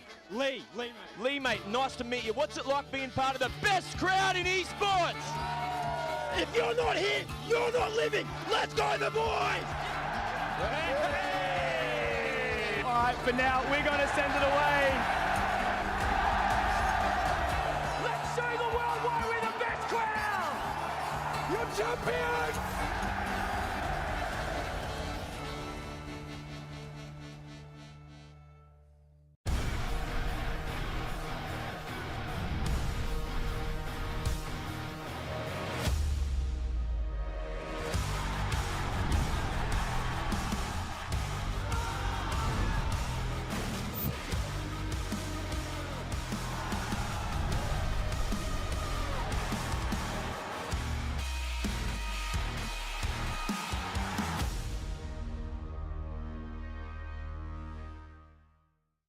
Think you've seen it all? With Faceit Watch's Point of View Selector, you can experience the game from any pro's perspective. Use the multi-view feature and customize the stream with up to 4 angles. Control what points you see while earning rewards. Drops are activated and lucky winners will receive Faceit points. And if you ever miss a match, VODs are now available. Get instant access to demos with multiple POVs and commentary.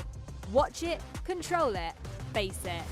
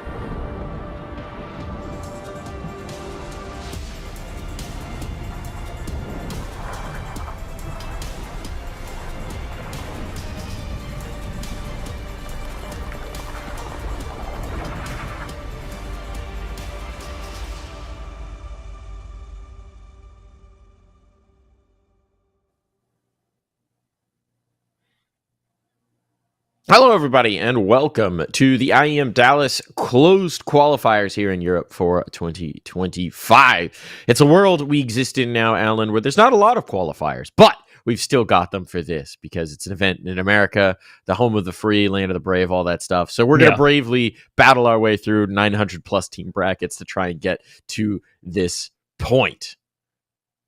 How do you feel about it? Excited, obviously.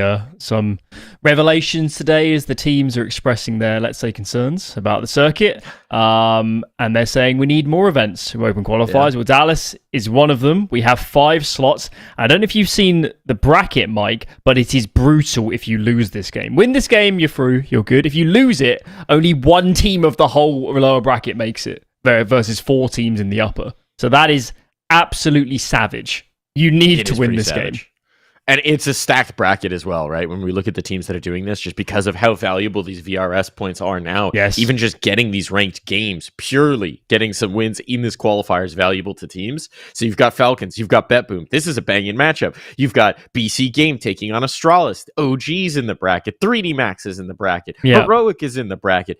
Gamer Legion is in the bracket. Like, it's just heater after heater after heater in a closed qualifier that is just representative of the new world order of Counter-Strike we have, where these opportunities to try and move up the rankings are so valuable. It's like gold dust. Yeah, I mean, ENCE, Fnatic, and Complexity didn't make it through the open qualifier. That's how absolutely brutal that was. So, yeah, I think for a lot of these teams, it's important.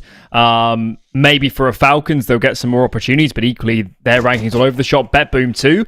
For both of these teams, no joke, could make or break their season, this best of 3 right now.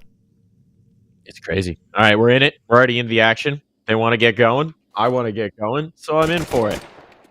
Starting out here. they're going to be on, but Siren and Boomich, they got something to say. This Bedboom roster has been starting to impress. Boomich looking like a man renewed. Axile having some serious impact as well. There's a lot to like here. But Tessis is going to like that headshot. Body shot, even. Now he's going to be trying to move back in, and they can't hold him at bay. Boomich left alone. 1v3. Got the first, nearly the second, but Magisk will put him down, secure the defuse, and secure the first round for Falcons. Good start. Dexter doing work to get us into this. And, I mean, there's about a million things to talk about, aren't there, with Falcons? Yeah. We're going to have a lot of fun today.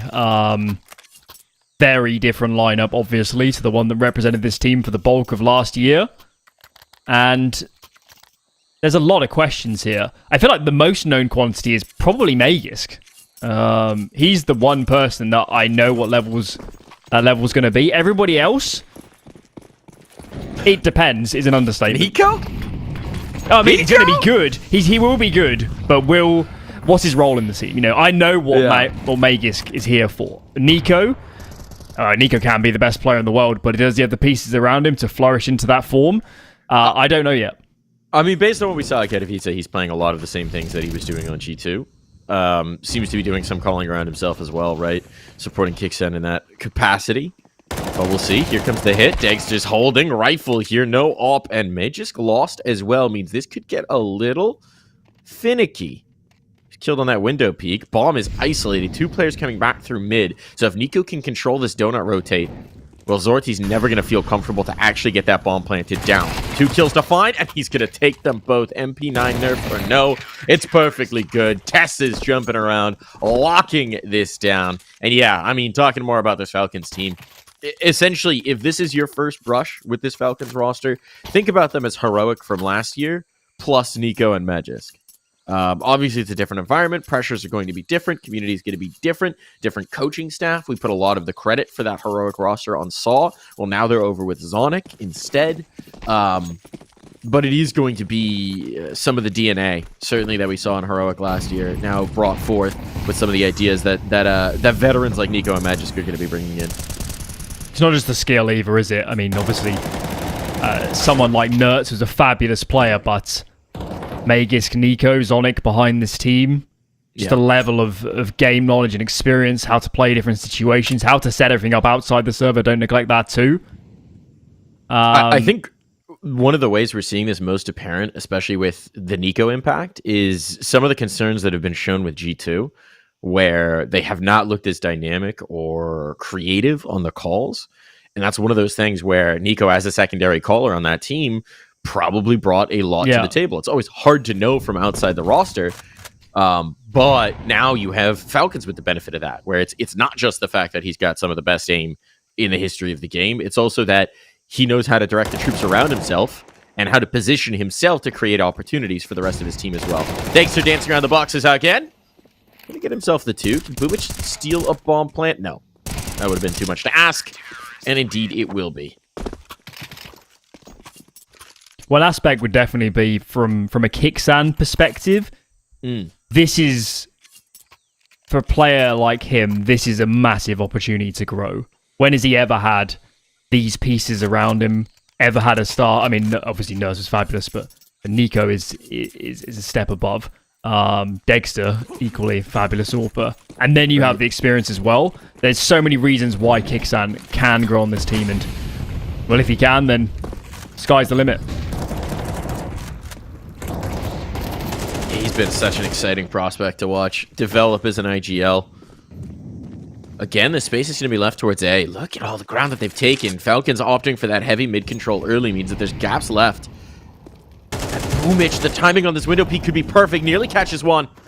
Gonna put Nico on notice. Now they're in real danger, and Tessis does not realize how far MagnaJazz has gotten. Oh my goodness, this is a disaster for Falcons. Just no ability to actually aggress back into this retake. Kickson totally cut off from his teammates. And they know they have to battle back into mid to even have a chance to make something of this round. And they have no idea Axile's here. Surrounded from all sides. Nico somehow scrapes that kill on Boomich, but he will not be able to get away from the smoke. And this one's just a non-starter for Falcons. They made a pretty early call here as well to save. That's why that smoke is out in mid. Even so, they couldn't get out. Massively overloaded was Donut from Falcons, as you said. They gambled on mid having the numbers. A lot of teams will do that. Very difficult to hold mid as CT side if you don't put numbers there, if you don't put early util onto the elbow area. So, can hardly blame Falcons. It's not an unusual way to play, but yeah, BetBoom got a lot of space for free, and with nobody on the site proper from Falcons and losing ground in towards Temple and CT, it's just impossible. You need to hold at least 2 of the 3 avenues to retake that site. Just an update on that veto as well. The veto is going to be Ancient. Dust 2 is Falcon's pick coming next, and then Nuke will be the decider should we need it. The 2 will be fun. It was a very good map for Heroic with Kicksan calling. And I have no reason to believe... I mean, Magus is the best B-side Dust 2 player in history, assuming he still plays that spot for this team, and Nico's not too bad either at his positions. No. Yeah, I think it's Magus and Tess is now playing with him as well, so they keep the Danish connection going on over there. Tess is filling in for what Dupree was doing in the last Falcons roster in a lot of situations.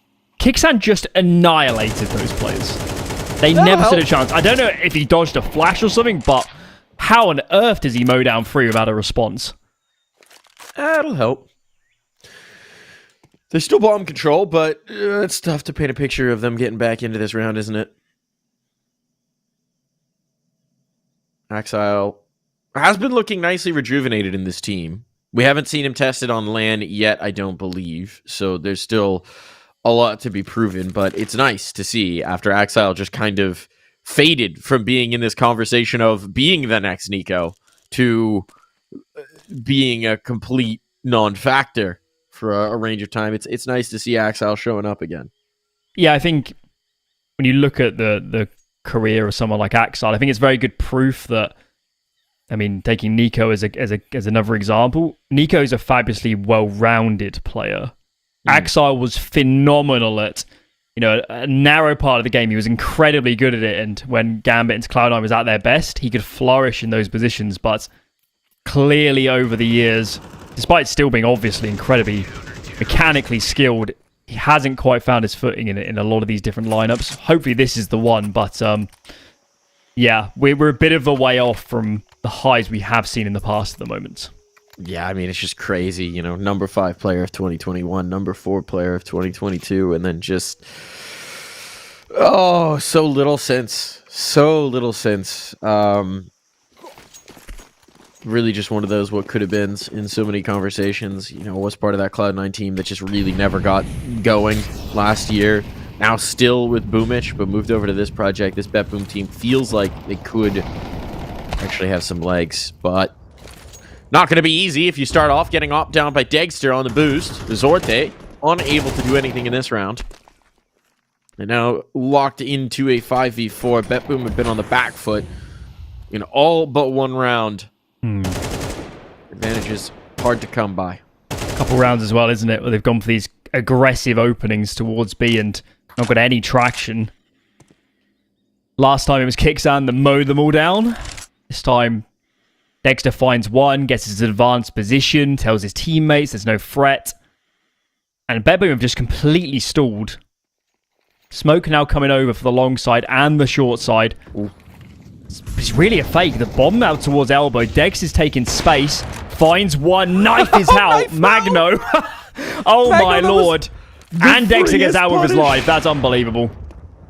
He repeats, so maybe a little too far, but that would have been the freest punish ever available. Oh no. A ballsy move from Dexter. Cannot believe he got away with that one. I'm not surprised. Right. I probably thought it was a fake. I mean, he hadn't seen... All he sees is the smokes come over and nothing else. No noise. 2 players, though. No space. I kind of dig it. Oh, great shot from Magisk. He doesn't realize, I don't think, that Boomich is past him. We'll see. Nope, they are aware. In fact, Nico always aware, of course, that was a possibility. So, this is looking like a drubbing. The only round where BetBoom had success is where they managed to just walk out A with no resistance because Falcons were going for a heavy donut play early. So outside of catching Falcons with their pants down, they have had very little to speak of in these rounds. They're doing a lot of what we would call all-in plays, it's where you call something from spawn, and if it goes wrong, it's bad news. It's very bad news. You commit a lot of players towards one side of the map. You're not defaulted out. Obviously, in the first gun round, we saw that work with numbers towards A, but since then, where's the mid control? Where's taking B slowly? We're always trying to force something onto the sites. It's just been painful so far, and I think, Mike, they have to go back to defaulting because these aggressive moves at the start of the round, they're not working whatsoever. This is a nice adjustment for Falcons as well from that one round that they lost, which is that they're going for that same sort of all-in mid-aggression. That's kind of the, ancient CT side playbook classic, where you dump the early smokes and the Molotovs to give yourself the space to go for this window peek. It's worked beautifully. They've gotten 2 kills. The difference in the wrinkle is that they're leaving Digster on the A side, right? Yeah. So that if there was that walkout A main, he could punish. So it's a very small difference, but it's just recognizing that BetBoom are basically just trying to move in a pack and putting Digster in a position to punish, especially with that full belt of util, if he needed to stall them out and allow his teammates to rotate. It's also, if you're Falcons, a very pertinent question to ask when you're smashing the other team is what has worked for them? Because they're going to go back to it at some point. BetBoom will run another A round this half because it's the only thing that's found any success. And yeah, if Dex is playing there when they come out next time, he can fall out into Temple, he can keep control. It's not just about finding the frag, it's about maintaining positioning. And we like the adjustments. Tezes doesn't quite get both the players, but Nico's here to finish off. And it might be a couple of losses here against Pistols, but do they care? They've got money. They've got rounds in the bag. Falcons at the moment, they're loving life. Yeah, and I think it's worth throwing a couple bodies just to try and deny the bomb plant, right? If there were another circumstance, you probably would have seen them wait and go for the retake, but because they've got the cash to spare, because they know that bomb plant's valuable to BetBoom in the long game, they're just trying to make sure they can't actually get that money. It's interesting to look back on G2's run at Kato, right? They only had 2 games, just by virtue of where they came straight into the main event, went right into groups, went right into an Eternal Fire team that was just chewing teams up and spitting them out. That, not so successful. But that G2 game, man, that came right down to the wire on Mirage. That easily could have gone Falcons' way. They were looking very dialed in. And I think, I don't know, man. I think that they didn't get a win at that event, but it was a clear signal that this is not the Falcons team of last year, that this is a team that actually can win some things and not look miserable while they play. Just the whole aura of the team as well. It's like you're getting the heroic core off a high for them towards the end of last year. Young players. It's not like we're coming into this, everybody's a major champion. Everybody's expecting big results from day one. It's a project. That said, Nico's only here to win big tournaments, and well, given how he's playing so far, he's fulfilling his part. Yeah, he was very clear. Oh my goodness. He was very clear. Let's see if they can get anything. Boomich. Second kill here would go a long way to making this possible. Bombs down at spawn, actually. It doesn't matter. Getting back to link up with that to get a bomb plant in a 2v4 is going to be a great challenge itself when they don't know that they can actually get back out in towards middle. This round is a non-starter. So I'm going to go back to talking about things that are relevant to the round until Zorthy gets that bomb at least. Yeah, I mean, Nico was very clear in one of the long-form interviews he did at Kato that it wasn't just about, the paycheck in this move. It was about the vision that had been sold to him as far as building a team around him, about what kind of pieces could be available, what kind of roster they could build, and the idea that they are constructing a project to continue. Dexter trying to jump the shadow. We'll give up his position at the very least, but again, support in towards mid. Means that he should be comfortable to keep eyes locked on Donut. Okay, hold on. 20 seconds. There's not a lot of time for this. There's not a lot of health for Boomich. 1 HP. If Tessis gets this cave player, it is over. And indeed, it will be Magisk instead. Okay, so a glimmer of hope for BetBoom, but ultimately it was what we expected it to be, which is a shutout. Flat, I guess, is the word right now. BetBoom. Not getting any traction. Lacking bomb plants as well. And they can't buy behind... Well, they will here. Running out of time. And they need rounds. It's not healthy. lack of utility isn't promising. Got a decent amount, actually, but only the 2 AKs. And at some point, this just becomes a matter of getting enough rounds for BetBoom to stand a chance in that second half. 3 has got to be a minimum they're aiming for. And finally, they're going back to what worked earlier. An early A round, mid-fake with the util. But Falcons are much better position this time. Magus on location. Got to play it in Donut. Look at Nico too. Dexter in towards CT. They know what's coming. They're reading this like a book. Yeah. Well, 1, 2. There's the third, and it's a total shutdown. Extremely telegraphed round. You had no control anywhere else on the map. Umich, out of bullets. Do lead down. Yeah, I mean, so here's the problem. They go back into that 8 take. That worked, except this time, you've done no pressure anywhere else. There's no real cause for concern for Falcons. So as soon as they realize and read that, Dexter's already on the move to try and be in position for the action. So you're going into the stack, and you're going into a stack that is composed of Nico, Magisk, and Dexter, right? Like, not fun.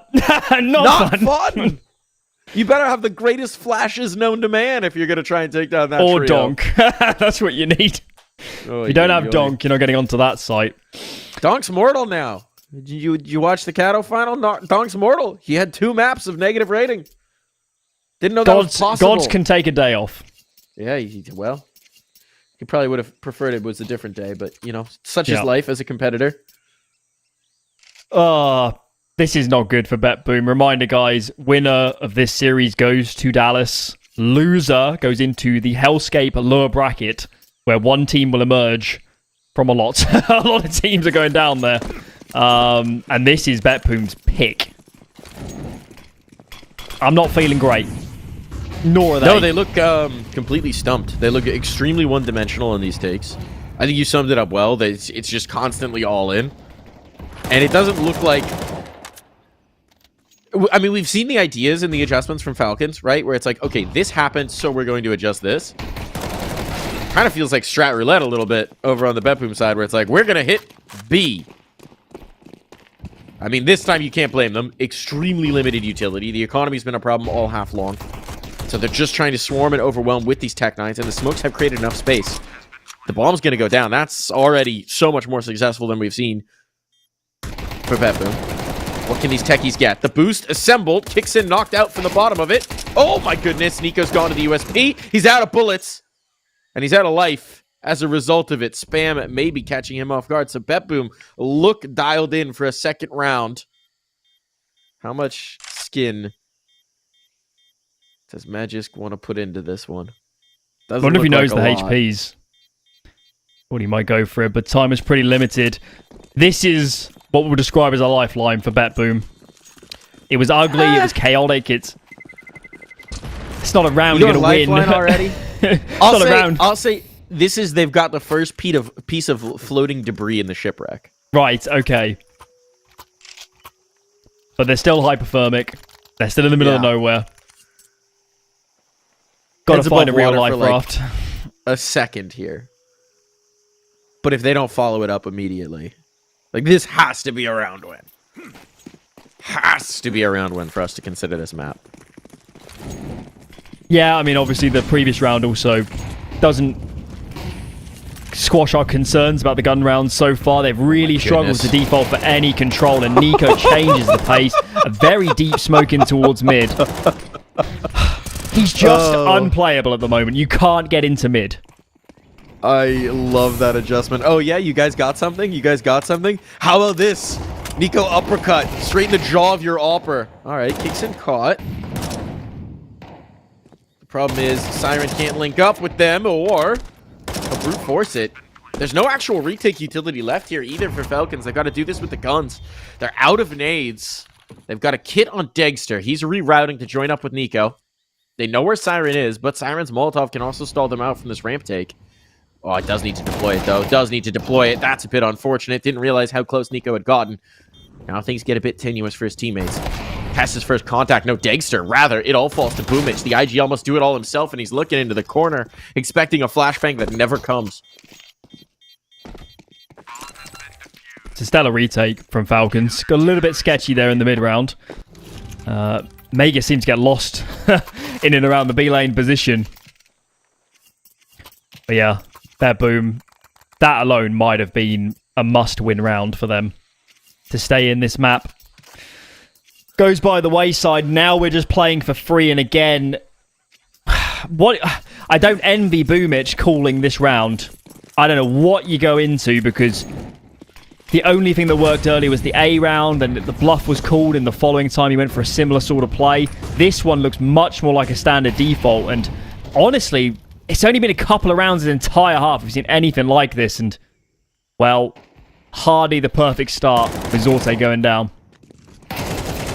Magnage is out. Boomich has got the space, though. Double entry onto the A site. They're not ready for Magisk, though.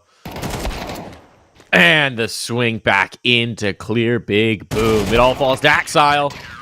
Despite us picking him up, he can get nothing done. We'll be back after this.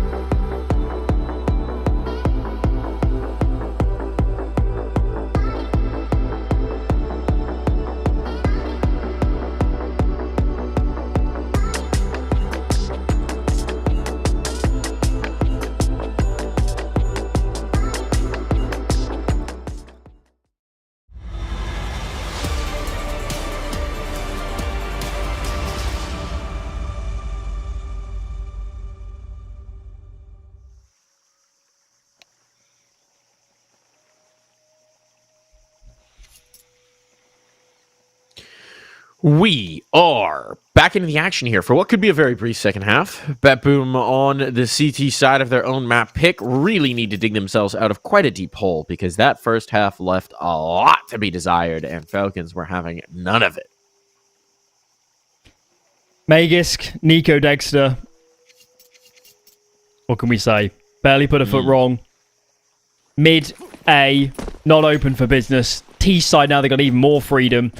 I have very little reason to believe this map is going to last long, and to change my mind, BetBoom need to make good calls, good reads, play astonishingly well individually to get back into this map and, frankly, series right now. Look at this. This is a full gamble. 4 players towards the B side. Maybe they can get aggressive out cave, but by that point, the players are going to be out towards Donut. Axile has to deliver. Gets the first. Needs more.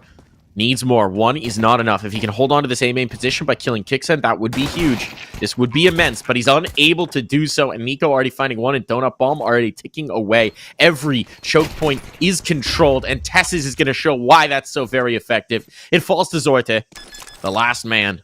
No kit, no util, only a USP and a vest to try and keep him warm against this very cold pistol round.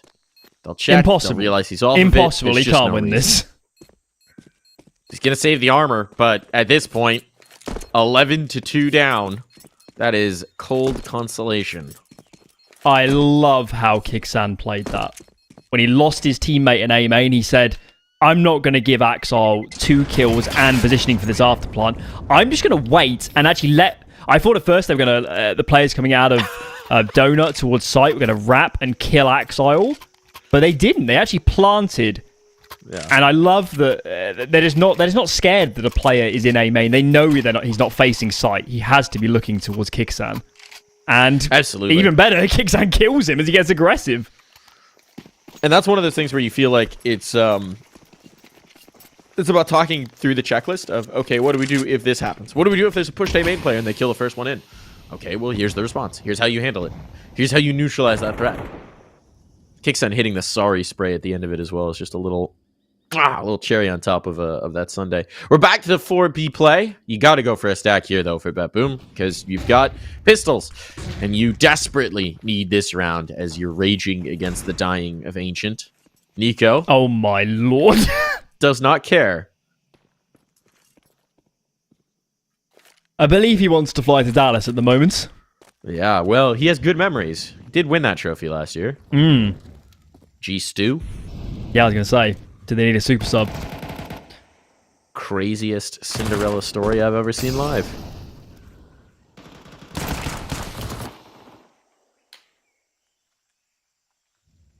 So Falcons could have cancelled.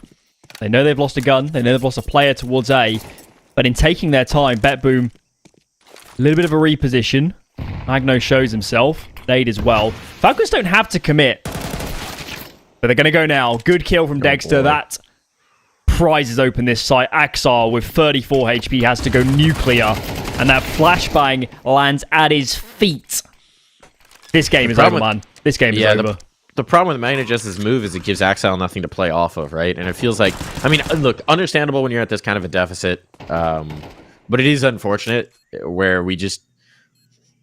seen a lot of individual moves from BetBoom in the last few rounds. You can't blame them. They need some sort of a hero play to even give themselves the ability to think about this map. And no one has stepped up to be that hero. Something to be said, though, for actually going through the motions before we get onto map 2 of playing out standard rounds, communicating well, getting into afterplants together. Sure. If let's say hypothetically this was a scrim for BetBoom and we were coaching them, we'd be like, what the heck did we just learn from that scrim? Absolutely nothing. They're going to feel so cold going into map 2 if this just ends now.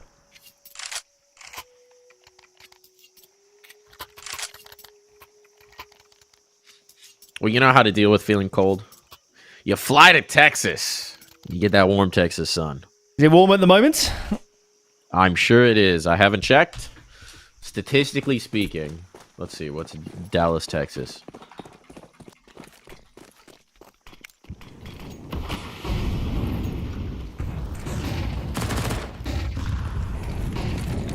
Oh, no, it's actually kind of cold and rainy. 40, well, okay, so 41 degrees, so it's warmer than it is here. But for Texas, that's downright chilly.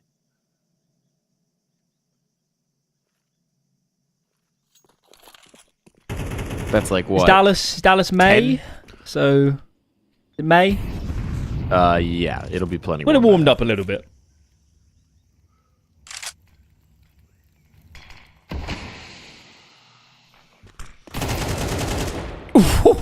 Oh boy. All right. Clyde Bumich, only player who's been able to have some sort of individual moves. No kits, one piece of util, no information. This will take a miracle for Falcons not to be one map to the good.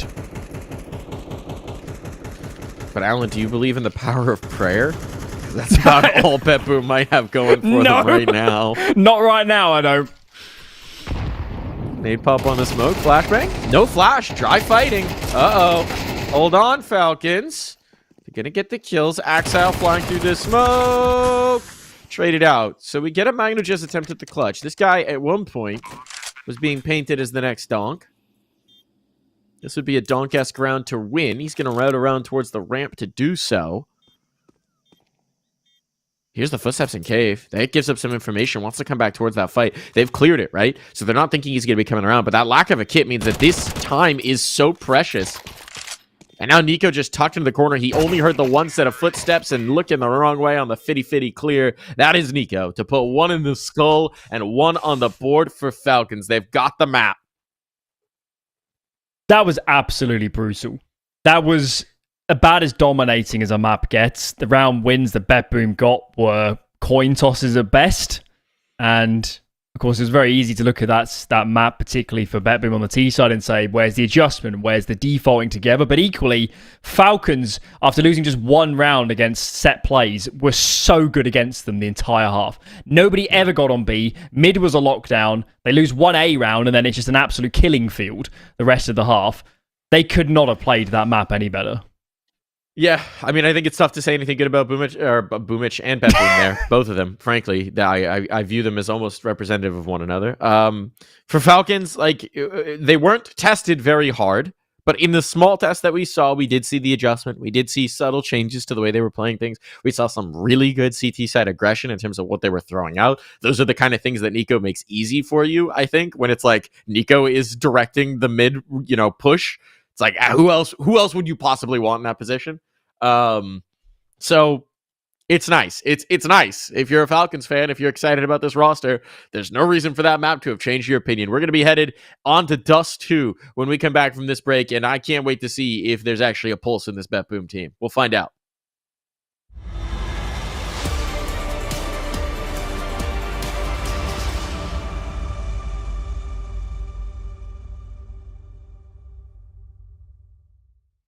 What's your name? Lee. Lee, mate, nice to meet you. What's it like being part of the best crowd in esports? If you're not here, you're not living. Let's go, the boys! All right, for now, we're going to send it away. Let's show the world why we're the best crowd! You're champions!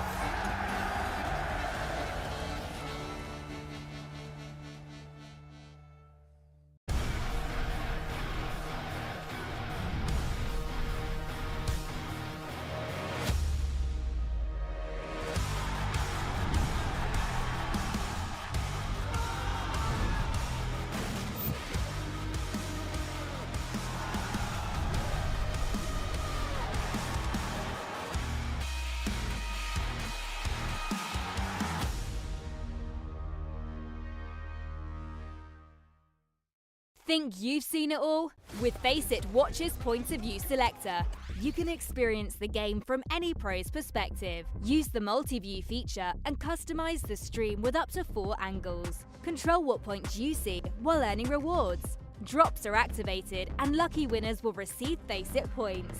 And if you ever miss a match, VODs are now available. Get instant access to demos with multiple POVs and commentary. Watch it, control it, Faceit.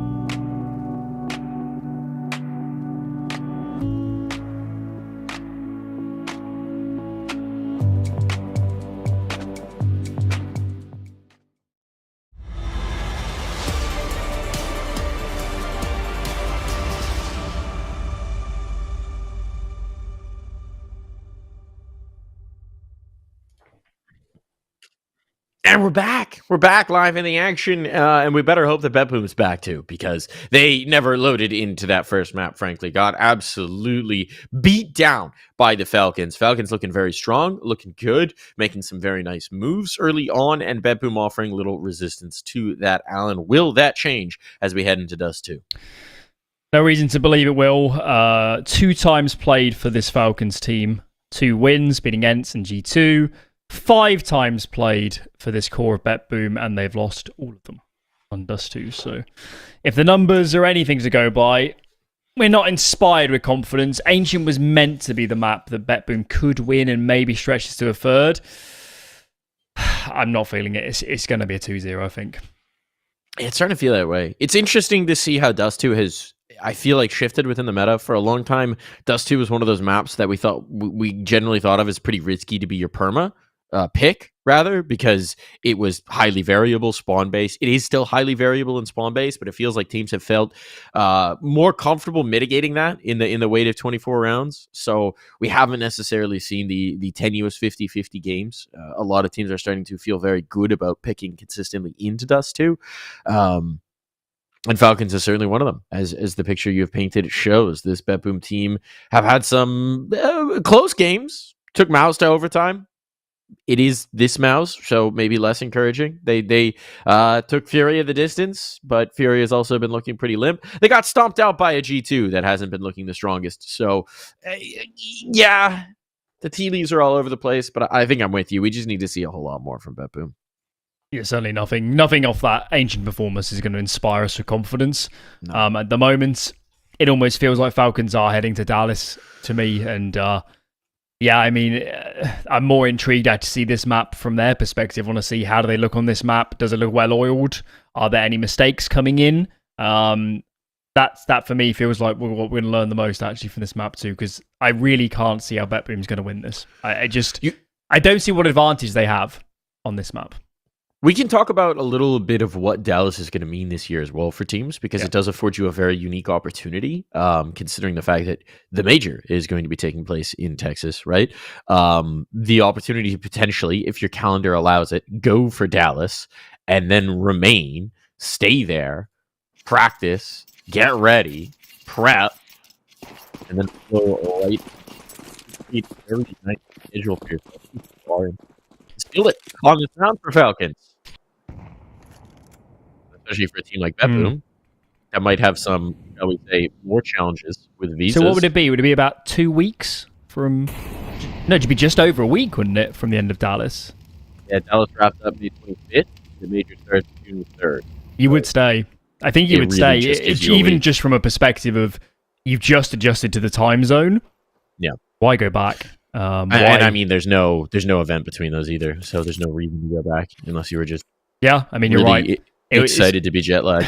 It's incredibly hard normally to get stellar practice in NA, but when all the teams are already there for Dallas, it's just going to be tremendous. So yeah, you're right. They can get into Dallas and the major too, especially from a Falcons perspective, could set them up for a monster May into June of this year. Look at this control. Poor Zorthi's just trying to stay alive. Again, we go for BetBoom with one of these 1-4 gamble calls. We saw these on Ancient. Didn't really work out. Now we got a 4-man retake up Catwalk. They've got all the information. They've got a flashbang set up from Tessis. There's that flash. Very effective. The kill's not so effective, though. Flashbang didn't necessarily catch. There is no kit on these BetBoom players, so if they can play the stall-out game, this will work out. Nico coming up on the flank, and just an assassination on that first shot. He's trying to stall this, knowing the clock is his friend. Wait, there's Axel. Knows he's off it. He's already won it. Nico doesn't even have to fire this next shot. He'll go for it, because why not? But everybody's going up in smoke here. There is no round win for BetBoom. It's Falcons in the pistol. Seen 3 stacks now, haven't we, on pistols from BetBoom? And yep. And Falcons have called right around it every single time. Yeah. There is a lot of luck involved, but today is not a lucky day for BetBoom. That is for sure. Broke some mirrors, under some ladders, black cats. I'm not sure what they've done. But Lady Luck is not wearing a BetBoom jersey right now. No.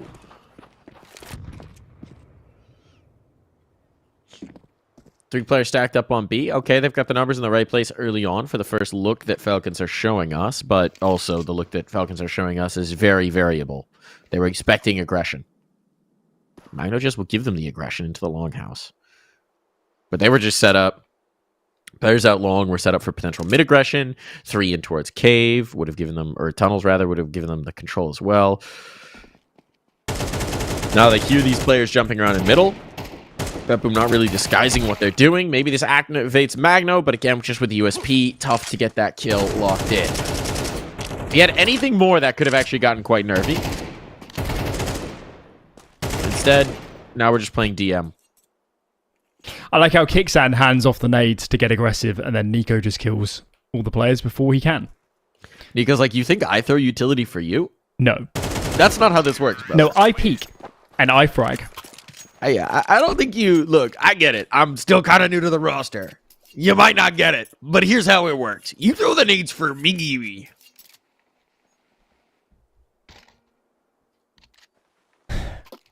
Look at me. I'm the captain now. Yeah.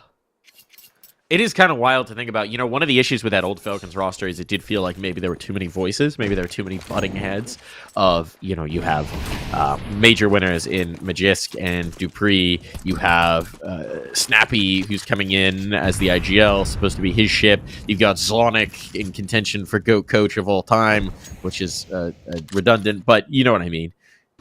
You've got strong voices. You kind of had 2 clashing systems. It felt like coming together from that Ents core meeting into the Danish stack.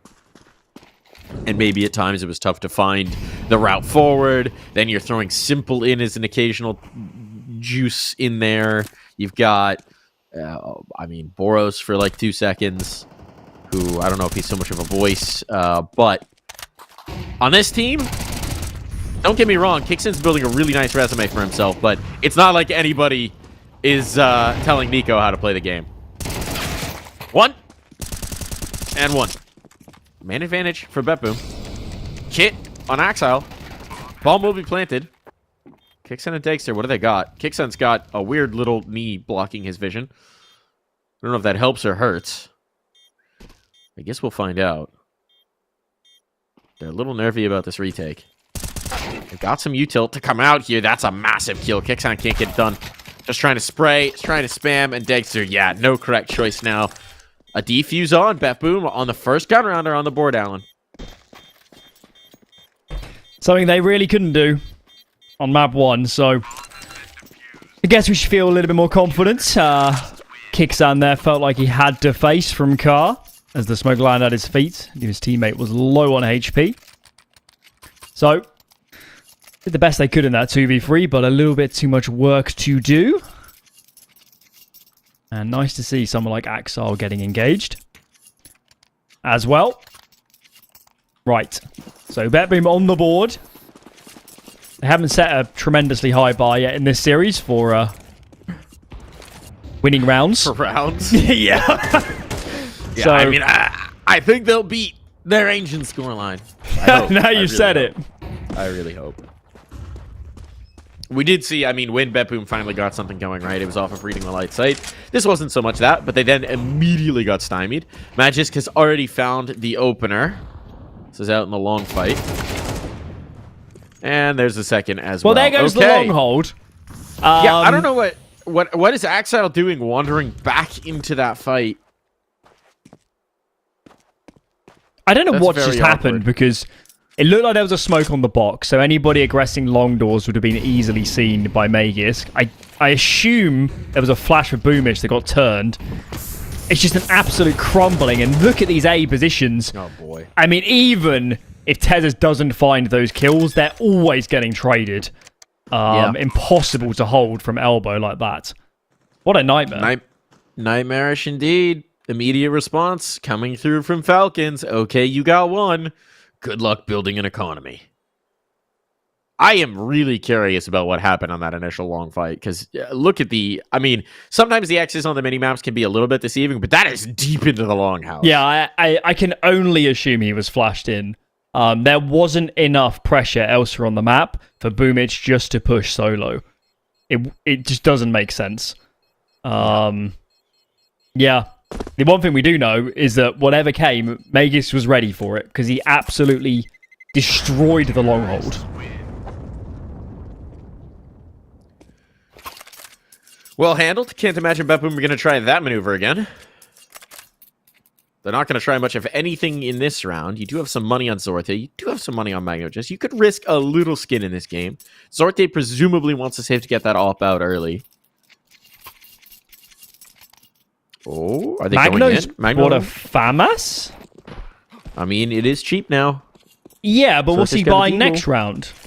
Another FAMAS. It's pretty good now. Now, it's not so good if you don't do anything with it. Nico down to half, but he'll certainly take that exchange for one of the few rifles available in this round. They may not know it. Actually, that FAMAS going for the aggressive move might make them think it's a force buy. Umich, burning. Not burning. Finds a safe spot. Molly goes a little too deep, but the bullets will be plenty. Caught some damage on the Magisk, at least, but... Maybe Siren should just save. That's nice. I mean, it's a nice kill from Exile. Siren's committed. But he's giving away information. These long players know there's very little resistance here on A. Siren's now out way in the open. No trade, though, immediately, and he does duck back into short. But having lost Zorte, not going to happen.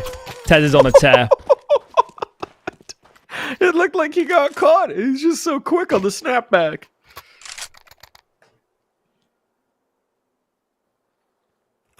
Oh, that's one of those fights that hurts when you're Siren. You're like, I got him dead to rights. Oh, okay, he headshot me. All right, chill. MP9 chill. From Magno. No, FAMAS. FAMAS. It's cheap now. 1950. Just never stop buying the FAMAS. What is a save? What is an eco? What is a Nico? He's gone. Mid-fight, or long fight rather, actually successful here for BetBoom. They'll take that. 1-for-2 exchange every day of the week. Classic Dust 2. We're going to have a massive long fight. Whoever wins the long fight is going to be well positioned for the rest of the round. Adage as old as time.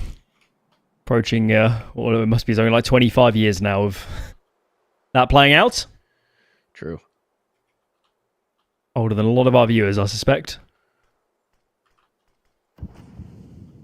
What can they conjure now? I mean, this site is so well defended. There is a smoke on double doors, which will alert these B players and could be coming. Now they know for sure. Molly will land soon. Can Zorte find a frag? Nope. Scout removed. All on Siren. Kixan. Second heady of the take. That is brutal. What are you supposed to do as BetBoom? Save. Supposed to save. I mean, aside from just hitting shots, I don't know what they could have done more with that site hold. They just got annihilated. Holy hell. It is looking like two competitors just in very different weight classes right now. I mean, this is not looking like a like an even matching on a pound for pound basis. If Kixan's going to frag like that, it changes the dynamic of this team. He's always had some of that oomph, right? Some of that sizzle. Yeah, as an he always has.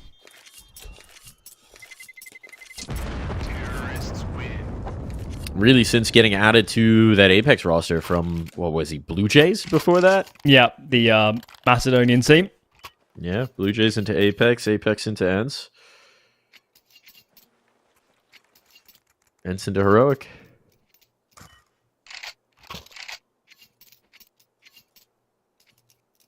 I've added ENCE in there. He did not have the instant. He just went from Apex to Heroic. Yeah. I had to think about that for a second. I was like, wait, no, that was just nerds. That was just nerds who came over to that old Heroic roster. There was no end stick. You said it with such confidence that I believed you for a second. You know, it's like it I must just be assume, right. As soon as someone's become associated with Saw, I still think about that ENCE roster. Oh, toes spotted. Kicks in, looking for them toes. And he'll find them. This is the last rifle here on Axile. They've identified where it is on Cat. They have two options. Try and avoid it, or try and go hunt. What was that you said earlier about Bet Boom definitely getting more rounds? Hey, look, you know, they could still.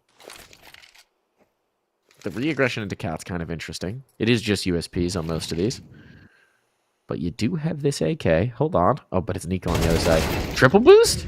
Good flashbang. Was that a team flash? That was a team flash. That was a flash from lower that Nico peeked into. The timing's awkward there. And he eats it full on. If that timing had been just a little bit better. Oh my goodness. Now you have a choice to make, right? Because you have players unarmored. But you got a 4v3 and rounds are so very precious. Do you risk it all? No kit. One flash. Do you risk it all? Dangster's got a molly here on ramp. First player down. Second player down. Third player dropped. Zoite now alone, but he's already out in no man's land trying to get out of here. And indeed he will. Back into the foxhole he goes.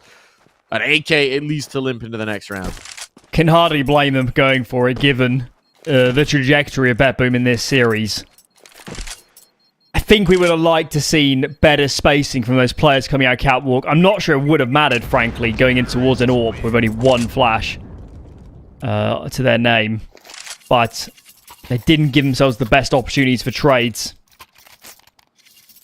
6-1 now. Yes, Falcons lose a few too many players there against Pistols, but they banked up so much on the gun rounds proper. And it's the same story as the first half of Ancient. It's already becoming damage limitation for Bet Boom. We just need to get rounds on the board and look at the adaptation. Second AWP out, Magno in towards lower tunnels. He's trying to force the move now. He's trying to force the hand of Falcons. You got to do something dynamic, right? You got to do something. The long fight has been tenuous. Even when they win it, it's tough to secure the round. You got to do something to make them uncomfortable. And this is going to be unexpected. Nico's looking for it, actually, on the lower push. They're aware it's a possibility. Utility to make him uncomfortable, to push him off the angle. Still going to collect. Nicely done for Magno. And with the smoke up in mid, able to get away.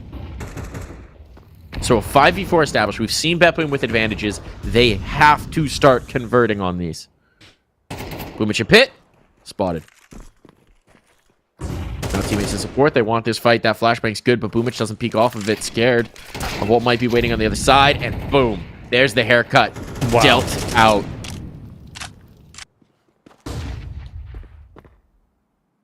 That's info. That's info. That might allow them to rotate another player. Tassis is holding on to this position, but he was slow into it, and it'll take a long rotation with 45 seconds left, but they might just be doing it here, Alan. It's one of those chess moves where Falcons know it's happened. Yeah. Falcons know there's been an info play on B. They know they've showed massive long presence. Bet Boom have to respect long. I mean, this is Dust 2. They could, in many a world right now, Falcons are 4 long about to cross. But Bet Boom are wrong. They've given B Magno. This AWP is not going to be a lot of fun if it comes to a retake. He's got to get on the site.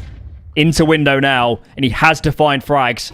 Looks like a missed smoke in tunnels. Yep. They need to cross these doors. Will there be another AWP on location? No, there will not. Magis and his headshots are bailing his team out right now. That's actually such a bailout. Make it free. Ridiculous. Still a tunnel player. Magis playing like a man possessed right now in defense of B. He's reclaimed his home turf, right? This is where we expect to see him playing in the second half. This half, it's been more about getting out long and just ripping headshots. And yeah, it's going to be another save for Bet Boom. Sorte has no interest in this, especially with the health that he's got, the position that he's got, the site that he'd have to retake. It's just a non-factor, a non-starter. So again, we see Bet Boom with a 5v4 advantage. Magno just goes into the tunnels to secure it. So aggressive with a double op as well. And they cannot convert. I can't believe Falcons have missed a doors smoke and still won a round against 2 AWPs. It should be so hard to get that bomb down without losing more numbers. Yeah. But Magisk, he's playing like a man possessed. He's absolutely annihilating anybody that appears on his screen right now. Did Magno even get off a shot before Magisk swung and killed him? I'm not sure. I don't think so. I don't know. Dude's playing lights out. It's just brutal, man. I mean, even in the rounds where Falcons, they lose an early man, they're making some mistakes, it looks a bit scrappy. It doesn't matter. Oh my god, another one. Another one. Doesn't matter. You can't kill him. The heat map of Boomich and Magisk, like, it just feels like every round, even with a different timing, right? Normally on Dust 2, we kind of expect some of these early engagements to be dictated by spawns. It's just this guy again and again and again bullying poor Boomich. Op revealed. They know where it is now. They know where Zorte is. They want to just try and pressure it up. Looks like yes. They want to go hunting up Catwalk. Smokes deployed to try and stall this out. Utility being dumped by the CT side. They've not got a lot remaining to work with. Oh my god, the tags on a Magno. He's so low now. So Falcons are really... still look... Yeah, they're really wary of aggression, aren't they? They know it's a man down. They know that BetBoom needs to make a move. That's why they're giving mid. Go into long. You've got numbers. It's incredibly hard to hold at the best of times. I know BetBoom are 3 on A, but this is Dust 2. This is long. It doesn't necessarily count for that much. They also know it's mostly been Boomich posted up in the pit, so with Boomich gone, no one has taken up his post. It's Magno playing from the site. That nade might finish. It does indeed. One down already. May just didn't even have to peek on this one. He'll finally be put to rest. 25 seconds. Time is a little nervy. Nice kill from Zorte, but Axile lost in turn should mean that this bomb goes down, and there's little that they can do about it. The Siren? No way. What's it? Turn right, Nico. Turn right. Or left, Siren. Somebody. Oh, no. His teammate's going to get caught on the save now, thinking that it's clear. Nico! Double take. But the round is done. You're 2 out of position, Siren. Keep saving that off. It ain't making a difference, but keep on trying. Because the Falcons have got you in their talons. That would have been a heck of a jump scare for Zorte. He'd be looking at his teammate in Siren now, saying, how is a player 1 meter from you unsighted? Wowzers. This is brutal. This is... For those that missed map 1, this feels exactly the same. They're just getting suffocated, BetBoom. So many of these rounds... Yeah, there's a nice couple frags in the midsection, but Falcons have such control over all the moving parts. And even if you think something might be about to go wrong, an individual makes a massive play like Magisk.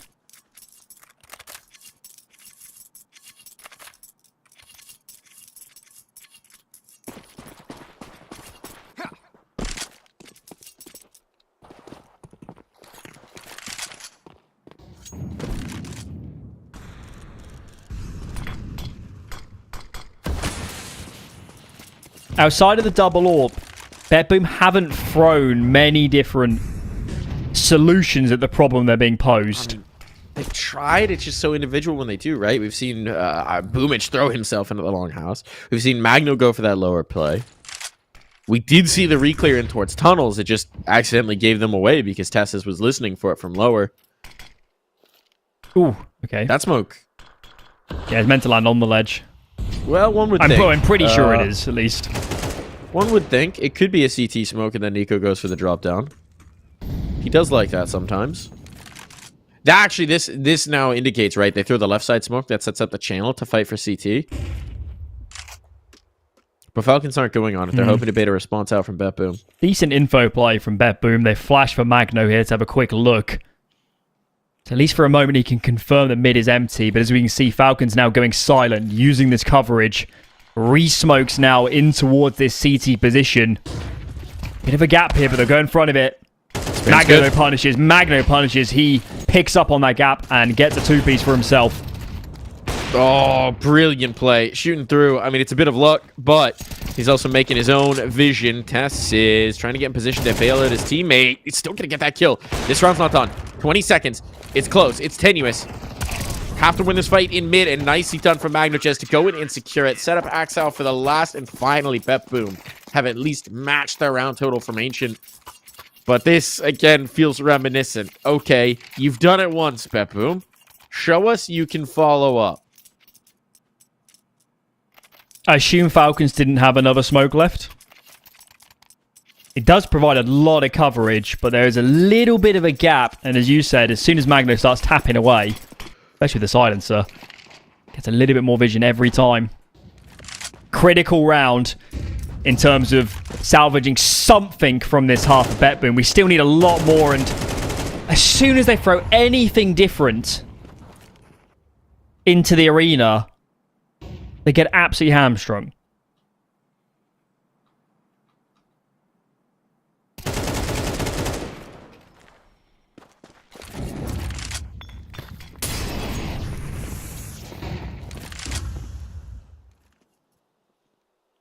Dixie's going to have so much space here. Is Axel ready for him to be this far up? Is Axel ready for the op to be posted? He's treating it carefully, as he should, but there's the deletion. Had to get some sort of information, and in the dry peak, Dexter's just so ready to punish. Here comes another. It's over. It's so over. Boomich just trying to find safe haven. Well, guess who was waiting for you this entire time? Your sleep paralysis demon, Magisk. Give us that heat map. It's going to be one-sided. Boogeyman right now. Wow. For Boomich.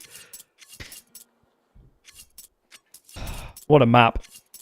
What a map. What a bludgeoning across 2 as well. I'm here. almost more impressed, I think, by this than Ancients. I think on Ancients, you can always kind of make the excuse that Bet Boom were telegraphed or there was mistakes. I think this one, yeah, Bet Boom's a bit default in how they're playing the CT side, but Falcons are just destroying them. So many different looks. The lurkers in particular, Tezes and Magisk, have been just brutal with how they've gone for aggressive moves, then played passive. You've got Nico in mid, who's just been an absolute fiend.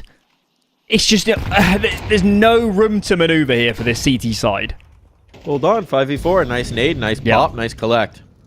But I think to echo your point, Alan, the thing that's been different here is BetBoom have gotten some early round advantages. They've gotten some 5v4s. They've gotten some numbers up. And they've still struggled to convert so mightily. Whereas on Ancient, especially that first half, it was just like, oh, nope, you're down 5v4. Oh, nope, you're down 5v3. Like, try and recover. This time, look at this. BetBoom are well positioned. Axile's in place. Zort is here. He's going to be able to rotate between. The timing is going to be huge on Magisk, but you can't doubt him based on how dang good he's been. No, he still gets it! He rips the head off the op, and you know he's going to expect Boomich. Of course he's going to get Boomich! This guy is unstoppable right now. Axile then rumbled, has to make some sort of a move, or it's just disaster, and that is solo action from Magisk. We don't even see what he's doing, but he's just John Wick, silent in the night, executing everyone arrayed against him. This is unreal. You have an op and Boomich posted just to deal with that one walkout. You know it's coming. And he still just destroys you. What can you do? What can you do against this guy? There's the nade. He's going to get an assist at minimum on this kill as well. Just off of that HE. And they're not giving him a peek. They know. It's inevitable. Magisk will send us to the half.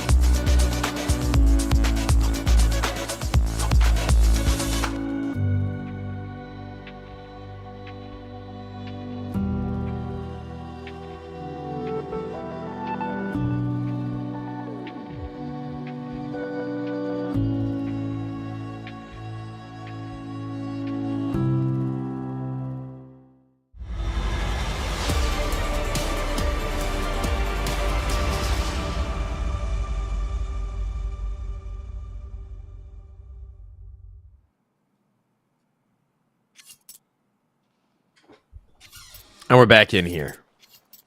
We're back in here, ready for action. Falcons versus BetBoom, and this is a rinse repeat of what we saw on Ancient. Utter domination. Maybe the only change in the flavor is that this one seems a little bit more individually oriented in that Magisk is just obliterating everything that BetBoom want to do. But you know what they could do on this half, Alan? Win more than 2 rounds? Well, I was just going to say completely avoid Magisk because they get to decide where they want to go. They might get the stack right in the pistol round for once. They might go B into one player. If they go A, this is cursed. Play. Mid? All right, so this is weakening the stack for Falcons, right? 2 players going towards CT, anticipating the mid aggression. Oh my lord. Has just collected, getting antsy out the long house, goes looking, and now whatever you were trying to do, you can't do it because you got to deal with a wolf in the back line. You're burning your util. Presumably this util was for a site take, and you're not even getting that far. The bomb is in mid. This is over. That was bizarre for Axile, just assuming that maybe he would have repositioned, maybe he would have gone back in the longhouse to avoid giving up the kill, but that's an element of carelessness that you can't afford at this point in time. All right, straight towards the A-take. Here we go. Just brawl it out with pistols, get some headshots, and this can get righted very quickly for BetBoom. Unfortunately for them, the headshots are not coming their way. Kickstand dealt with, still a player on site. Magisk is ready for it. Of course he is, and Magno Jez will not fare much better. 11-2. This is looking like it might just be over and done with.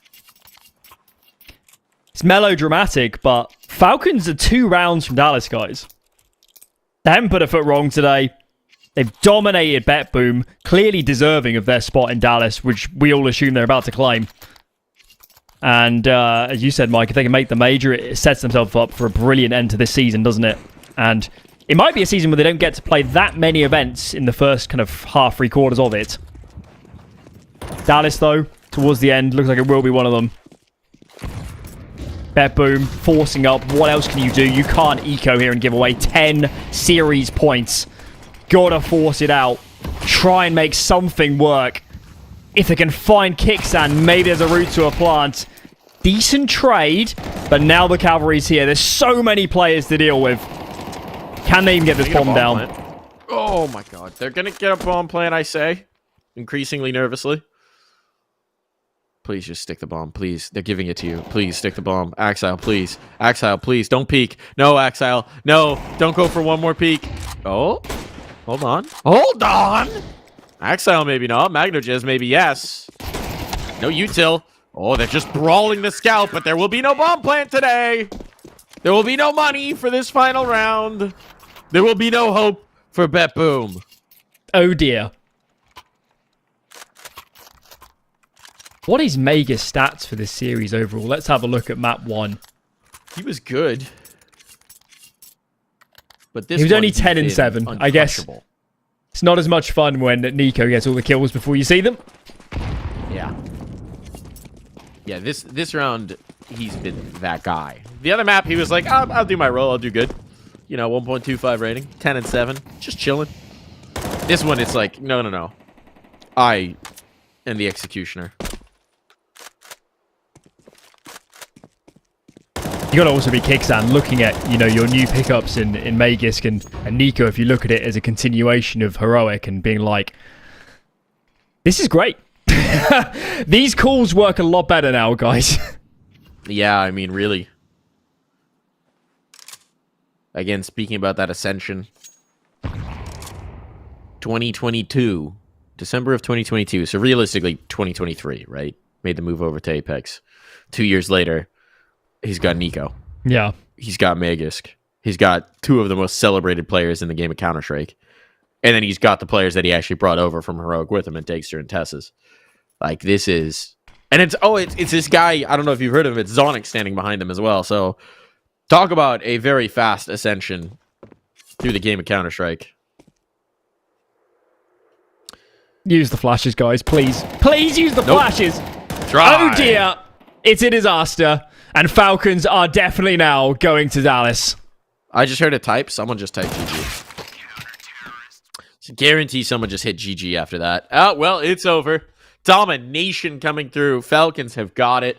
I mean, that was clean. That was clinical. That was phenomenal from Falcons. I don't have anything bad to say about them. I guess maybe share the kills out more, Megisk. Like, I don't know. That was phenomenal. They looked great. They read everything that BetBoom wanted to do. They were constantly one step ahead in terms of the rotation, in terms of the aggression, in terms of the counterpunches that they were throwing. BetBoom, man, there was not a lot of depth to what they were running, especially on T side. It was very straightforward. It was very readable. As soon as you had an idea of what they were doing, you could trust that that idea was pretty much exactly it. That was all of the depth. They did, in fact, not win more rounds. And they did on Ancient as well. So 4 for the series. I mean, it's just... On Dust 2. It's just run spawns, man. It's just different weight divisions. It's just... BetBoom... I can imagine from Boom's perspective, he feels like the number of rounds he actually got to call his way from start to finish was like 10% in this series. So they're just not ready for this level. I don't think they have the players to compete with this team, with how Falcons, even when what's quote unquote the worst player in Kicksan is doing that to you. But it's just game over. Let's be honest as well. They did not give themselves any favors. I mean, that last round's emblematic of it, where they've got 2 flashes, but no, let's push dry through a smoke into 2 players holding the site and just hope for the best. Hope we can just headshot them. Like, it's very... They did not give themselves much help, right? If you think about that first half, the number of times that Boomich is just putting all the pressure on himself to hold long, despite the fact that he is getting bulldozed round after round after round, you have to adjust. You have to make changes at some point. You have to find some creativity when you've got these players on the other side against you. You see the timer on the bottom right. We do have another game coming up. This qualifier will continue. It is going to be a nice cheeky hour and a half break before we get to it, because Falcons have really done their best to make sure we get our mandated breaks. So keep tuned in. Go get lunch, dinner, whatever time zone you're in. Make yourself a nice meal. Maybe make a drink. Pour one out for Boomich in this one, because we're going to be on to the next one in just a flash. Stick with us, folks.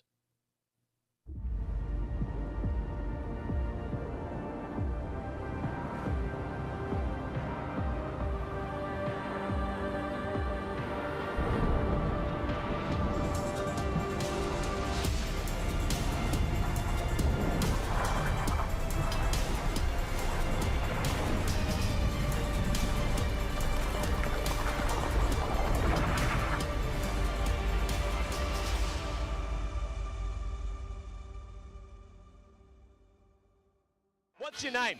Lee. Lee, mate, nice to meet you. What's it like being part of the best crowd in esports? If you're not here, you're not living. Let's go, the boys! Hey! All right, for now, we're going to send it away.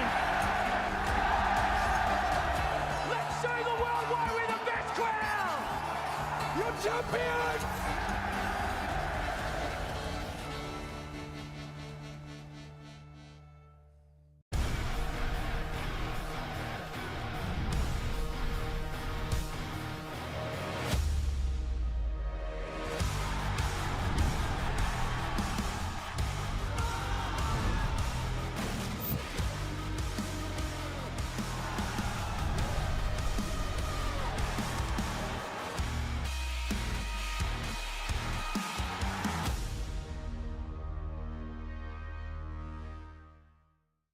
Think you've seen it all?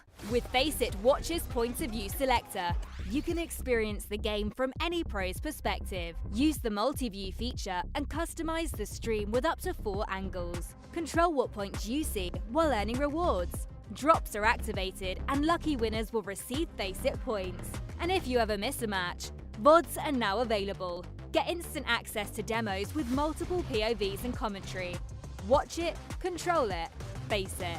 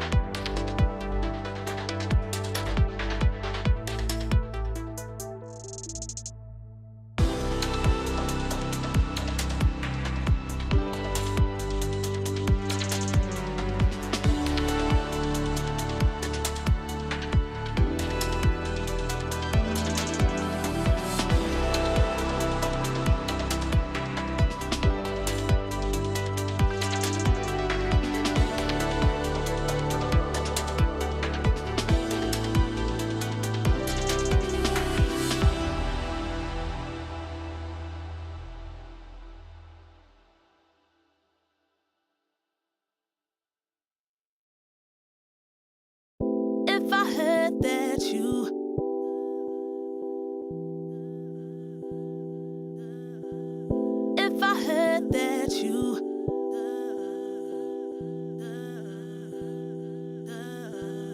if I heard that you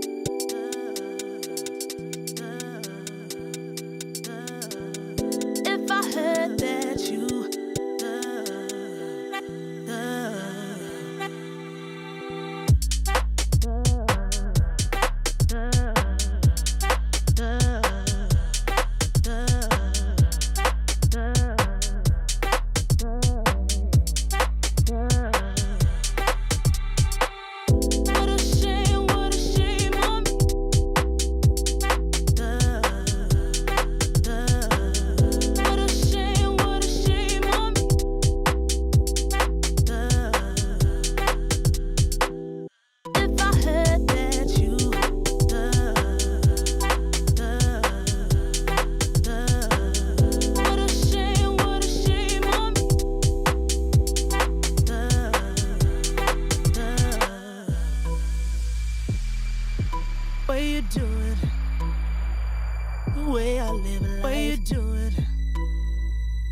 way I live life.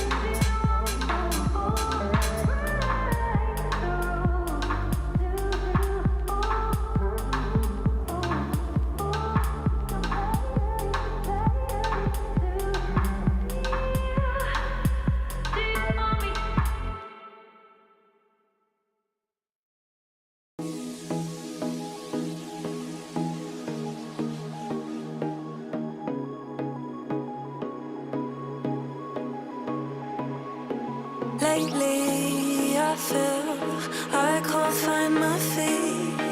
Pushing closer, my heart skips a beat, and now I'm falling.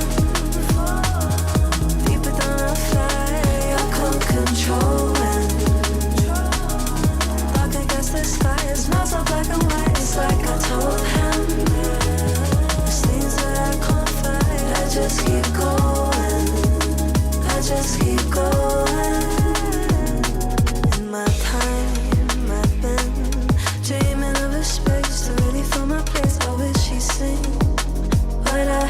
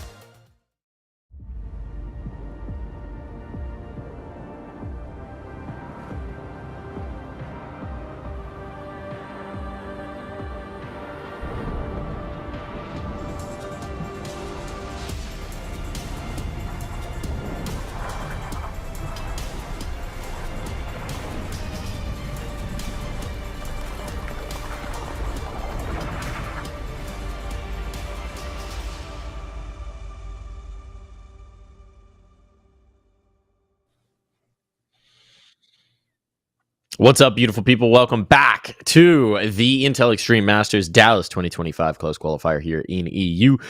We had a very brief game for our first game of the day here on the broadcast, Alan, but we might just have a little bit more of a competition as we get loaded for Heroic versus 3D Max.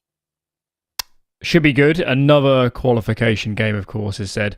Earlier, we saw Falcons progress off stream on the B stream. BC Game beat Astralis to claim the second spot into Dallas. BC Game beat Big and then Astralis to reach Dallas. So some big scalps, the old Apex core, of course, over there doing some work.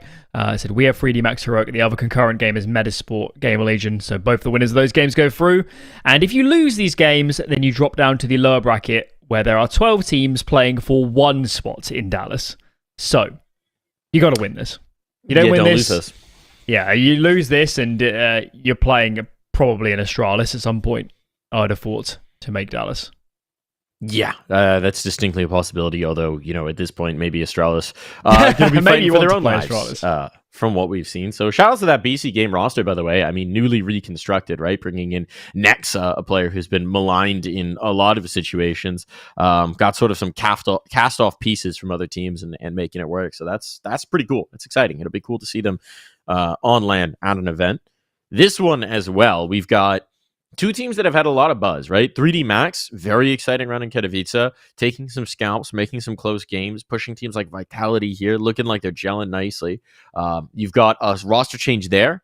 They cut Joko in the wake of Katowice. They bring in Body after he became available post-Fnatic stint. That's an interesting one, Alan. What do you make of it?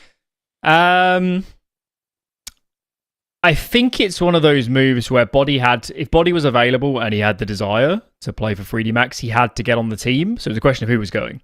Yeah. Body is too experienced.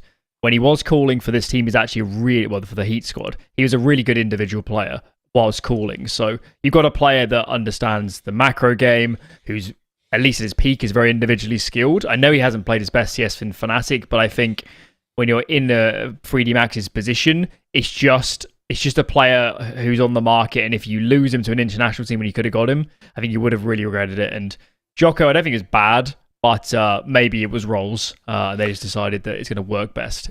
Yeah, it's pretty reasonable. We got the veto coming through here. Anubis D2 Ancient. But it's interesting as well because based at least on the reports that I've seen, it seems like Maka's going to hold on to the calling role within that team. So this is going to be Body as a fragger, right? Body as a fragger and a secondary voice.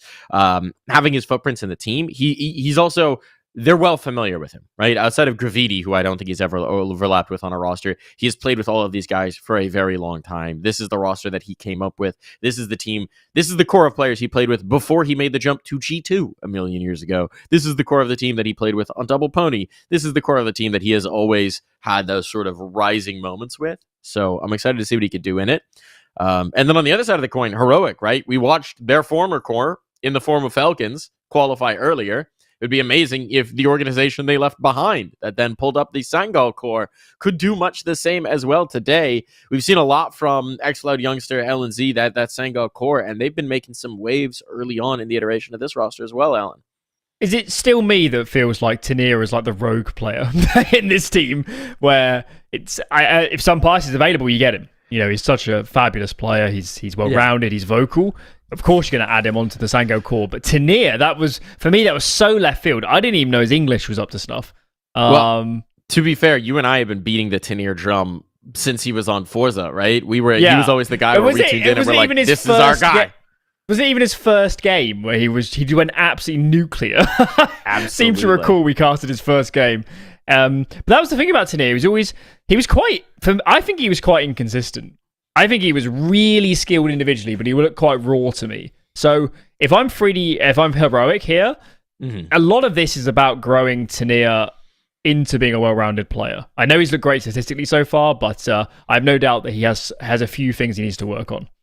Yeah, the numbers have been good if you're going purely on the numbers, but it is interesting as well, right? Because you sort of have this mix where you have the existing chemistry of the Sangal core coming in. You have some pilots who's very much a veteran player, has worked with Saul before, so he has that connection. He understands the principles of a lot of the things that they're trying to run as well, presumably. And he's talked about it in interviews. He's kind of that veteran voice. I think we even heard it on some of the listen-ins at Kato where, things are getting away from them or they're getting a little too excited and he's pumping the brakes. He's calming them down. So he's that voice that can kind of bring in the experience, settle down the youngsters. And then, I agree with you where Tanir is just like this wild card where we've seen the peaks, and if they can continue to harness those, this might be the next very exciting CIS export, Yeah, I mean, I'm still surprised. I'm still like, why isn't Tanir on a Russian or a CIS squad, at least squad of the region? How is he here? It's all very confusing, but yeah, I mean, Xfloud deserves a mention. He was the best player on Sangal.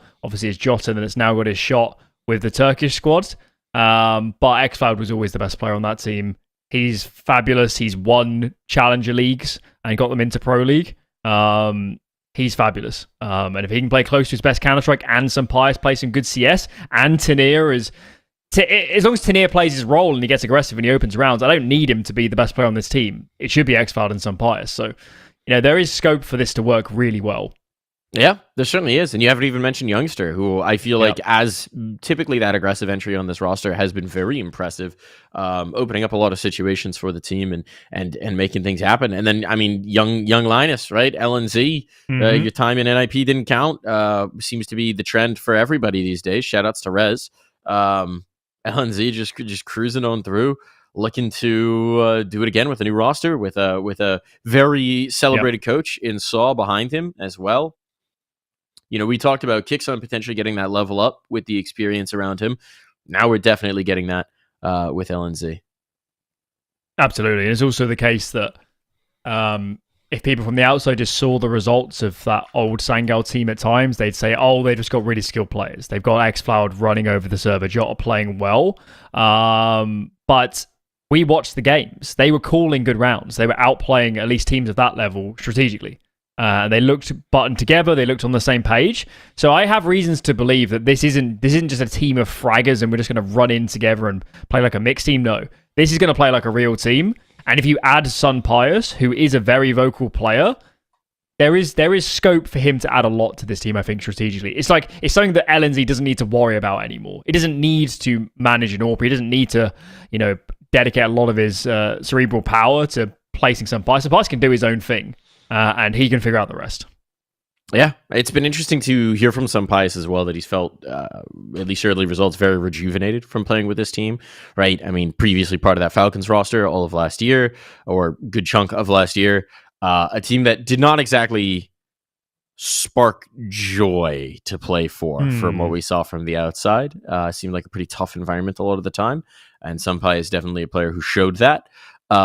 So this one coming in, a lot of young players around him, a lot of vibrant energy, players on the ascendancy. He's talked about this sort of rejuvenating him, giving him that energy, giving him that momentum, and also making him feel like there's so much that he can contribute and share to provide that motivation as well. It's cool. It's kind of cool to see Sunbias take on a little bit of a different role where he would have kind of done this back in the day on some of those Spanish rosters, but even then you had guys like Alex, you had guys like Mopaz who were more of the veteran experience.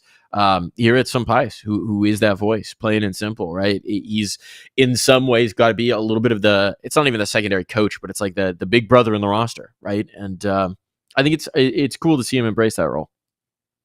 LNZ's the caller, but Sunpice is the captain. I have almost no doubt that is the dynamic in this team. I'd be very surprised if Sunpice wasn't the person, if they are on LAN and in person at boot camps, that isn't leading the way and being the biggest voice. It's quite a contrast really with 3D Max. Heroic have all these young pieces that we're trying to mold and we're still trying to figure out how they really work at the top level. Even LNZ is still probably got a lot of development as an in-game leader. 3D Max, minus Graffiti, we've seen all these players for what now? Over half a decade minimum.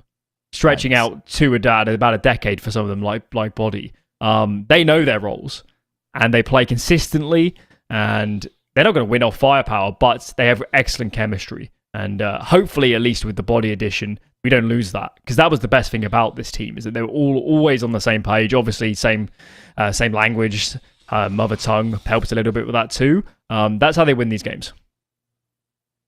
We've also got, we haven't mentioned him yet, so let's talk about Graffiti. You touched on him a little bit. He's the young player on this roster. He's the only one who isn't from that old French core, who's from the old guard, right? Newer player, one of the young talents, kind of the first young talent in the post-Zyru era of French Counter-Strike to actually have some legs to him. I really like this guy. We, again, I think have been watching him for a long time. He started playing on those LDLC rosters with Lambert back in 2022, which he would have been... 18 years old at that point. So we've seen him grow up a lot across different rosters. He's had stints as the IGL as well, in LDLC, and I believe Gen 1 as well. Doesn't have to focus on that here. And maybe he's not always going to have the most eye-popping stats, but take a look at his positioning, take a look at his maneuvers. To me, he's a player who's got a brain on him, and I think he's definitely one to watch for the future of France. He hasn't actually been playing his best CS for the last few months, so we hope that that course changes. It's been Lucky, it's been Maka, and Body, at least in his few games so far, has been a monster. So, adding Graffiti, and we are cooking with gas. Yeah. Look at the call early on. We're starting on Anubis. It's Heroic's pick. 3D Max have loved this map a lot. It's interesting to me that Heroic would pick into this. I'm not actually sure what the recent statistics are for 3D Max on this map, but the Frenchies have enjoyed this in the past. Seems like that's cooled recently. Let's see if they can reignite some love. Double push out Cave. That's going to be punished. It's exactly what 3D Max were waiting for, and they're going to get some success on it. If the bomb can slip in towards B, this is big trouble. All three players are rotating out that A main push. Don't keep spamming, Maka. You got to get the bomb down. If this drops in Cave, they are in big trouble. Oh, boy. He's going to throw it forward. The Molotov almost covers this off, but now this is going to be a whole lot more difficult of a situation. Smoke goes up to provide this cover. Lucky is so low. He cannot plant to open. Can't afford the risk. So plant back of the obelisk towards CT spawn. Try and play this one out as long as he can. Long rotation from Sampaius around the world to get in position to do something about this. There's no kit. Do they really have time to mess around like this? There's not going to be a lot of time by the time they're near that bomb. They need to go. These post plants should be tough to deal with. You got to go looking, and Youngster knows this. Oh, can't land the shot. Eventually we'll get it, but as you said, time is the issue now, and the bomb's planted for Lucky. He knows he just has to pull that diffuser off. But he can do no such thing. Time enough to get this bomb defused, and that is going to be a round stolen away by the tips of their fingers by Heroic. Yeah, just about. Wow, I think it was such a slow retake that 3D Max thought it has to be a flank from somewhere. They thought there was a player still alive on site, I think. Stalled that cave player out, and... I think 3D Max would be kicking themselves there. They really should have won that after plant. Hold on, we got an XM second round from Tanir. Where are we going, I feel Tanir? like I've seen this before from Tanir. I love it. This feels like a very Tanir play to me.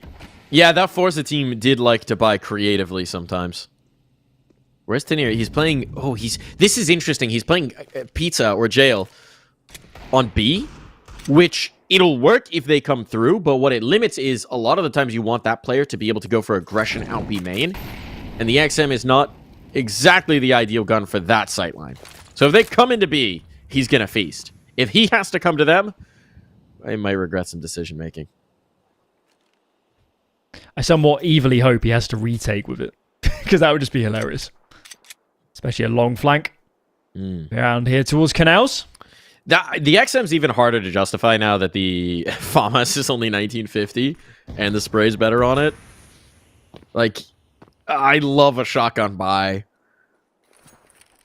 but I think, unfortunately, the cheaper FAMAS is going to lead to even fewer of them.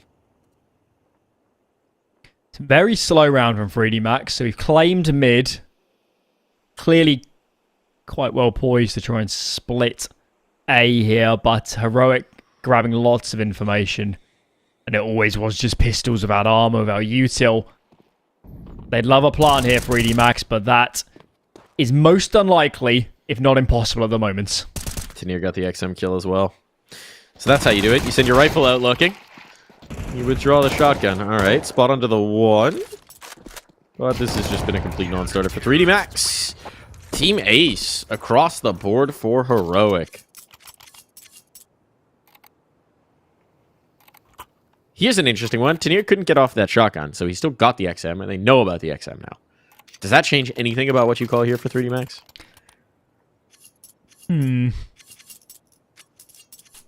I don't think so. It's not like it's an AWP, and it you know, really changes the util you use. Maybe you don't contact into like dark or something, but no, I wouldn't afford place too much on your mind. What you might know, presumably some pies lived with a rifle, so you might be able to gauge that there is no AWP on the server. That is more critical information.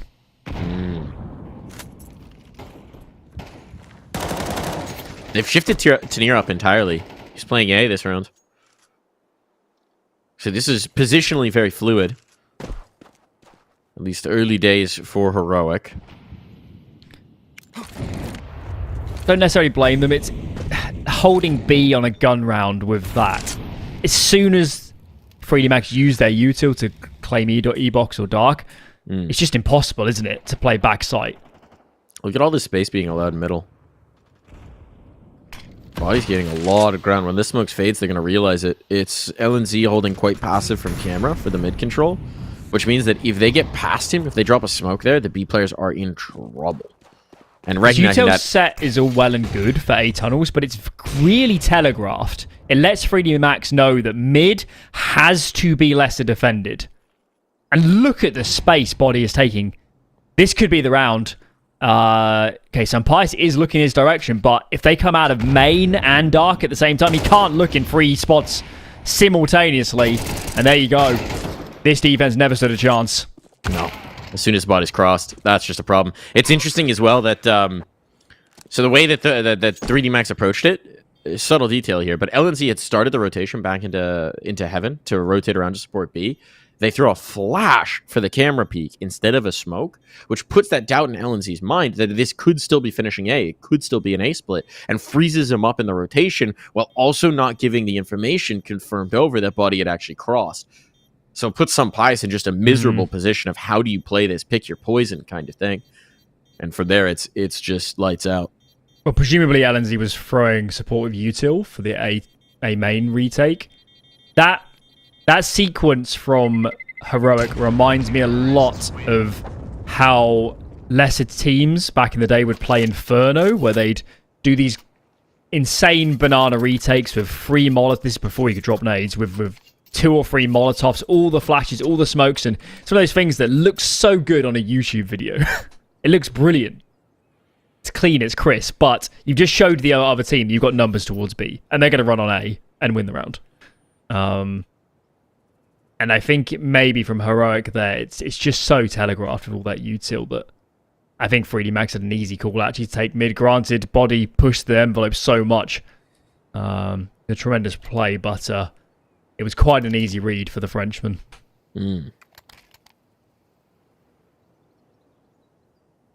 Did you see the clips of Graffiti and Apex trash talking on LAN in French?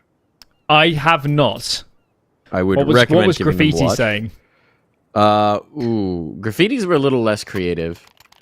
Apex had some tremendous ones. He said there was one comm. It was like everyone's on A. Why did you go A? Even my mother was on A. ESL published a clip of it with the translation with the subtitles. 10 out of 10 watch. Would recommend. It was a great exercise in my French comprehension to try and live translate them going back and forth.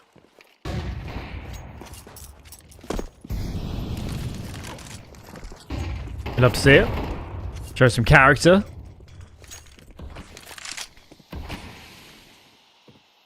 Very dynamic CT side from Heroic.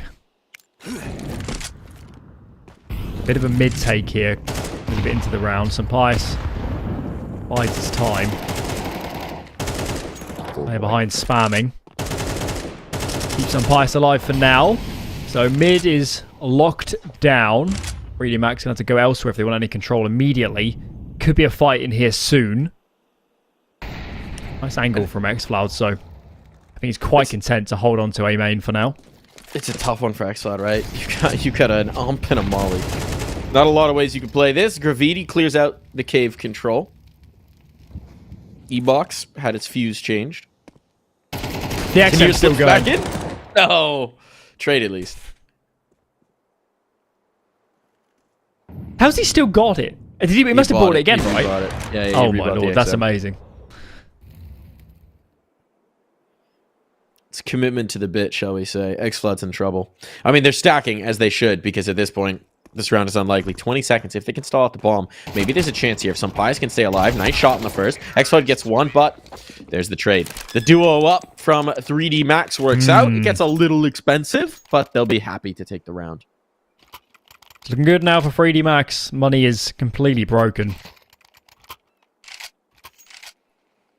Have to be an eco now for Heroic. Mac is off to a nice start. As said, our information indicates that it's still Maka calling. For those that were around when Heats was playing and it was LDLC was the other French team, Maka and Body were not on the same team, so you never had this question. In fact, Lambert would have been calling as well at that point over Maka on LDLC. But, yeah, we'll wait and see how it develops with Body not calling. More freedom. Presumably still a very strong second voice, but Sure. I guess the big question is, can he return to being more of a star player, more of a focal point of his teams than he has been in the last year and a bit? I think, yeah. I think in terms of the voice balance, the only concern that you have is if there's a world where Body takes too much space and Maka is a little less confident in the calling as a result of that. I don't think that's likely. They certainly all know each other and they know the personality balances, but that's one of the questions you can have is how easy is it for a player to give up the reins of calling, even if they're in a new environment. But I do think that Body thinking more about his crosshair is something that nobody wants to be up against in the server. I think something it's quite crude that will just stop that from happening is 3D Max are just playing better CS than Heat did. They're playing better CS than Fnatic ever did with Body on that lineup. So I think it's quite easy for Body to come in here and say, I'll play my role. I want my spots. I want to play good individually, but I'm happy to continue whatever you guys are building because clearly it's working.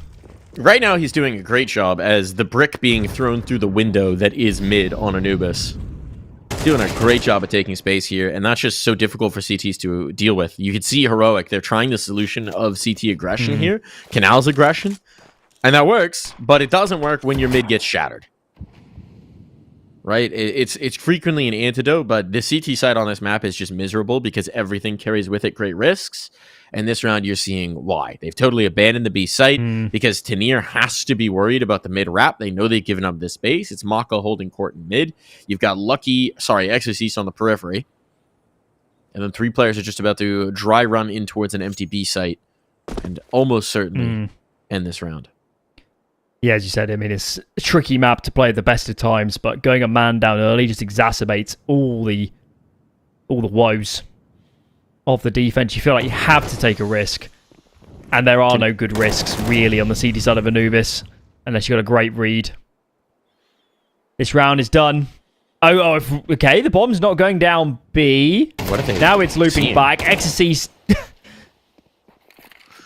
Okay, they just wanted to reroute the routing in. They had the mid control, so there's no risk, right? Because of the positioning of the A player, because of the positioning of the mid player, there's no actual risk there to getting caught off. Which just looks a little odd. I think they assumed that with lots of pressure being applied to B, that Heroic would over-rotate. I think they may have just not wanted to cross CT in case there was an op on the angle. Possible. Oh, no harm, no foul in the end. It's all good. This has been a very flat start on the gun rounds from Heroic. They have struggled to find anything in these rounds just yet. They should pause. These CT sides can get away from you very quickly. It's their map pick. As mentioned, the bracket in this qualifier is very favourable to just winning this upper bracket game. And frankly, you might not that 3D Max is a bad team, but you might get a more experienced side for qualification if you drop down.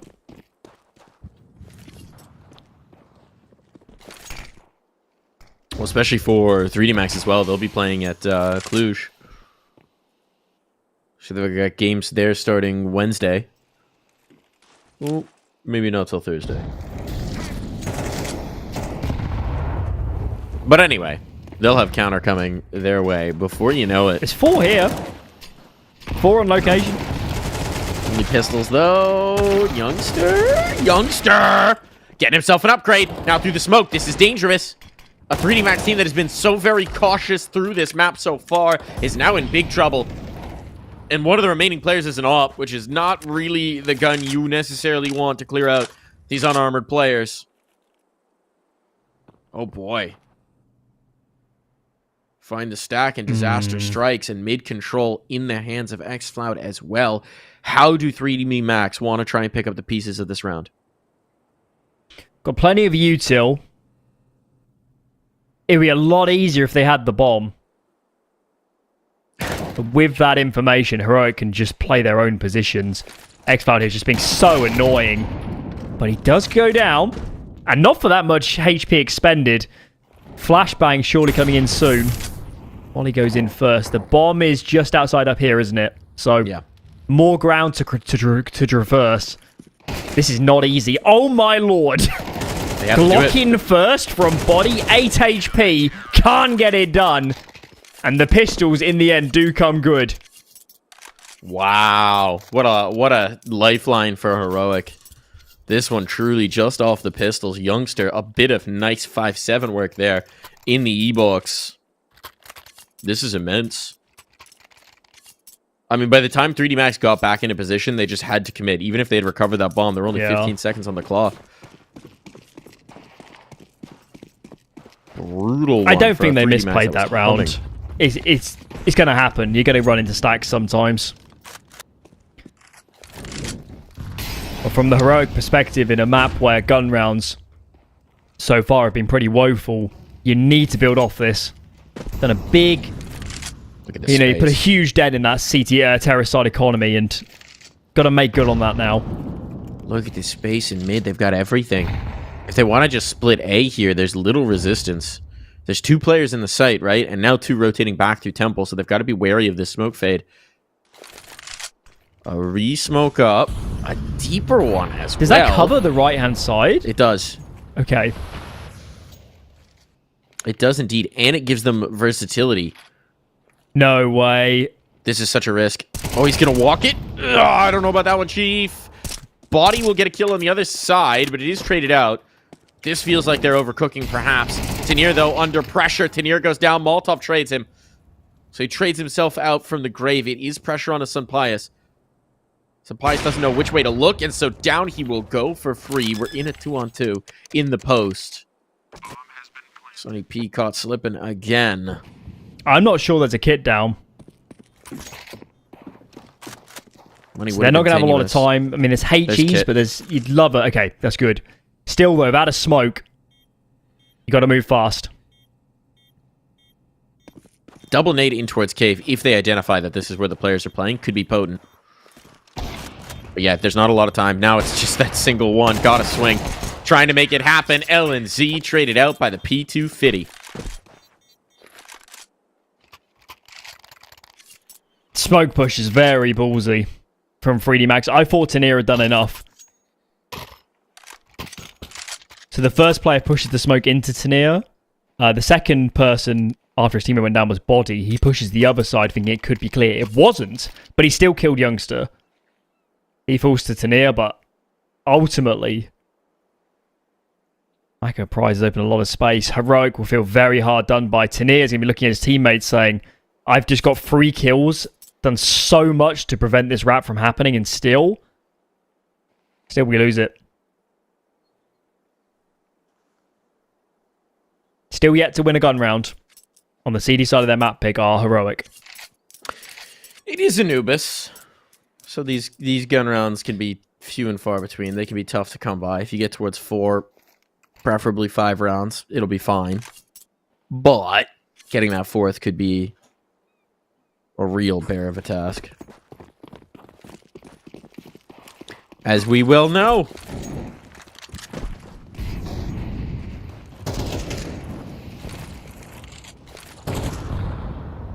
Oh boy, LNZ. As if it wasn't already bad enough to have to play the round unarmored with a USP. Well, now you've got 18 health. So if one of these AKs looks your direction, you're going to be like a dandelion in the wind. I'm intrigued to see if Heroic changes up their mid-hold come the next gun round, because it has been predominantly free real estate, hasn't it, for 3D Max? And not that it's the be-all end-all of this map, but it has allowed them such scope for options for splitting sites or just making Heroic so uncomfortable. Still, though, that's one round away. Heroic did win the previous lesser investments, so I guess we should pay attention. But this time the stack is not on B. The numbers are coming for 3D Max. This rifle here has to do a massive work.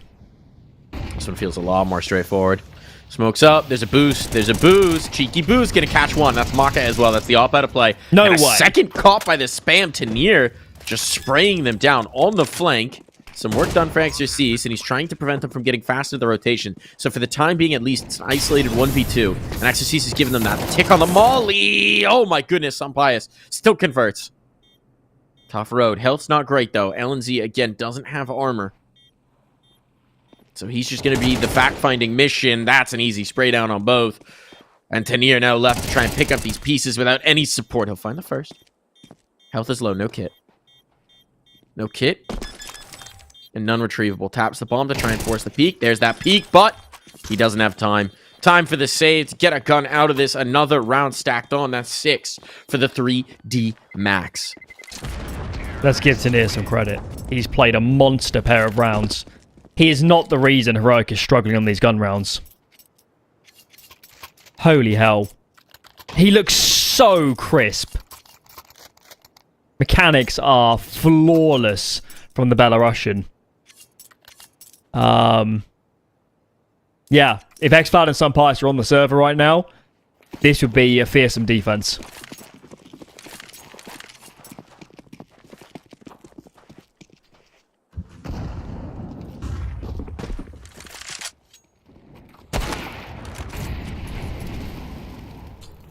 Pious.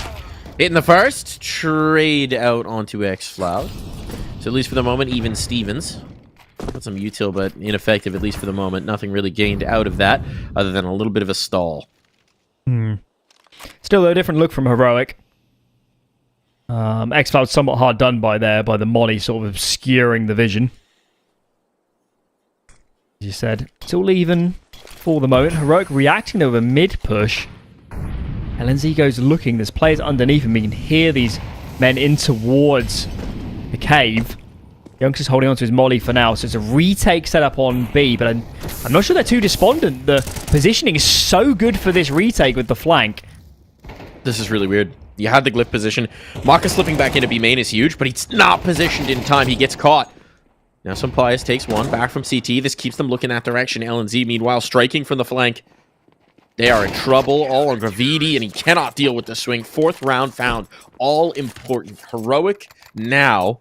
It's gravy for these next few because the money is broken for 3D Max. They've done such a good job of being ahead for this long, but the money cracking now, this is trouble. If you give Heroic 5-6 rounds on this half, very much a ball in their court. Yeah, those damaging lesser buys now paying huge dividends. Felt like the last round was the first one, at least on the guns, where Heroic were dictating the pace. They were the ones to make the first move. We like to see that on the CD side of a map like Anubis. It's somewhat the only way to play. Double smoke there for 3D Max, so a bit of a miscom. Hope they got enough for this execute in the end. I think they've only got one left, so Summer will have to be exposed. One of Tanir and Youngster will have clean sight onto this site.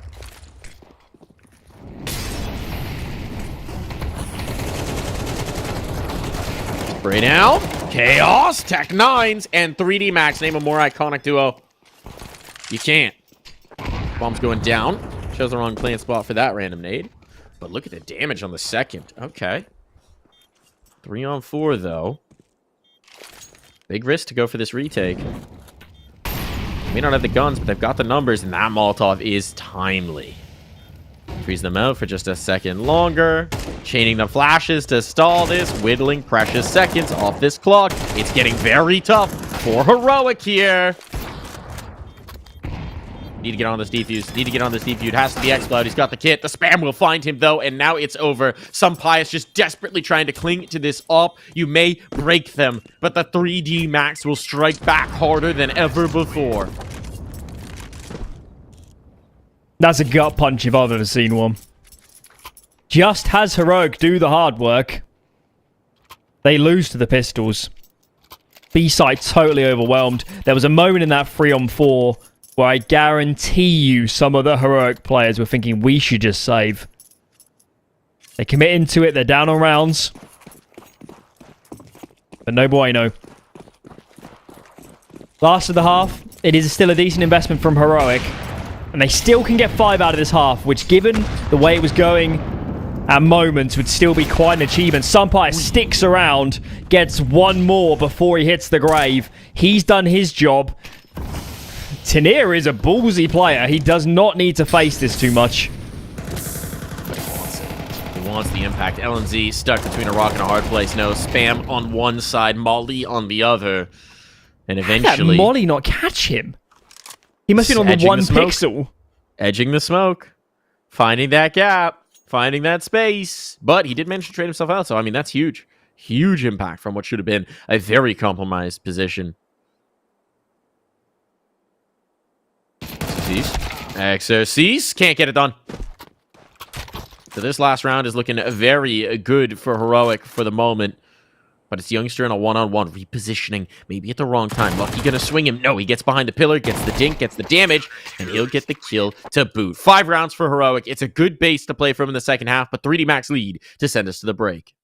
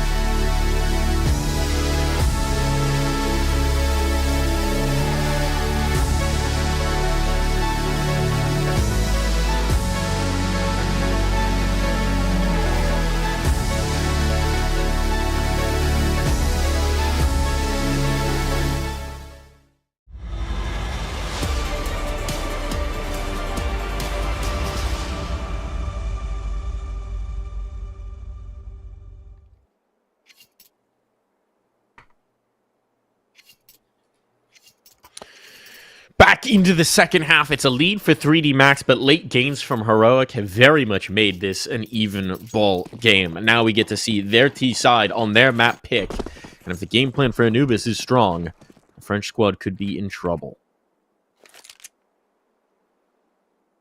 Mid-aggression early on for 3D Max. Never a team that likes to wait. They want the dynamic first punch. And Maka will find it. Able to slip away into the drop on the window. No one to punish it just yet, but he's in a very compromised position. Oh, man. Managed to snag one more kill and slip away unpunished by the A-Lurk at that. That is a masterstroke. It's daylight robbery. He's getting aggressive again. He's going back. He's not content. He's not content. This one's too much. But they're not just play the advantage, Maka. And he's not been spotted. No way. Now they're clear. Okay. Still, though, he's baiting his teammate for mid. Tremendous impact from Maka. This round is so hard now for Heroic to win. The routing is just impossible to deal with. Tanir trying to peg a bomb plant out of it. Lucky will not be affording him the opportunity. It's only 2 kills from Maka.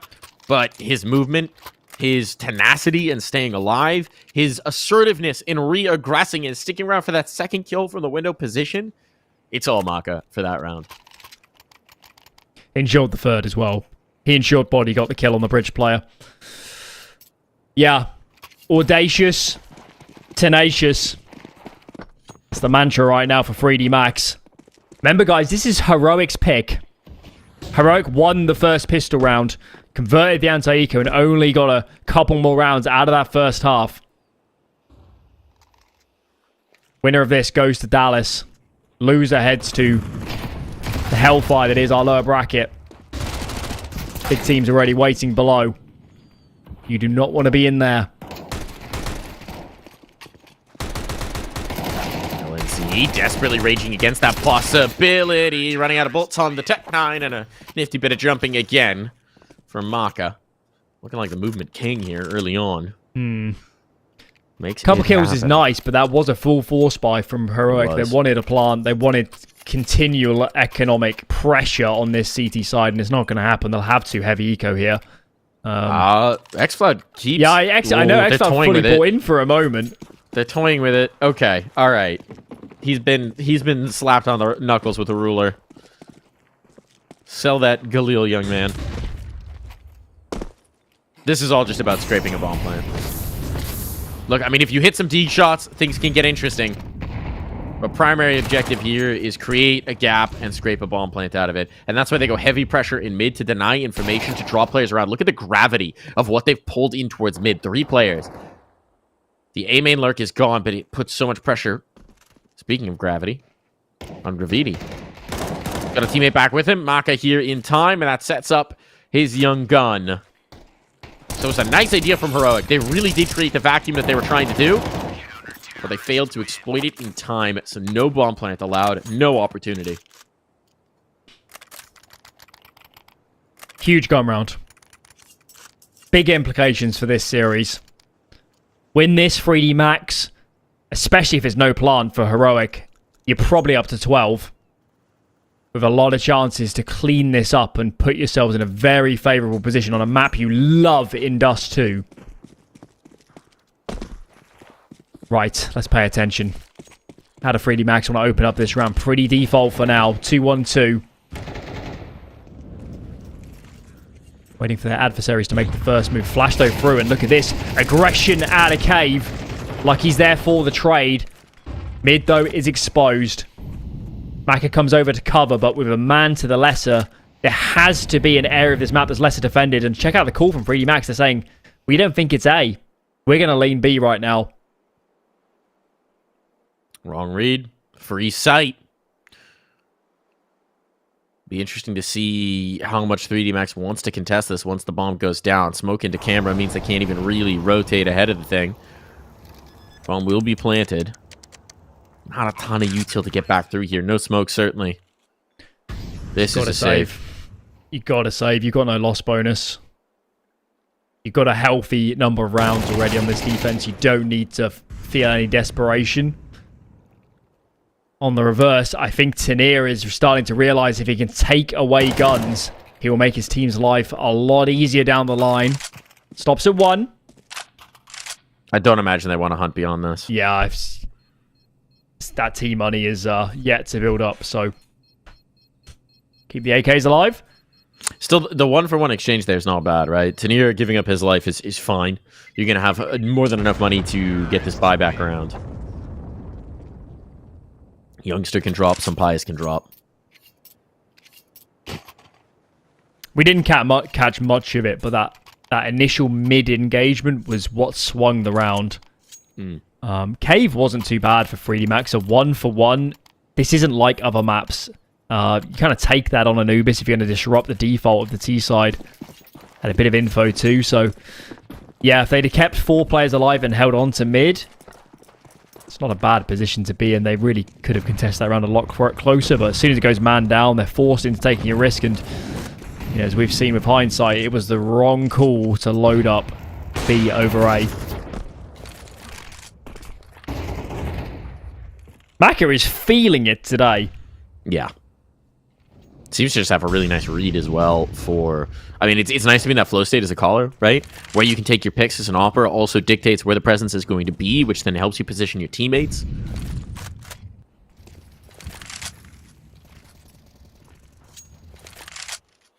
It's probably also worth saying that with someone like Body on the team, it means that if Maka wants to play different positions and switch it up, he knows he's always got another vocal piece in the middle of the map that can take on the leadership position in terms of commanding the players around him. So that is what someone like Body can add to this team that maybe they didn't have in the past. Heroic have the Molotovs, but they don't have a lot to block off vision. So this next hit's going to be the hit. And look at the rotation here from 3D Max. They haven't seen anything at A in a while, so they're starting to get an idea. This smoke in, that's the indicator. That's the tip-off. 35 seconds. This is it. It's the B take, and there's 3 players here to defend, and 1 who can drop quickly into this Canals fight. There's that drop. There's that distraction. Graffiti can't pay it off for the second kill, though, and now they're in trouble. Sampai's coming out. Oh, my goodness. He gets a stay of execution. His Lucky flicks around, but they're out of time. That's the bomb drop. It's xCloud. He's got 20 seconds to put this together, and there's nothing working in his favor. Maka opened this round up, and so Maka will close it down. That's a masterclass in CT Anubis from 3D Max.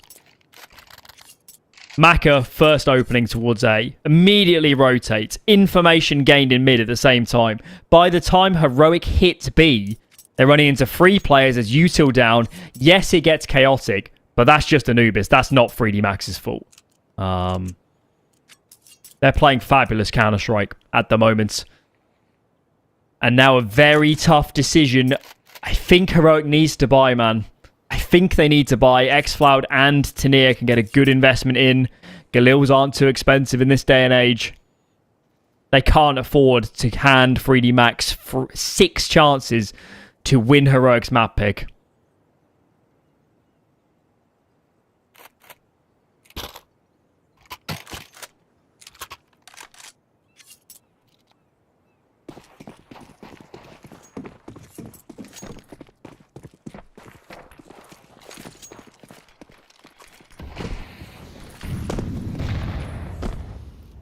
Heroic needs Tanier right now.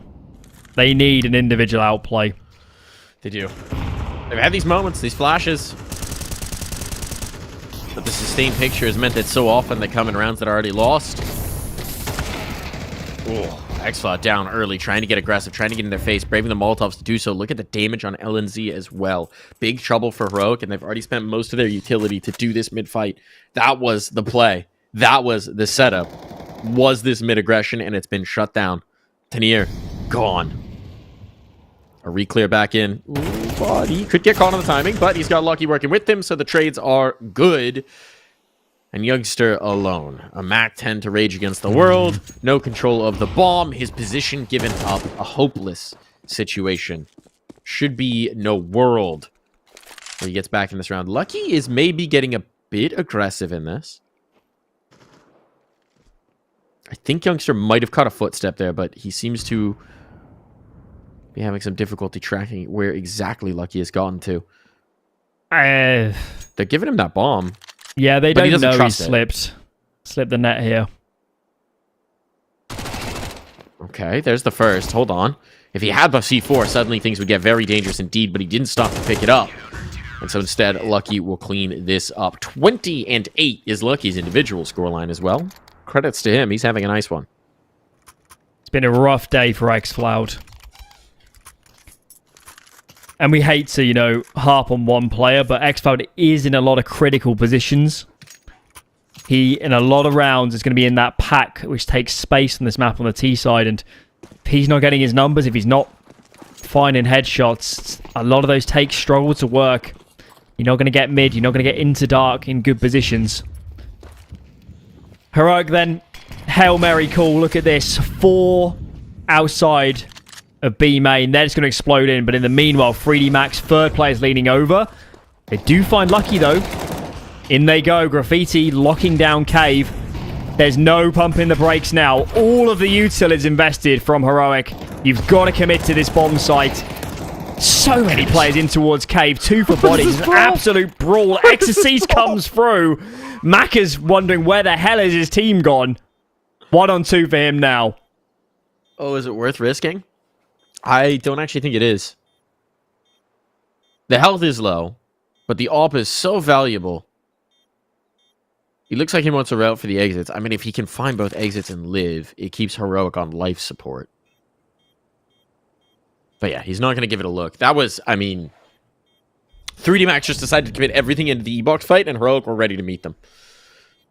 I think that one could have been on a knife's edge. Yeah, it certainly was. It was kind of a coin flip of who lives, who dies. But this coin flip at least goes the way of Heroic. Only one player surviving, though. It's going to be tenuous at best in the next round as well. There will be limitations, but the same will be true for 3D Max. There's a chance now. If Heroic can break them, we got a chance. I think if Exorcist was 1 second sooner through that cave smoke, we're on dust 2. That was absolute madness from 3D Max. But it is somewhat part and parcel of the CD side of this map. Pause in for the Frenchman. I think Lucky will be kicking himself for getting picked before the hit could really get going from Heroic. He was the one out towards B main.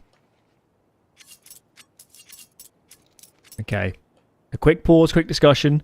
A bit of money balancing as well. Couple Fami in the mix. But elsewhere, not too bad. Is Macca really going to go no util? So Macca's saving money. Smoke up. It might mean he's going to get aggressive as well. A main peak? Could be. They're going 3 on B early on to counter any potential fast plays from Heroic. Maka pretty solo dolo, not playing the aggressive move, at least initially. This is interesting. They're taking E-Box. Here comes the mid control. Here comes the mid spacing. It's a good read from Heroic. This is where the gap was. Maka not on the angle. Body forced back. Not a ton of util either to hold on to this space to stall them out. So this is a very good call from Heroic. And now it seems like they want to split B. 3D Max need to make a decision. I mean, we saw this on the first half, didn't we? As 3D Max split through these back lanes so many times, and 3D Max have just committed to playing on this B site. Now Lucky adjusts, but too little too late, brother. You've left your teammates out to dry now as well. Graffiti doesn't know where to look. There's a player in behind him, and he has no idea. No chance. Completely enveloped. They needed to react 10, 15 seconds earlier as a team and just take some map control. Yeah, you wonder if that's comms coming over from the A players, where, I mean, Lucky's clearly not aware of the timing. Does not realize they can already be in Temple on him.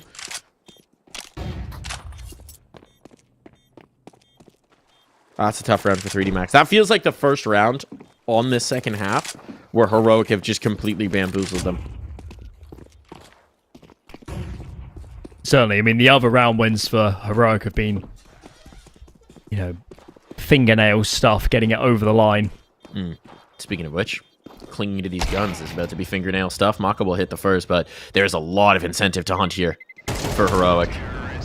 One found. Second as well. But he didn't know which way to look, and now there's nothing saved through, and that's money broken. That's an eco on 3D Max, and Heroic have suddenly shifted this conversation. Overtime is looking very possible.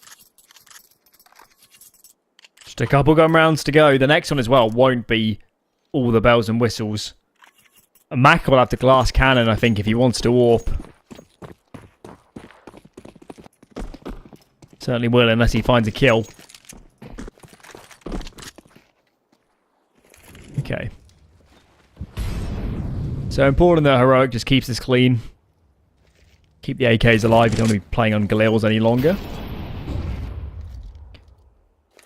And for them, it's just one round at a time.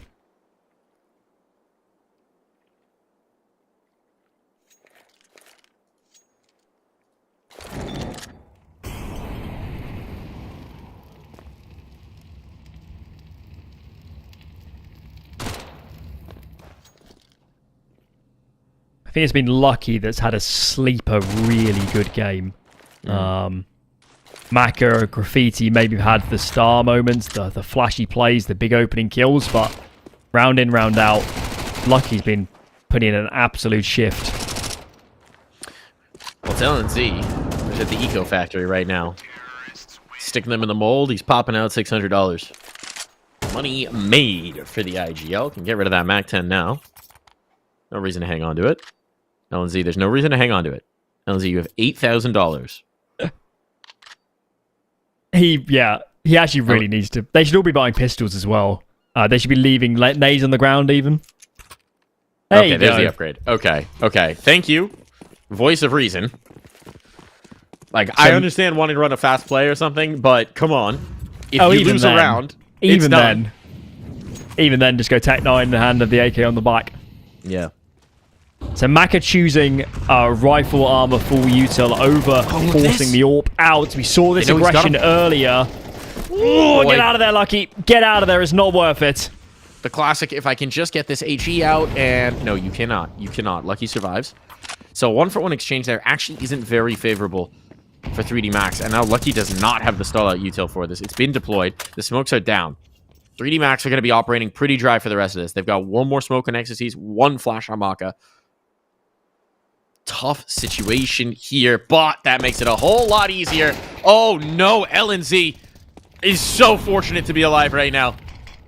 That might have been the move from Maka. That might have been the balls out play. Spot on the first. Flashbang timing is good. They don't realize there's still one here. Glyph, now they know. Now they know, and Lucky cannot get this kill. Oh boy. These kills have been so tenuous, but Lady Luck has smiled on Heroic in this round. Millimeters away from disaster. But it is going to be a 10th round for Heroic. It looked like Tania was full blind when he found the opener running onto that site. Maka he's playing some wild Counter-Strike at the moment. A lot of players, I mean, the mid push was aggressive enough. He finds the kill onto the T-stairs guy. He didn't need to push. It's Maka. He's going to push, but Maka might be reflecting right now that he had his team in a 4-on-3. They had good information. They knew mid was empty. They knew a lot of canals was clear. They were well set up on B. He might be regretting that move.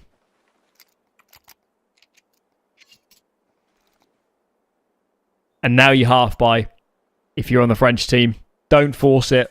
Half buy, ensure a full investment in the 24th. Overtime is starting to beckon in a map where Heroic looked dead 10 minutes ago. Let's see back on that MAC-10. He really wants the MAC-10, man. He really wants the MAC-10. I can get behind it on this round. You know also if they are going to armor up, it will be about head armor. So high movement speed, he can poke and prod. If he goes down, he's not handing over an AK or an AWP. It is interesting here that Ecstasies with that AK is not. Oh, he just sold it and bought an utility. Okay, never mind. He got chastised. Maybe he's just faking us out. Or maybe Saul's coming in and just saying no.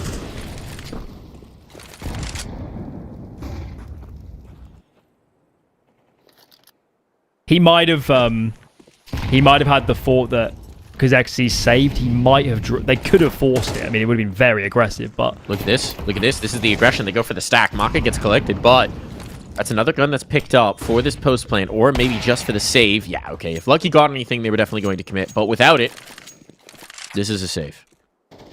Give yourself the best chance at this final round to close this out in regulation. It's going to be all in the next. Heroic.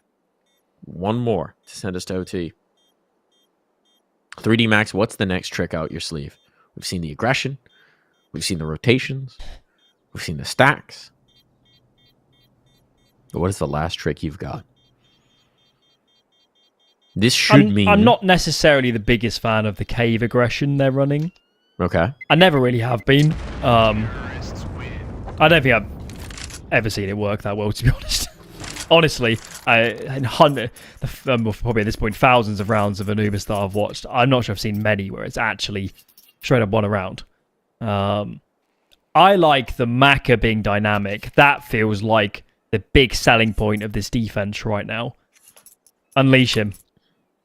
Well, they have got the op. That's what the saves allow. Exorcist is able to drop that over. So they've got full util. They've got all the nades they could possibly want. Body's even jungling extra here in mid. But they've got mortar strikes over on the heroic side. Graffiti down to half. Of an HE landing on his head.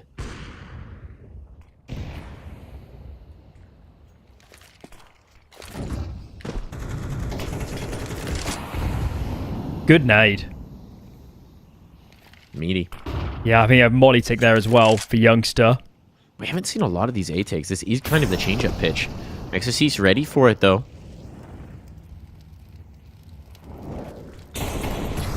Molotov behind Cake. Exorcist collects on the one.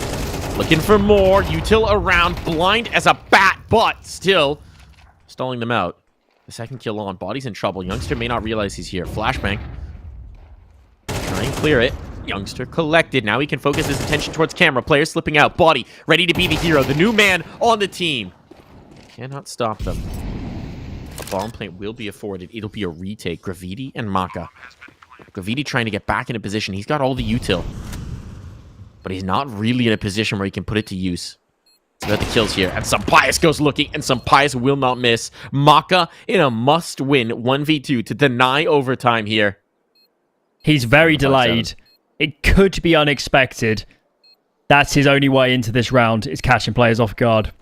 Tanir's watching. They're in safe spots now. There should be nothing done here. Catches the one. The nade will have it, but he's just got to stick, and he knows it. Oh, the nade doesn't even. Some Pius cleans him up. We're going to overtime.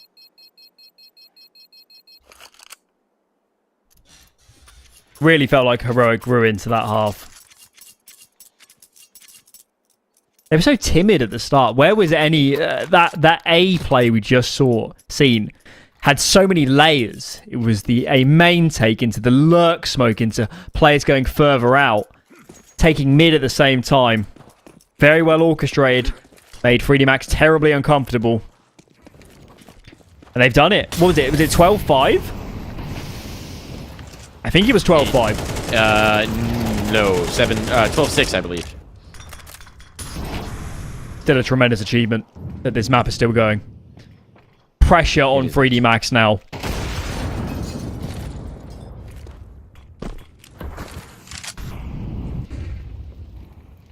Yeah, 6 rounds in a row run to get to this point. But if 3D Max can still dig in their heels, I mean, this would be tremendous. They've got an advantage in this one. Tanir collected, just trying to get cheeky through the B main smoke. I'm a bit perplexed.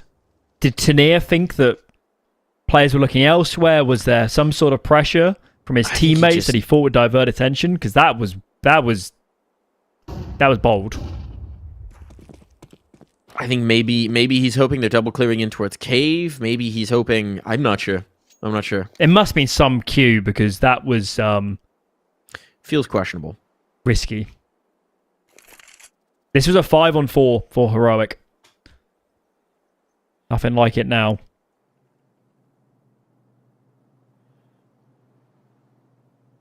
Yep. Could put this to rest. And indeed, he seems to be doing so. The op holds court. King Maka has his hands on the scepter. I'm not sure they've got time to mess around with wrapping onto a site through Temple. 20 seconds. I think this round's already over. They need to sprint. As soon as they do, I mean, if they try and go for a bomb plant, the 2CT should be well ready for them in rotation. Yup. One catch, all that's required, and this one is done. Some Pious, you could get clocked here. Did he get clocked? Does he have money? I think he has money. He's fine.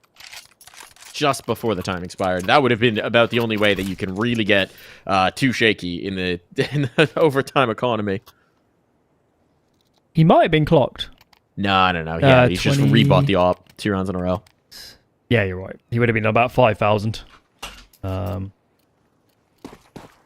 Okay, well, we often see it. First round of overtime slips the way of the team that just can't find anything to end regulation. I said it was still a tremendous recovery from 3D Max. Great composure towards the end of that round. But they'd like a little bit more. Flash play allows for B main aggression. There's 2 here for Heroic. Flashes all across the board for both teams, causing problems. But at least in this engagement, 3D Max comes out heavily on top. They do lose a player in mid, but it's still a man advantage. With that information, though, Heroic is saying B must have been loaded. There's got to be a gap elsewhere. We're going to walk out A. Youngster, though, hits the ground. Ecstasy just needs to stay alive and wait for teammates. Give them the bomb plant. It doesn't matter. Wait for the cavalry. The problem is, LNZ's so disjointed from it. No. Oh, my goodness. He's done enough. He's done enough to give XFlood a chance, and XFlood's got a minute to cook. That's unreal. It still might not be enough. It might not even be close to enough. But it does give them a chance. And they have no clue where XFlood is. 3D Max just needs to play. Yeah, they should just play together. They pinch A main to make sure that he's not there, and that gives them something to turn their backs to. That's what it allows them. It means they don't have to be 180ing all the time. So now they've got this information. Now they can play together. Now they can play off of one another as well. I don't know that I love that exactly, but it comes down to the 1v1. XCloud sharp for the headshot. Gets down, gets out of the altitude. Maka knows. Maka's trying to rescope this, and he's got it on the op. Seals the deal. Now, because we have a moment, I'll explain what my issue was with that setup. Because the Fountain player is playing first contact, Maka can't actually trade him because the player won't be wide enough into the angle. If the Fountain player stays tucked behind the pillar and waits for Maka's contact, then inevitably the player Heaven has to be exposed to fight Maka, and then they can swing off and punish it. Either way, it works out. So it's all good. No harm, no foul for 3D Max. Mac is also the AWPer, so you'd want them to be first contact. Yeah. Play for information XCs at the most. Better just tuck. They get away with it. And this CD side already looks brilliant. Two CT rounds in half of overtime. You're already happy. This would just be the cherry on top. Then carry 3 onto the T side. The pressure on Heroic would be tremendous. Reminder, guys, this is their map pick as Heroic. Next up is Dust 2 for 3D Max. Winner of this series goes to Dallas. So 3D Max can just cobble together a couple more advantageous scenarios. They're well on their way. That's a nice start. LNZ out of play. And considering the Herculean task it was to even get back to this overtime point, letting it slip has got to be massively disappointing if it comes to pass. XFlood trying to take the space in towards mid, but it's Maka holding a deep line. So if he tests this too far, punishment could be on deck. That's a smoke for Temple? Okay, so this is a fake, but players are ahead of it. It will make issues in rotation if they can deal with Maka. Oh boy, Maka's whiff. That's a hell of a time. That's a hell of a time. The statter catches him off. He expected him to swing a little deeper, and now the second player goes down. That's a bomb plant. And that rotation was limited. In here, this should seal it. This should seal it. 2v4. What a master stroke here. A missed op shot, and the House of Cards comes tumbling down for 3D Max.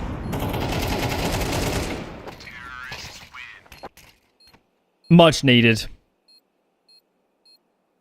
3 chances on the T side for 3D Max would have been too much to deal with.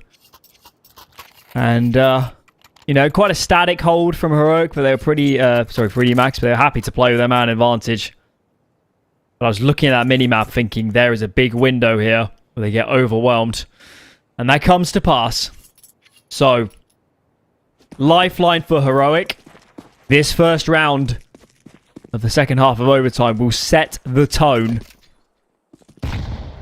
Rogue would love to even up the odds. Some Pius in mid. Molly makes it awkward, but still finds his man. Body hits the deck. That is a big moment for Some Pius.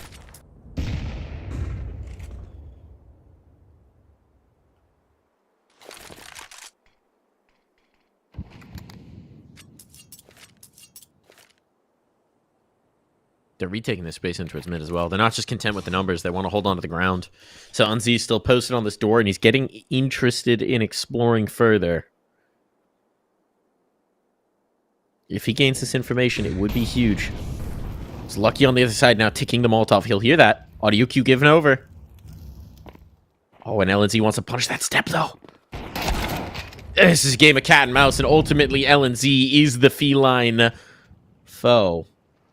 So now with 3D Max, they've got no control. They've got this nucleus, this bunched up approach outside of A, but they don't really know anything beyond it. There were 2 players in towards mid, but that's highly mobile. They could be there. They could be these not. Smokes.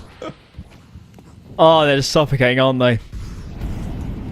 They do have a HG on Graffiti, but look at the positioning from this CT side. They're already playing anti-flash. In they go. And it's just a killing field. Rotator here too. This will be Heroic's round. Expo just now needs to seal the deal, and indeed he does. 3 for that young man. 14 apiece from a 12-6 lead. Heroic are just refusing to die. Clearly, we can't count them out. Regardless of what occurs. Feels like every time they're about to slip, they do just enough to save themselves. Well, now they can go a step beyond. They can actually take the lead for the first time this map. I've been very impressed by the AWPers so far here on Anubis. It's not the easiest map to play on the big green. But they're making well of it. They're being dynamic. They're being aggressive. A lot of opening kills for Maka and Some Bias combined, especially on the CT side. And no surprises. Outside of Lucky, they are topping that scoreboard. Timely nade on the body. We'll get a little space taking, but he had to pay for it. It's LNZ on the other side of this. It's funny, not normally the player you would expect to be in towards mid for a team like this, but it is a position with the most information. Xfloud, a beautiful re-clear in towards A with this deep smoke up. Now they've got that periphery isolated. Now 3D Max are limited in their options. Oh, but this all posted up. If Sunpies gets too adventurous, how well does he know his spacing? So far, it's been perfect.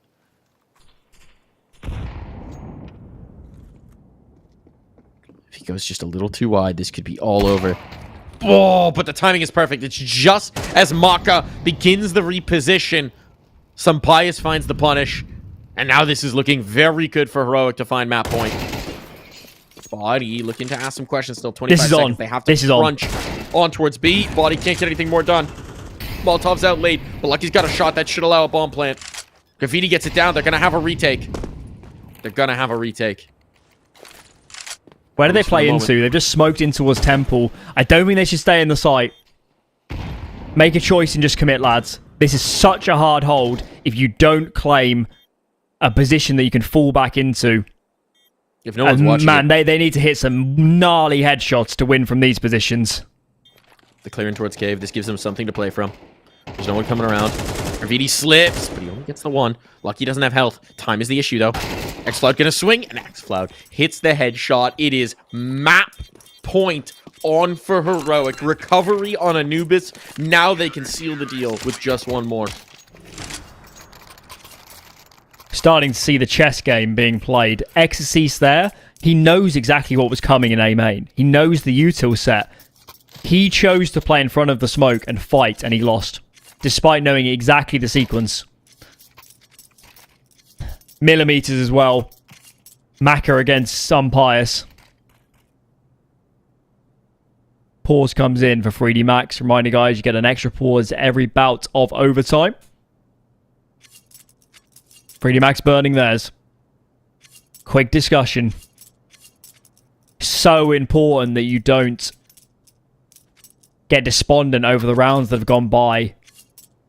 It's an even game if you can just win this one. It's not a lost map.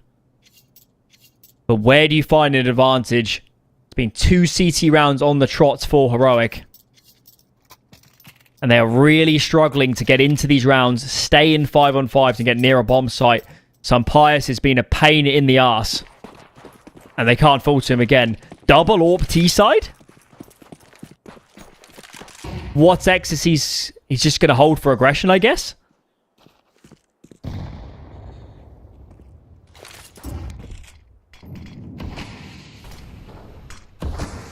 Ideally hope he has an AK dropped in spawn. He's an AWPer. I don't know exactly. It's going to be interesting for sure. Unorthodox, and well, now we're not going to have to worry about it because he's gone. He's dead. The AWPer on the other side has found him.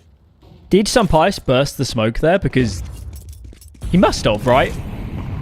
Yeah, I think there was a teammate to throw for him. Yeah. I think LNZ came in. Yet again, another round. This one's a little bit different, but still Pius with the opener. Bit of team play involved, of course. And Pius commits to playing behind these bricks. We know this is, let's say, a committed position. Oh boy. A body unexpected. He was trying to throw util onto cameras. This is so close now to done. 3 kills to go.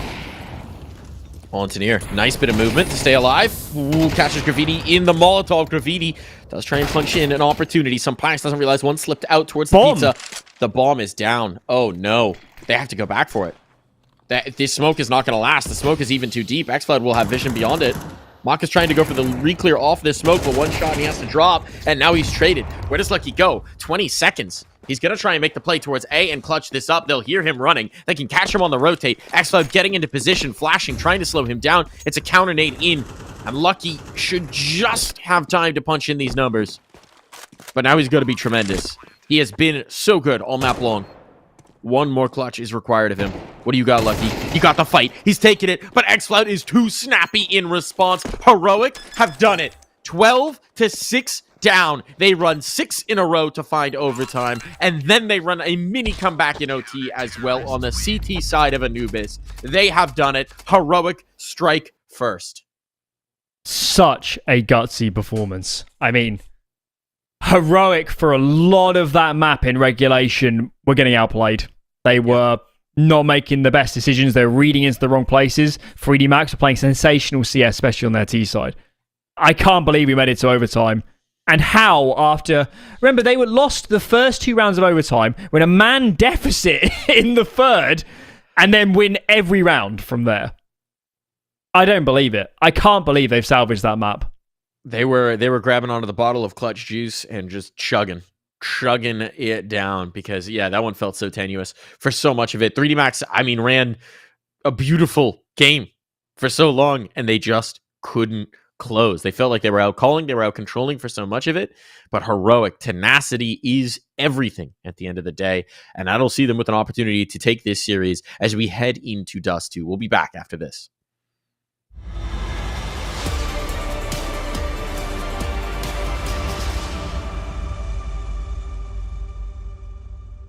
What's your name? Lee. Lee, mate, nice to meet you. What's it like being part of the best crowd in esports? If you're not here, you're not living. Let's go, the boys! Hey! All right, for now, we're going to send it away. Let's show the world why we're the best crowd! You're champions!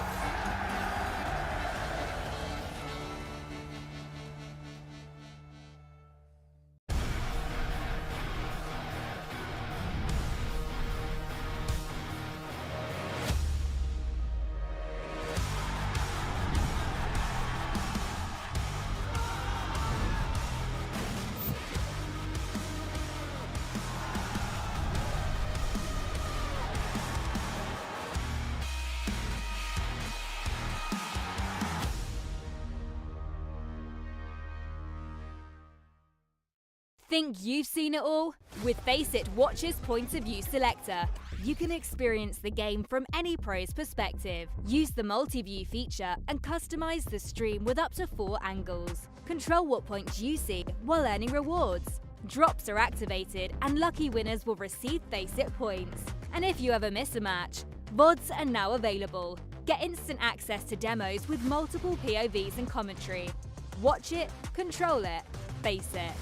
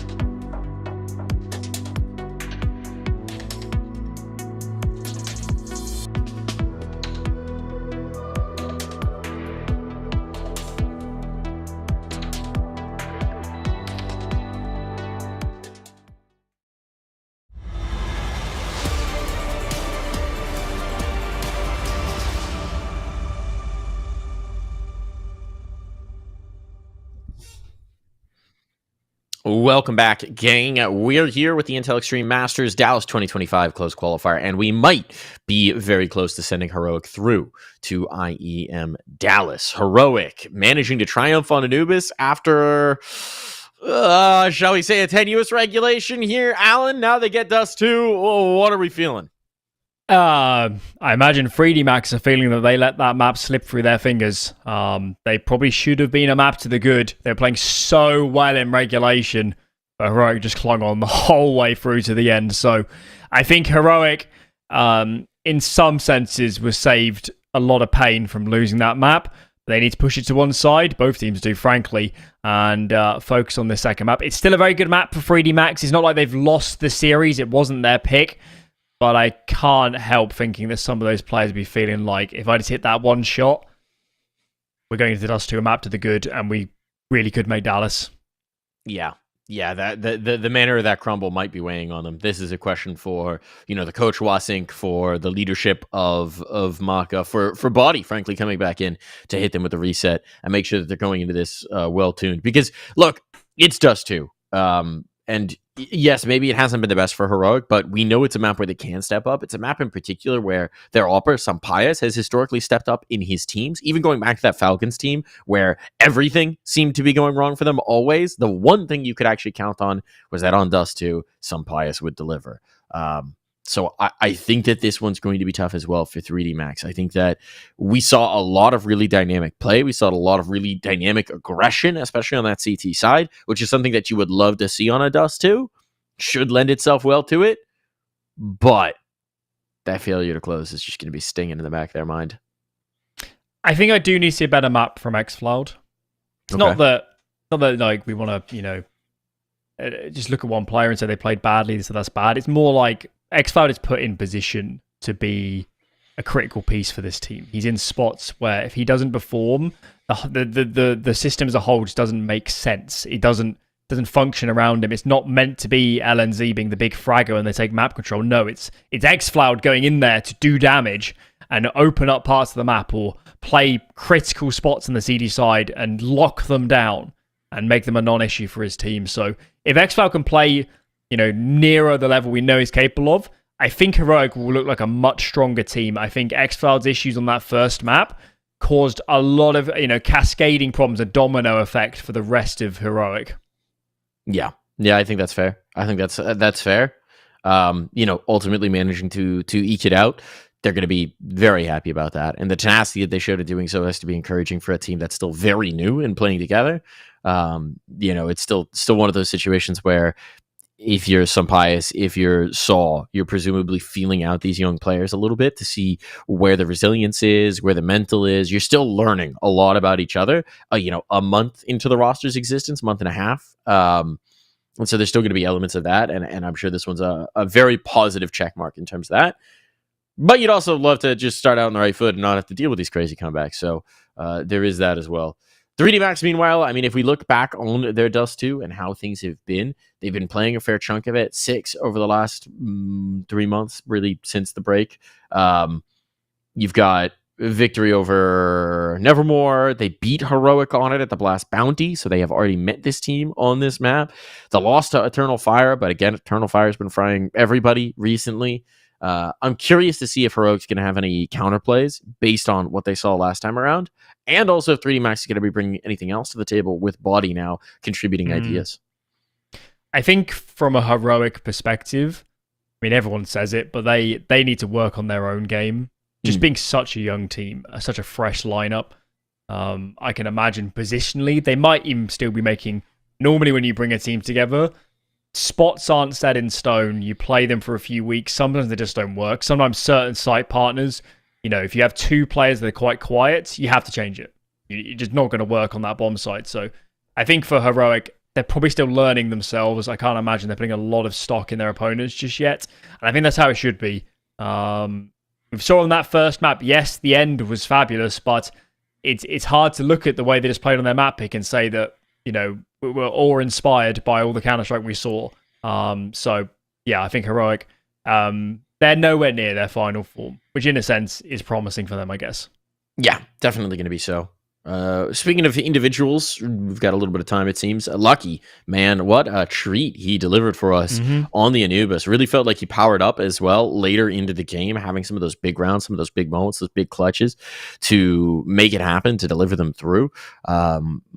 Just a very nice piece as well, taking pressure off of Body in the return, taking pressure off of Graffiti, the young guy, delivering here in a player who maybe hasn't always been that guy, but certainly is right now for the team. Yeah, I mean, obviously he's had his opportunities at some of the bigger squads as well. This year so far, it's been Body, Lucky, and Maka that have been shifting the big numbers. Of course, Body hasn't got a lot of data just yet, but in terms of his game, a few games so far, he's looked fabulous. So yeah, it's been that trio. Graffiti still got a little bit of catching up to do. But yeah, we always say it with teams. It's all too easy to look at the best players and say, these are the guys that win the games. Well, if you can raise the floor of the whole squad and have no weak links and, be able to play a CT side where every position, pulls their weight and can be dynamic and aggressive, that can win you a lot of games just by having solid players across the board. Here we go, diving into Dust 2. Heroic starting on the CT side, and this time around, 3D Max, what are you cooking for? On pick. They're questioning the B tunnels early on. Couple players in the longhouse. No long presence from Heroic to meet them. Totally conceded long. And 2 smokes for the CT side with a kit. This is interesting. Very much. So how far does 3D Max push the envelope before they make a call? They might have been expecting to take a long fight, and then then the players mid can really move fast, knowing the numbers are long. But now they've got to rethink the plan. They spot LNZ here on site, bit of a goosh to boot. Tania, wow. That's gets ballsy. Aggressive, gets information, finds a frag, calls xFloud over. That is a potential round-winning move. Oh, and now the push back out. Catwalk's perfectly timed based on that mid-aggression. Push and pull is beautiful here. Exorcist was supposed to be able to play off the bulk of his teammates coming through. Oh, it's not done. It's not done. HB. Oh my goodness. LNZ is body shotable. We sending some prayers through the smoke, but they nearly do connect. You've got time. 40 seconds. Tania's big flanking? That's crazy. This is crazy. I like it though, because LNZ can then pull back. Yeah, I'm not sure LNZ realised at first. I think a teammate shouted at him and said, Tania's not nearby. Give the ground. He's going to get the bomb back, but is there any world where he expects... He does? No, he's still going to get caught. He's still going to get caught. Here's the peek around, but the dualies at that range are no longer reliable. Slipping the corner. LNZ is low. There's the shot. Oh, 12 seconds. 10 seconds. Does he have time? He does. He should. He should. Movement needs to be good. He's around the corner. Numbers punched in. 2 seconds to spare. And now a retake clutch. Kate gives Tanier more time, but flying into the fray! Exorcise! 4! 1v4! All 4 kills found. Oh my goodness. He's broken us. We're back to fly-throughs, Alan. I'm not surprised.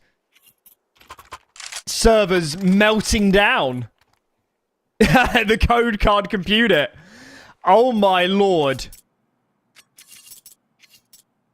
Just start to finish that. It shouldn't have been possible.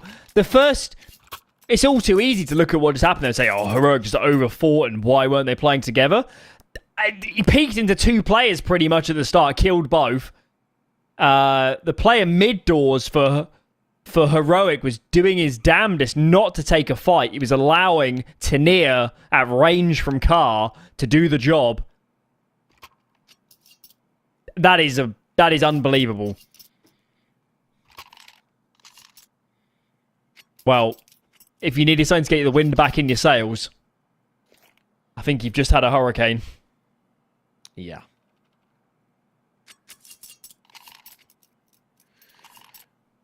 Is that ADR stuff correct? Because Maka did 177 damage without a kill. Feels bad. 2 gooshes?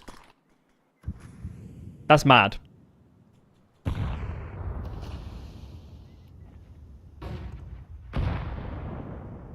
He was just teaming up Exorcist, actually. Good team player. xFloud, aggressive, gets 2. Oh my goodness, that should never have been allowed. This is now huge problems on for 3D Max. Tanier maybe didn't need to go for that next push, but he will. Wouldn't be Tanier if he didn't. And now a follow-up from Pious. They're collecting in mid. Mid is closed for business. That bomb was as well, I believe, spotted. So this next kill and lower, this could be the round. And xFloud comes out on top. You called him out. You wanted a little more. You're getting it. And then some. Now it all falls to Maka. 5 HP there as he gets that kill. Now, I promise, folks, whatever the HUD may say, Maka did not manage to clone himself. And he won't be able to survive with his one body. Nice scouting. That was a nice move from Heroic. Yeah, I mean, that was also shockingly one-sided for a second round Such for a us. pleasant switch-up from the CG side we had to watch earlier from Bet Boom, which was so static. That's how it's done. Play numbers in together. Bring the scout over. Second round, there's no AWP on the T side. It's almost advantage Sun Pius taking those fights. Of course, the early engagements, though, from xFloud. How does he not get traded? Clinical shooting. And, Exorcist pulled off something incredible, unbelievable, to get them one round to the good with the pistol, but it's sort of already all for nothing. They've got full reset, they've got no plant, they're double eco, they're going to have to force by here. This is a really tough position for 3D Max.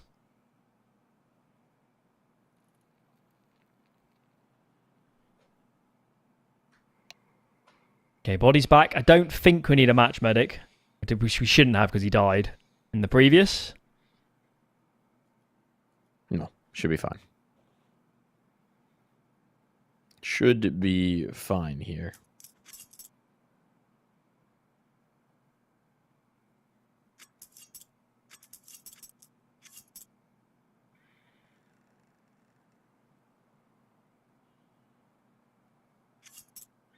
And away we go. All right. Can they get a scout round back the other way, Alan? That's the big question. Exorcist's already an incredible 4-piece. What can he do with the scout? With the scope? I think it would take players over facing him. Should be a little bit on notice as a heroic as well. Don't need to get overzealous. Some pious, very experienced player knows that giving up a frag here is a lot more impactful than finding one. Graffiti, though, opens the round. B-bomb site. Oh, Dink. Very hard to retake, and now it's 3v5. They're saving. Instant save call. Game on, baby. Who needs a scout shot when you've got Tech 9s? Look at the health on some of these engagements, but they got the kills that matter, and that is all that matters.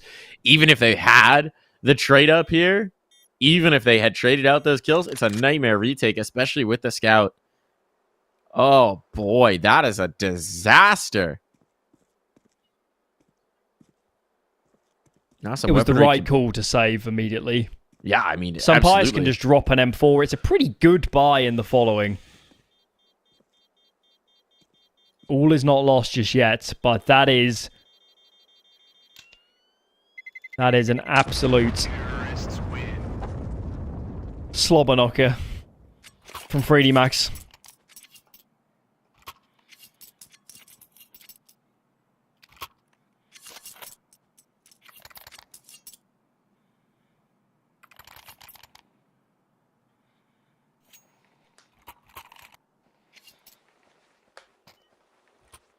All right, so we've had some fireworks early on in this game.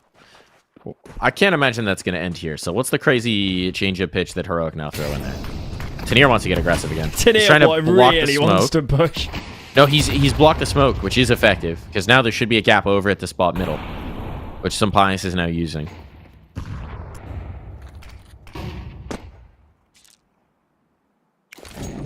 That's a nice detail.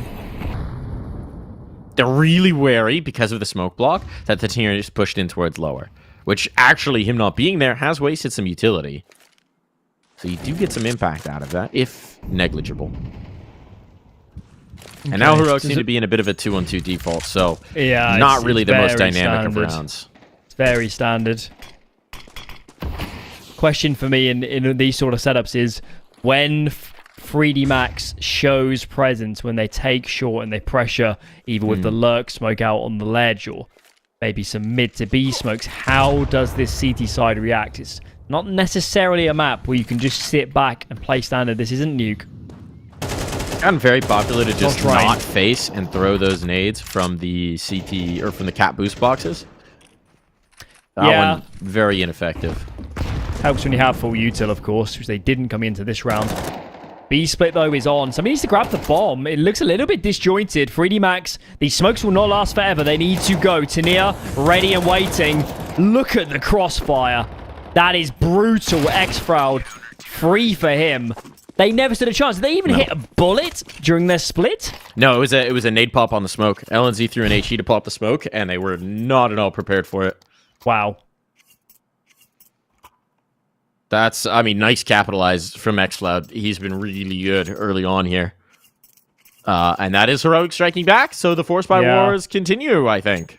I think it might be an eco, though. Oh, they're actually It's going to be so demoralizing for 3D Max. They're winning the hard rounds. They're winning the impossible ones.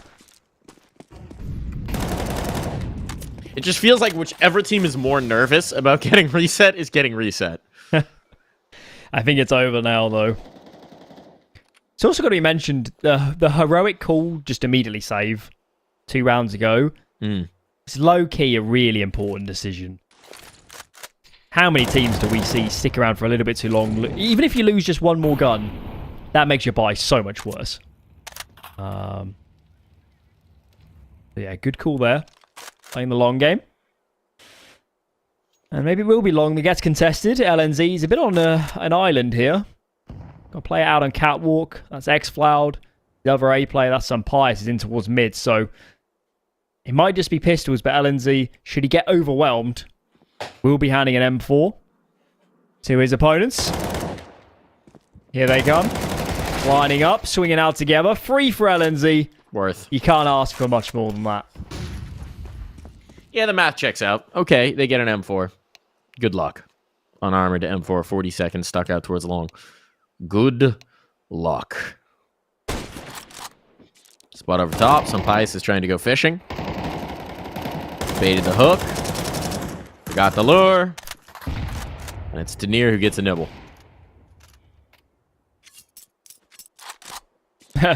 They actually don't need to peek him. Maka. Ooh, we actually find some Pius. Wow. That's a scout, Tania. Don't worry about it. Yeah, not too much of an issue. I mean, worst case scenario there for Maka was surviving with a deagle in pit. Okay, yeah. Orb drop for some Pius. There we go.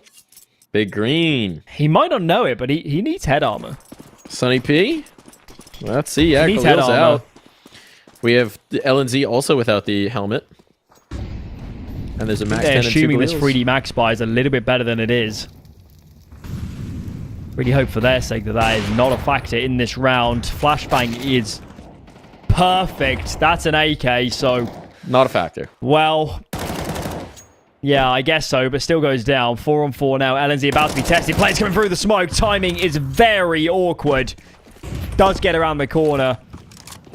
Can use the new box to get it back onto Catwalk if he so desires.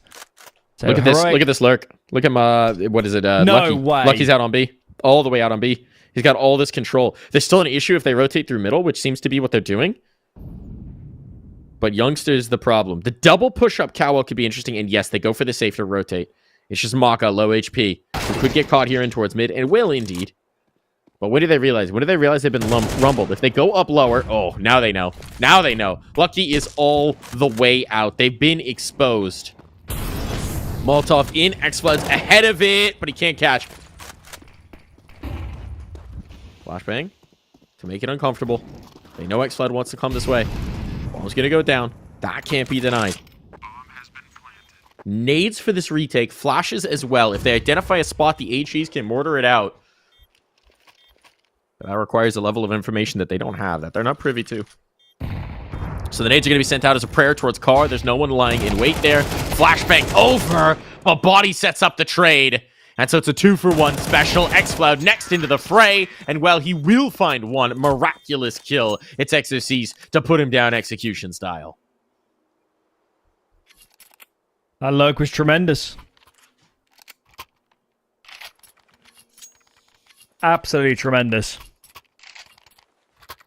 I don't blame Heroic for rotating like that. When some Pius goes down, it's like, well, what is the risk we're going to take? What is the move we're going to make to retain map control, to not just sit back on the sites and let ourselves lose mid and get split on one of the sites? I think it's a perfectly fine move. It's just that Lucky was one step ahead in that game of chess. LNZ, again, forced off a long. Has to give that ground. They're not too despondent about this, because, of course, mid is under lock and key by some Pius for now. Xfloud's claiming short as well. So this is okay. Hold on to mid. And let 3D Max make the next move.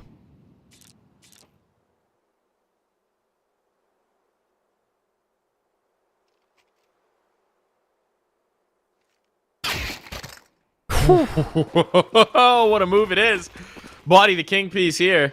Taking command of the board in this round. Xfloud could find timing on these players slipping in towards lower. The bomb's gotten past him, but there's still one here. If they can't deal with Exorcist, they can't deal with the rest of this round. Oh, Body Ain't missing. Haircuts dealt. This mid control is shut down for Heroic. They tried to clamp on 3D Max like the jaws of a trap, but those jaws shattered. 3D Max doesn't seem to know which way they want to go. But either way they turn, it's one player at this point. Pies, what you got for us? You got one, and one is not enough. A save for Youngster, a round for 3D Max, and it will be the Frenchies pulling into the lead. Pies just cannot get himself into the right place at the right time at the moment. So much of that round, Heroic had numbers holding mid. They had Pies on location. But they got duped. They leant back towards A, expecting a standard long cross into an A plant. But no, 3D Max cut the noise. They walked back mid, gained a lot of ground. And there are no saving guns. Script is pretty well flipped. 3D Max lost the Force by Wars, guys. They lost the economic brawl to start this half, yet now it's them in control. Heroic have got to take an eco. This is starting to look pretty rosy, if you're a Frenchman. It is. Can't shake thoughts of Anubis, though, and how that one went. It was looking pretty rosy there, too. There's still time.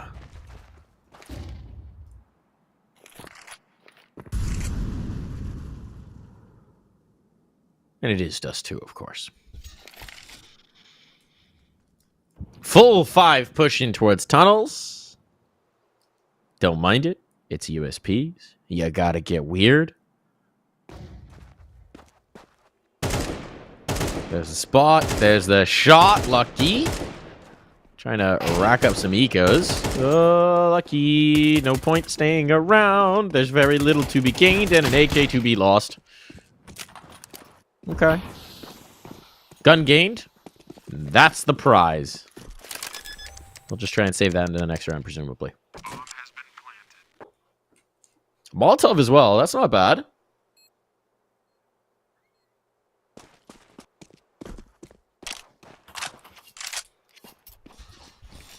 So quick update on the B stream. It is 10-7 for Gamer Legion. Okay. On their map pick, they are a map down right now. First map win the distance, 24 rounds. 13-11 for Metasport. So that one looks pretty primed for free. It's exciting. I can't say I've seen a lot of, or any of this current iteration of Metasport yet. Hampus, Plopsky, Adam B, Isaac, and Lumi. Lumi, the new one.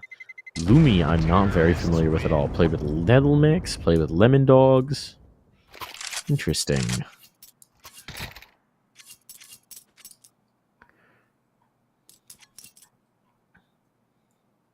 I did see Johnny Speeds just signed a 15-year-old, so maybe the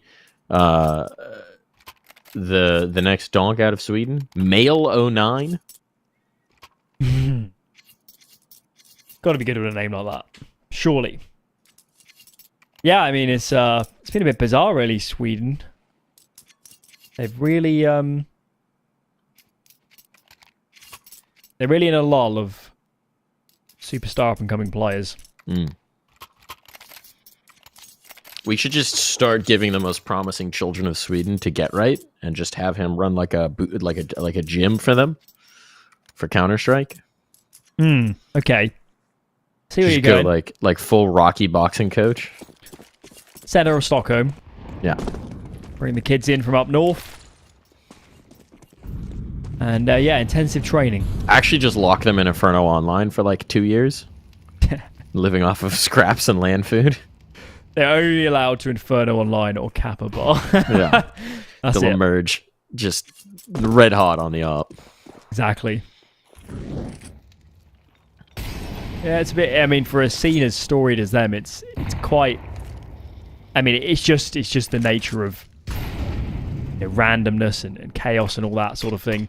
Well, we do have two of the most promising suites right now in the server, Youngster and LNZ. Yeah.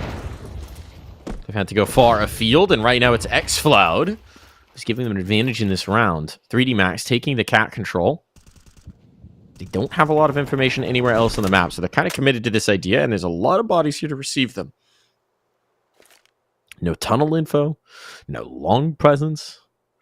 this is a little straightforward for 3D Max. And once this smoke fades, they are going to execute. But Heroic going for this long reclear. Do they realize in time? They do indeed. Some Pius is posted. This is good, though. And a man advantage. X-Cloud is committed sight as well. They go for the cat drop could make things a little bit tricky. That spray is almost on top of Lucky. X-Cloud does so much damage, but no conversions. Next up is LNZ. These guys are so low. One bullet will get it done. Planter has the HP, and he is out of the fight. Linus here finds himself a free piece. Youngster in, and there you go. The Swedes putting in a good shift. Look, I mean, don't get me wrong. They were already so low, but that is still a nice bit of spray control for the A4. We have seen that catch some players off guard. Now everyone adjusting back to using the M4 A4, getting used to it again. Now the even price on those two rifles. Nice round for Heroic. Huge stability as well with players surviving, right? Some bank built up. They don't have to worry about immediately being shattered on the economy. So we got 3D Max. How do you make them uncomfortable again? Trying to go for the cheeky shots early on. The boost up here. Oh my goodness, but it's some Pius who collects. Aggression out catwalk and body is out for the round. Yeah, for those that missed Anubis, there was a lot of this from some Pius. Not scared to leave his mark on the server. Graffiti gets a good duel. Uses this smoke to obscure vision and fighting towards CTs. Defense now a little bit uncomfortable. A-bomb site, lesser defended. LNZ's giving a lot of ground. He's focusing on long. X-Cloud, just 26 HP. Can't really fight. It's a nice nade, but I think these CT players have got to wait for the cavalry. Yeah. Let the rotations come over, then think about a retake if they can make it. One's already gone. Holding on the cat is so huge. Oh, bad molly. That's going to sting. That's going to sting. Need these kills. Need these kills immediately. Tanier gets one. X-Cloud needs the reload, but just down to Exorcise. I've seen him clutch up. Do it again. And Exorcise will deliver. Oh, hit that spray. Hit that spray. Stunt on him.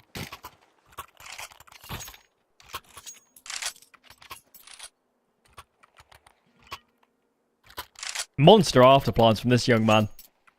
He got the 4K in the pistol. Yeah. He's got the 1v4. He's got the 1v2 here. 6 of his 10 kills have come in. I know. 1vx I was gonna clutches. say. Would be nice for him to kind of even it out with kills across the round, but Remand to himself. Tanier opens the scorecard. Graffiti's gone. And their AWPless are the CT side. Body ripper there. Wowzers. Even Stevens. Even indeed. Look at the lack of util, though, for Heroic. If this turns into a post plant, good luck. No kit. Last smoke now expended. No information for this defense. Youngster has to find frags. It's gotta get his numbers. It's like if they clear this, he's done. They don't. Oh, but it's still just to the tune of 1. This should still be a very nightmarish retake. And we've got Exorcise working his way around from long. He's so far away. Yeah, this might be a little too much. He might be overcooking. He's burning the roast. But they're stalling. They're waiting for LNZ to get in position. And now here comes the tap from LNZ. What? I would love to know what that looked like from LNZ's perspective.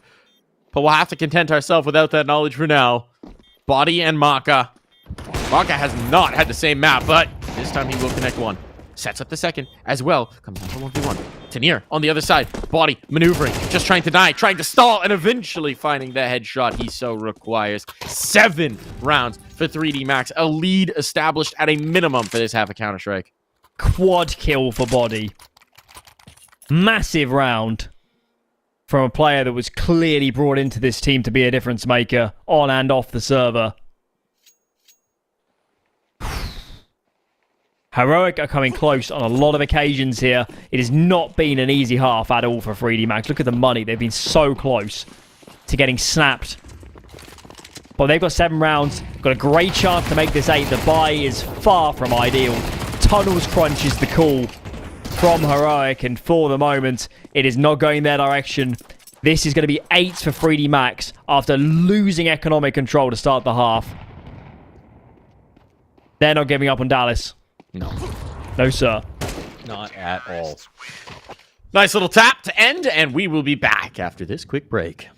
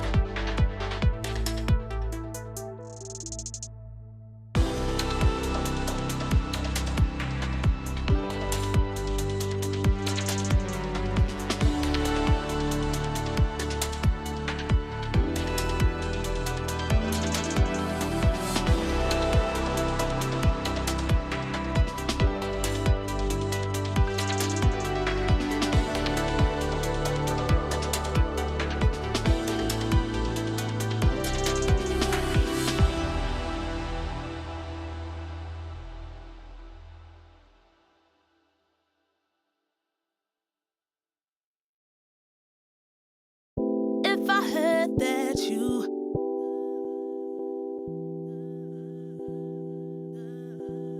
If I heard that you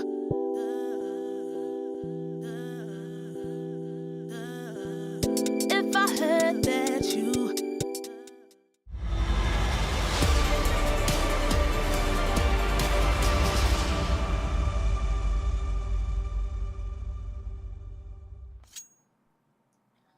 It's a substantial lead for 3D Max, but we've said that before in this series, and as we've seen, Heroic don't know when to quit.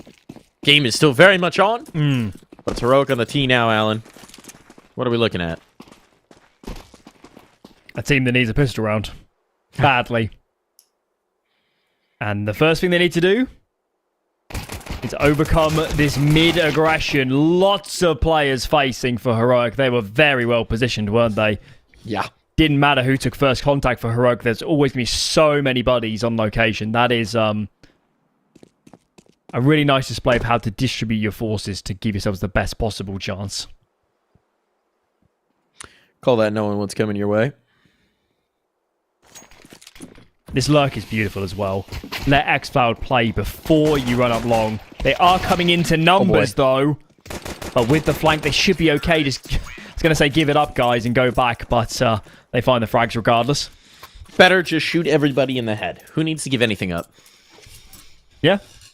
I mean, I coached Boros. That was about the philosophy. Oh, no. Why have we done him like that?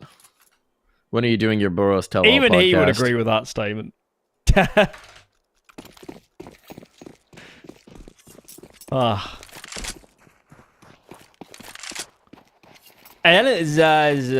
he been knifed or scouted? What's going on there? Scouted. Scouted.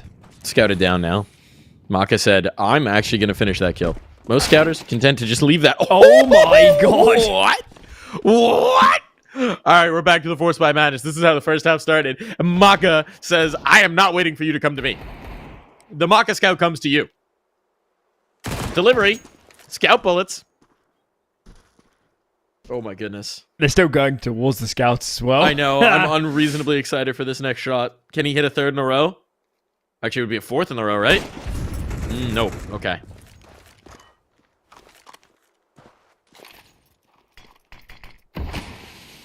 There's still so many people here, right? The rotation will even be pretty quick from Graffiti. This is a bit cheeky, but... All right, here's the other scout in play. She keeps serving up headshots, and Body, meanwhile, is still just in this smoke. And he's going to capitalize.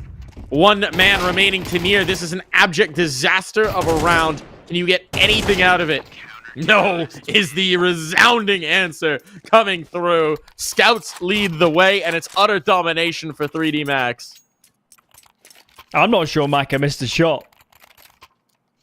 5 hits, 3 frags, money in the bin for Heroic. That was meant to be their window back into this map.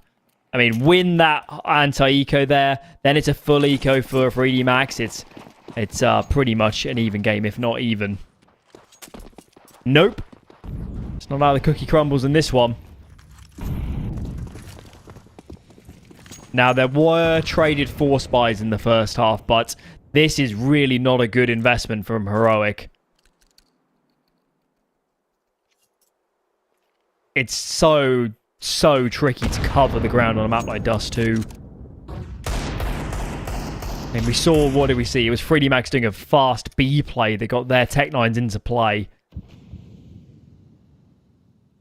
It's going to be much harder for Heroic, I think, from here. Numbers catwalk, they got a smoke, they can put this even on the ledge or out towards a Vanguard. But they need to overwhelm these site players very quickly to make this work. Here it goes. Palm tree flash, out and up.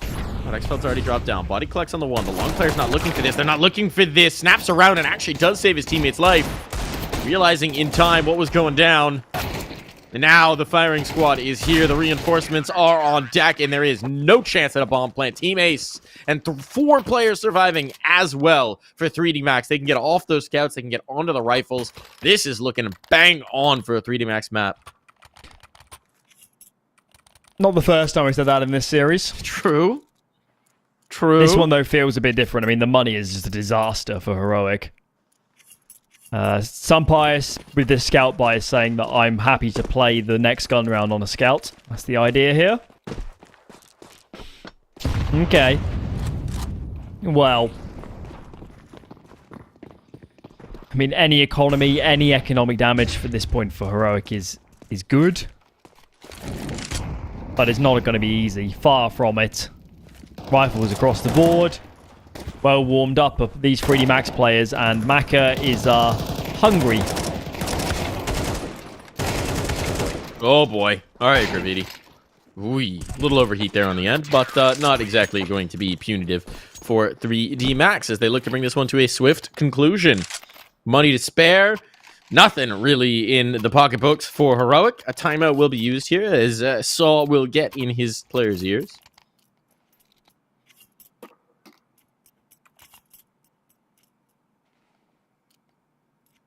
What do you think he's saying here? Do your best Finnish accent. Not even sure I could if I wanted to. To be honest. How do they? They kind of slur quite a lot, don't they? No, it's kind of like, okay, we are going to... Oh, God, can I do a Saw? I can hear what he sounds like in my head. I don't know if I can replicate it. Or am I just going to wind up doing a Jimmy impression? Anytime I think of somebody speaking Finnish, I just hear Alu in my head. Which maybe isn't totally representative. I feel like Finns speak like... You know, I'm going to leave this one alone before I get myself in trouble. I'll work on it. I'll come up with a Saw impression. You have my promise, Twitch chat. I'll keep working on it. Get my I'm not sure I've heard him talk enough, to be honest. To You haven't? Really? Not to replicate his voice. I am a consumer of every piece of video interview content that involves Saw. Okay. He's always got interesting things to say. Hopefully in a nice, friendly manner rather than... Very matter-of-fact manner, I would say. Ah, okay, alright. Super fan. Hopefully you have posters of Saw all over your house. Dude, alright, Heroic, here's the merch idea. Glory posters, and they're just... It's Saw. It's Saw. Like, the full spread of coaching moments. Can we do that? Hype poster of Saw. I'd get one.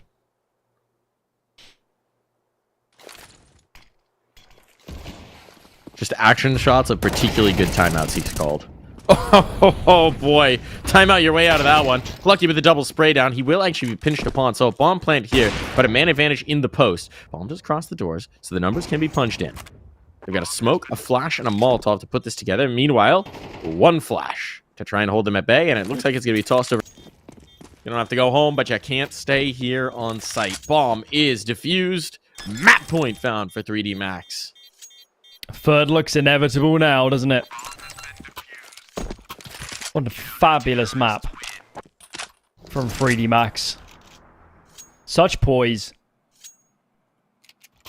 And I wonder if some of those situations on Anubis getting away from them is more telling of them just not being quite as comfortable.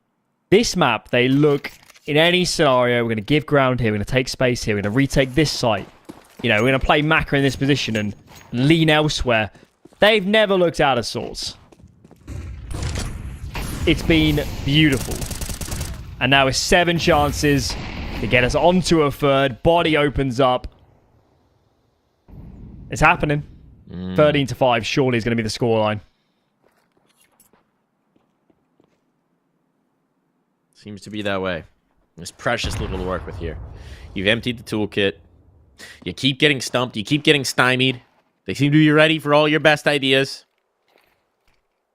Might just be time to think thoughts of Ancient. Full group up in the tunnels. It's going to be a B hit. Live or die. By a lucky whiffing a spray. Oh, now information gained. He's going to throw out some counter util, some flashes, just to try and make this uncomfortable. His job is to stall. Set up his teammates for the spray. Lucky does get one. Maka on the cross, another.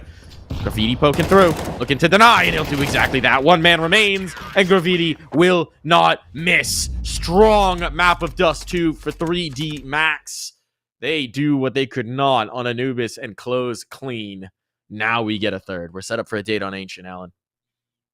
It was just a gorgeous map from 3D Max. Frankly, in this series, they've played about 8 bad rounds, and they were all in the second half of Anubis. Yeah. Otherwise, they've just played such good. Even in losing Anubis, we saw so many good points to this team. But on this map, as I said, they didn't have the disadvantages, they didn't have the weaknesses, they didn't have the mistakes. It was a real team performance. It wasn't like, you know, Maka was just opening up every round or Body was just hitting huge numbers. It was brilliant. It was on the same page, cohesive. Team play looked good. Aggressive, passive, loads of different looks. They were the better team here. And Heroic, they needed to play much better CS than that to win that map. I'm not sure they had it in them. That was so good from 3D Max. It really was. I do want to give credit, though, before we close, to the Exorcist clutches. The 1v4 pistol was disgusting. And that guy was cooking. They were all cooking, though. A team of chefs. And now we'll see if they can finish off this dish when we head to Ancient after this break.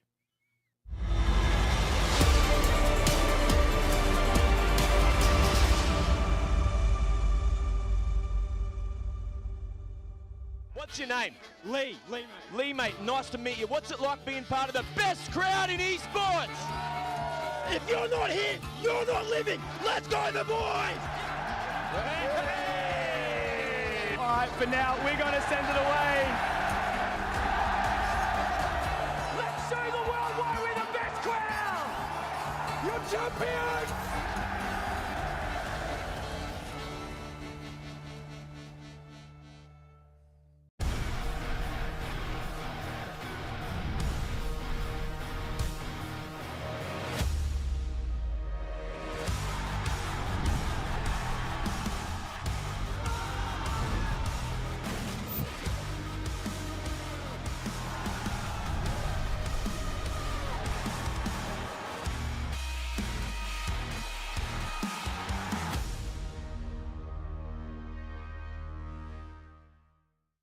Think you've seen it all? With Faceit Watch's Point of View Selector, you can experience the game from any pro's perspective. Use the multi-view feature and customize the stream with up to 4 angles. Control what points you see while earning rewards. Drops are activated and lucky winners will receive Faceit points.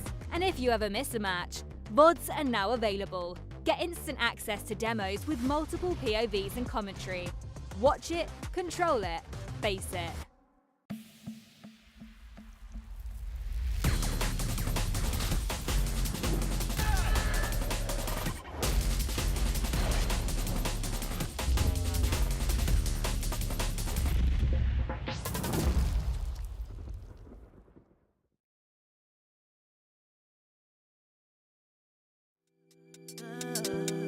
If I heard that you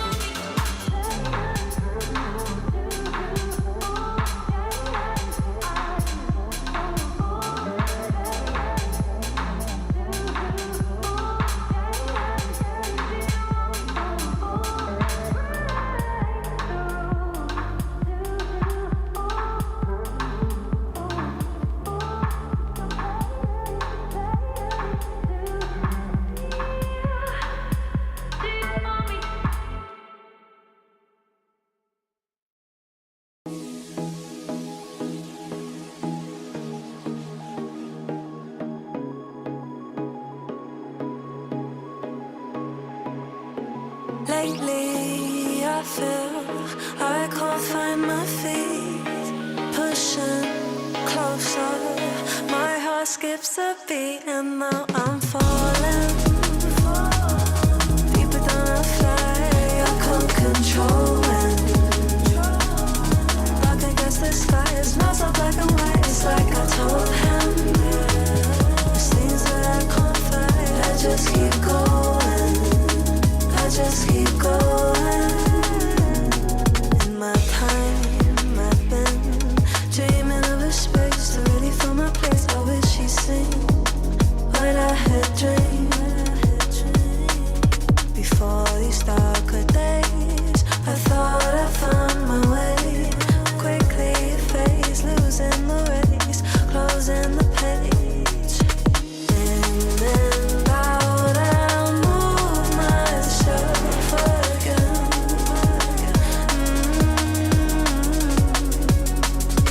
Time moves fast, I feel my heart beating.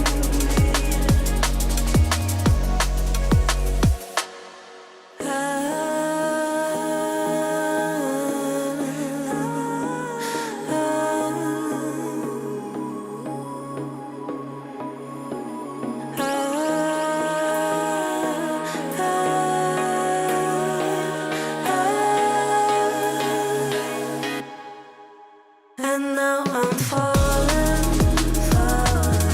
deeper than I fly. I can't control it. Dark against the sky, it's not so black and white. It's like I told him. There's things that I can't fight. I just keep going. I just keep going. I just keep going.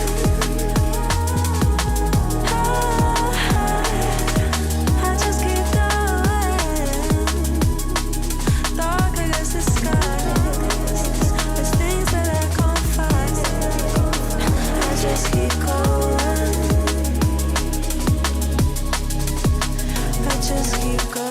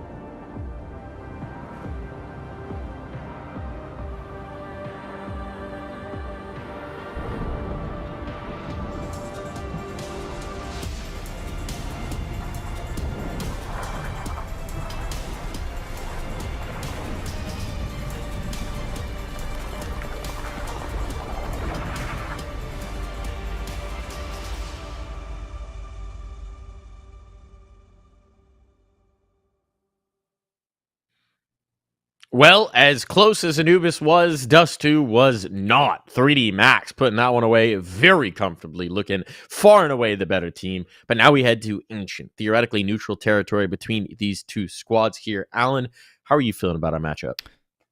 I mean, it's got to be said on summation, 3D Max has been by far and away the better team. Yeah. I think I'd probably favour them based off what I've seen in this series going into this map. That said, Heroic have played some pretty nice CS already on this map this season. They did beat 3D Max 3 or so weeks ago. They beat Liquid, well, that's worth. They beat Passion UA, who have actually been in great form recently. So there's reasons to believe this could be a very competitive map. I just need to see a bit more refinement, I think, from Heroic. That was an attack on me. When you hit, they beat Liquid for what that's worth, and then you said Passion UA has been on fine form. That's aggressive, Alan, and I won't stand for it. But you know I'm right, and that's why it hurts. You know, Nertz is really good at Counter-Strike. He is. He is really good at Counter-Strike. I'll take credit for that. You're taking credit for Nertz. Did you coach while he was on the roster? Yes, I did. I was there when he got picked up. How long did you have Nertz before he got yoinked? Well, I coached him for about 9 or 10 months. Okay, all right. Take credit for Nertz then. Thank you. Yeah, okay. No, you were there for the entirety of his... No, not the entirety of his stint. He stayed until... When did he leave? It was summer 2022, right?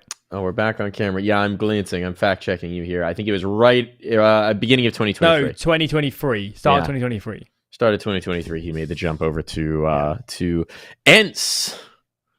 He had 6 months at Endpoint when I wasn't coaching him. See, now I understand why Endpoint shut down their CS division. Their unbroken chain of having one Israeli on the team came to an end, and they just couldn't sustain anymore. I understand. That's how it works. There wasn't a new prospect to farm up. That is science. There's always prospects in Israel. There's always fresh players to choose from. I can assure you of that. I mean, we have the Flamesy Nerds Heavy God chain from Endpoint. There's Spinks doing pretty darn well with himself. It does seem to be an infinitely renewable resource, and it seems Zershin's to be... not too bad. That Zershin cat is pretty good as well. Yeah, no, there's some connective tissue there. You could make a pretty good Israeli whole team. It would be no joke. Yeah. I mean, you'd have to figure out who'd call. Unless you were going to stick Anarchist. I guess. Well, you don't need him anymore. You could do 5 without him, right? Zershin, Spinks, Flamesy, Heavy God, and Nertz. I don't know who would call of that lot. We'd have to figure that one out. Flames would be hilarious. If he was calling? Oh my god. Yeah. He's just settling down as a player, man. I don't think we need to add calling in there. It would be something. What is going on? Oh my lord, the Game Malaysia Metasport game is still going on map 2. Oh boy. 16-15. Oh boy. But keep your eyes locked here because we're loaded into Ancient. And it is time to get this thing done one way or another. Time to send one of these teams to Dallas. The other team won't be eliminated. They'll get a chance. But the lower bracket is a little bit more of a grueling affair. So better to get this work done today. Absolute pain going down there.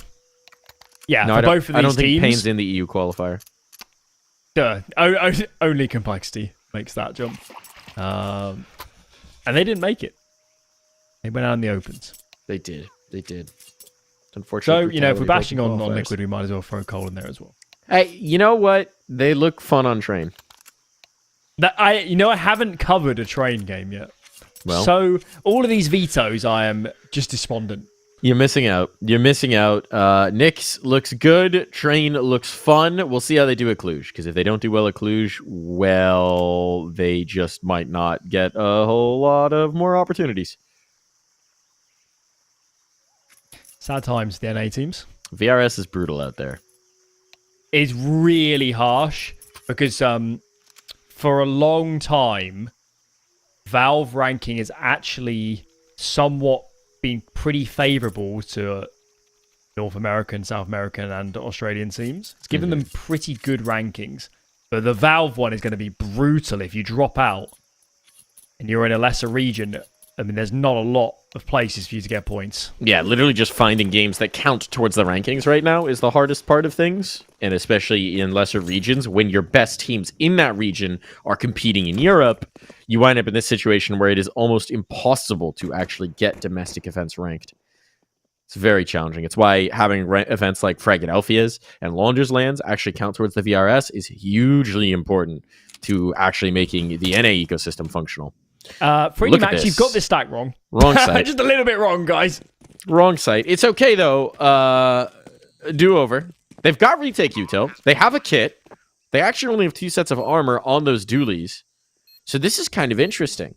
I'm watching this molly from LNZ. 2 flashes. First smoke goes out. It's an A main smoke and a donut smoke, presumably. But you're right, that molly's a problem. So maybe they saved the smoke for the molly. Okay, 1-for-1 exchange. Here we go. Clear out the A main player. Actually, here comes the molly. A little early. That smoke does not extinguish on the bomb. But you will be able to get the stick pretty quick. And they've done it. Bomb's not planted for Tanier. He just has to spam. And the bomb has been defused right in his face. Knife! No! Oh my goodness. Dooley's in to save the inglory of the knife. Deny 1500 over to your teammate. But confirm the pistol round. Not getting the knife was too much to bear there. We've had a DC. Oh, back to podcast mode, Alan. What do you want to talk about this time? Don't know. Hitting a lot of stuff so far. Just waiting on Graffiti to come back. Come back, Graffiti. Come back. Yeah, have a read, guys, of the open letter. Here's a good detail. Get a chance. IEM Katowice broke the peak major viewership record. 1,299,747 peak viewership. I believe it's either been Cat or Cologne that's always held that. I guess it was Cologne 2023 that held the previous record. Or it might yeah, it was probably that. It might have been Katowice 2023. But it was the one with the crazy phase G2 final, I think. Yeah. With all the OTs. Yeah, I mean, you'll agree with me that the Cologne Navi phase final was... That was a banger. That might be the best game ever played. That was bonkers. There've been some good games of Counter-Strike out there. We are constantly blessed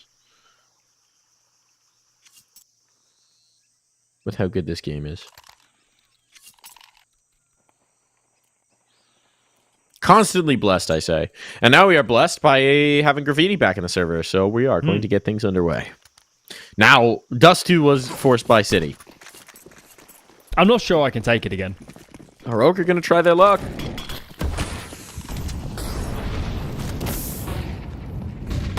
Risking the Molotov, flashbang through, but it was a little bit early. xCloud caught his own teammate's flash, so by the time his vision clears, so does everybody else's. Mid-control denied, at least for the moment, and there are 3 players here if this A-main take is actually going to come to fruition. Oh boy, the push in. Body now knows everything. He's calling his teammates over, and he's getting the work done with the USP. Oh, that mid lurk's way too late. The bomb's down. Everything is gone to poo. Youngster, what can you do? A MAC-10, a hope, a dream, maybe a reroute to find some damage. I mean, he had a slight window, didn't he, when players were focused on A main, but that is long gone now. Scoops an AK. Saving's not really an option. I mean, he could, but why throw the money out of balance? Try and take away another gun. Spots Maka, but Maka playing smart.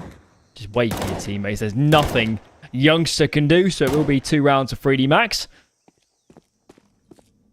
Eventually, Youngster making us wait, does find another for his trouble, so that is somewhat of a result. But, all in all, round 1 for 3D Max. Now they've earned themselves the easy one. Heavy eco to follow. Should be. Should be, unless. No, it will be.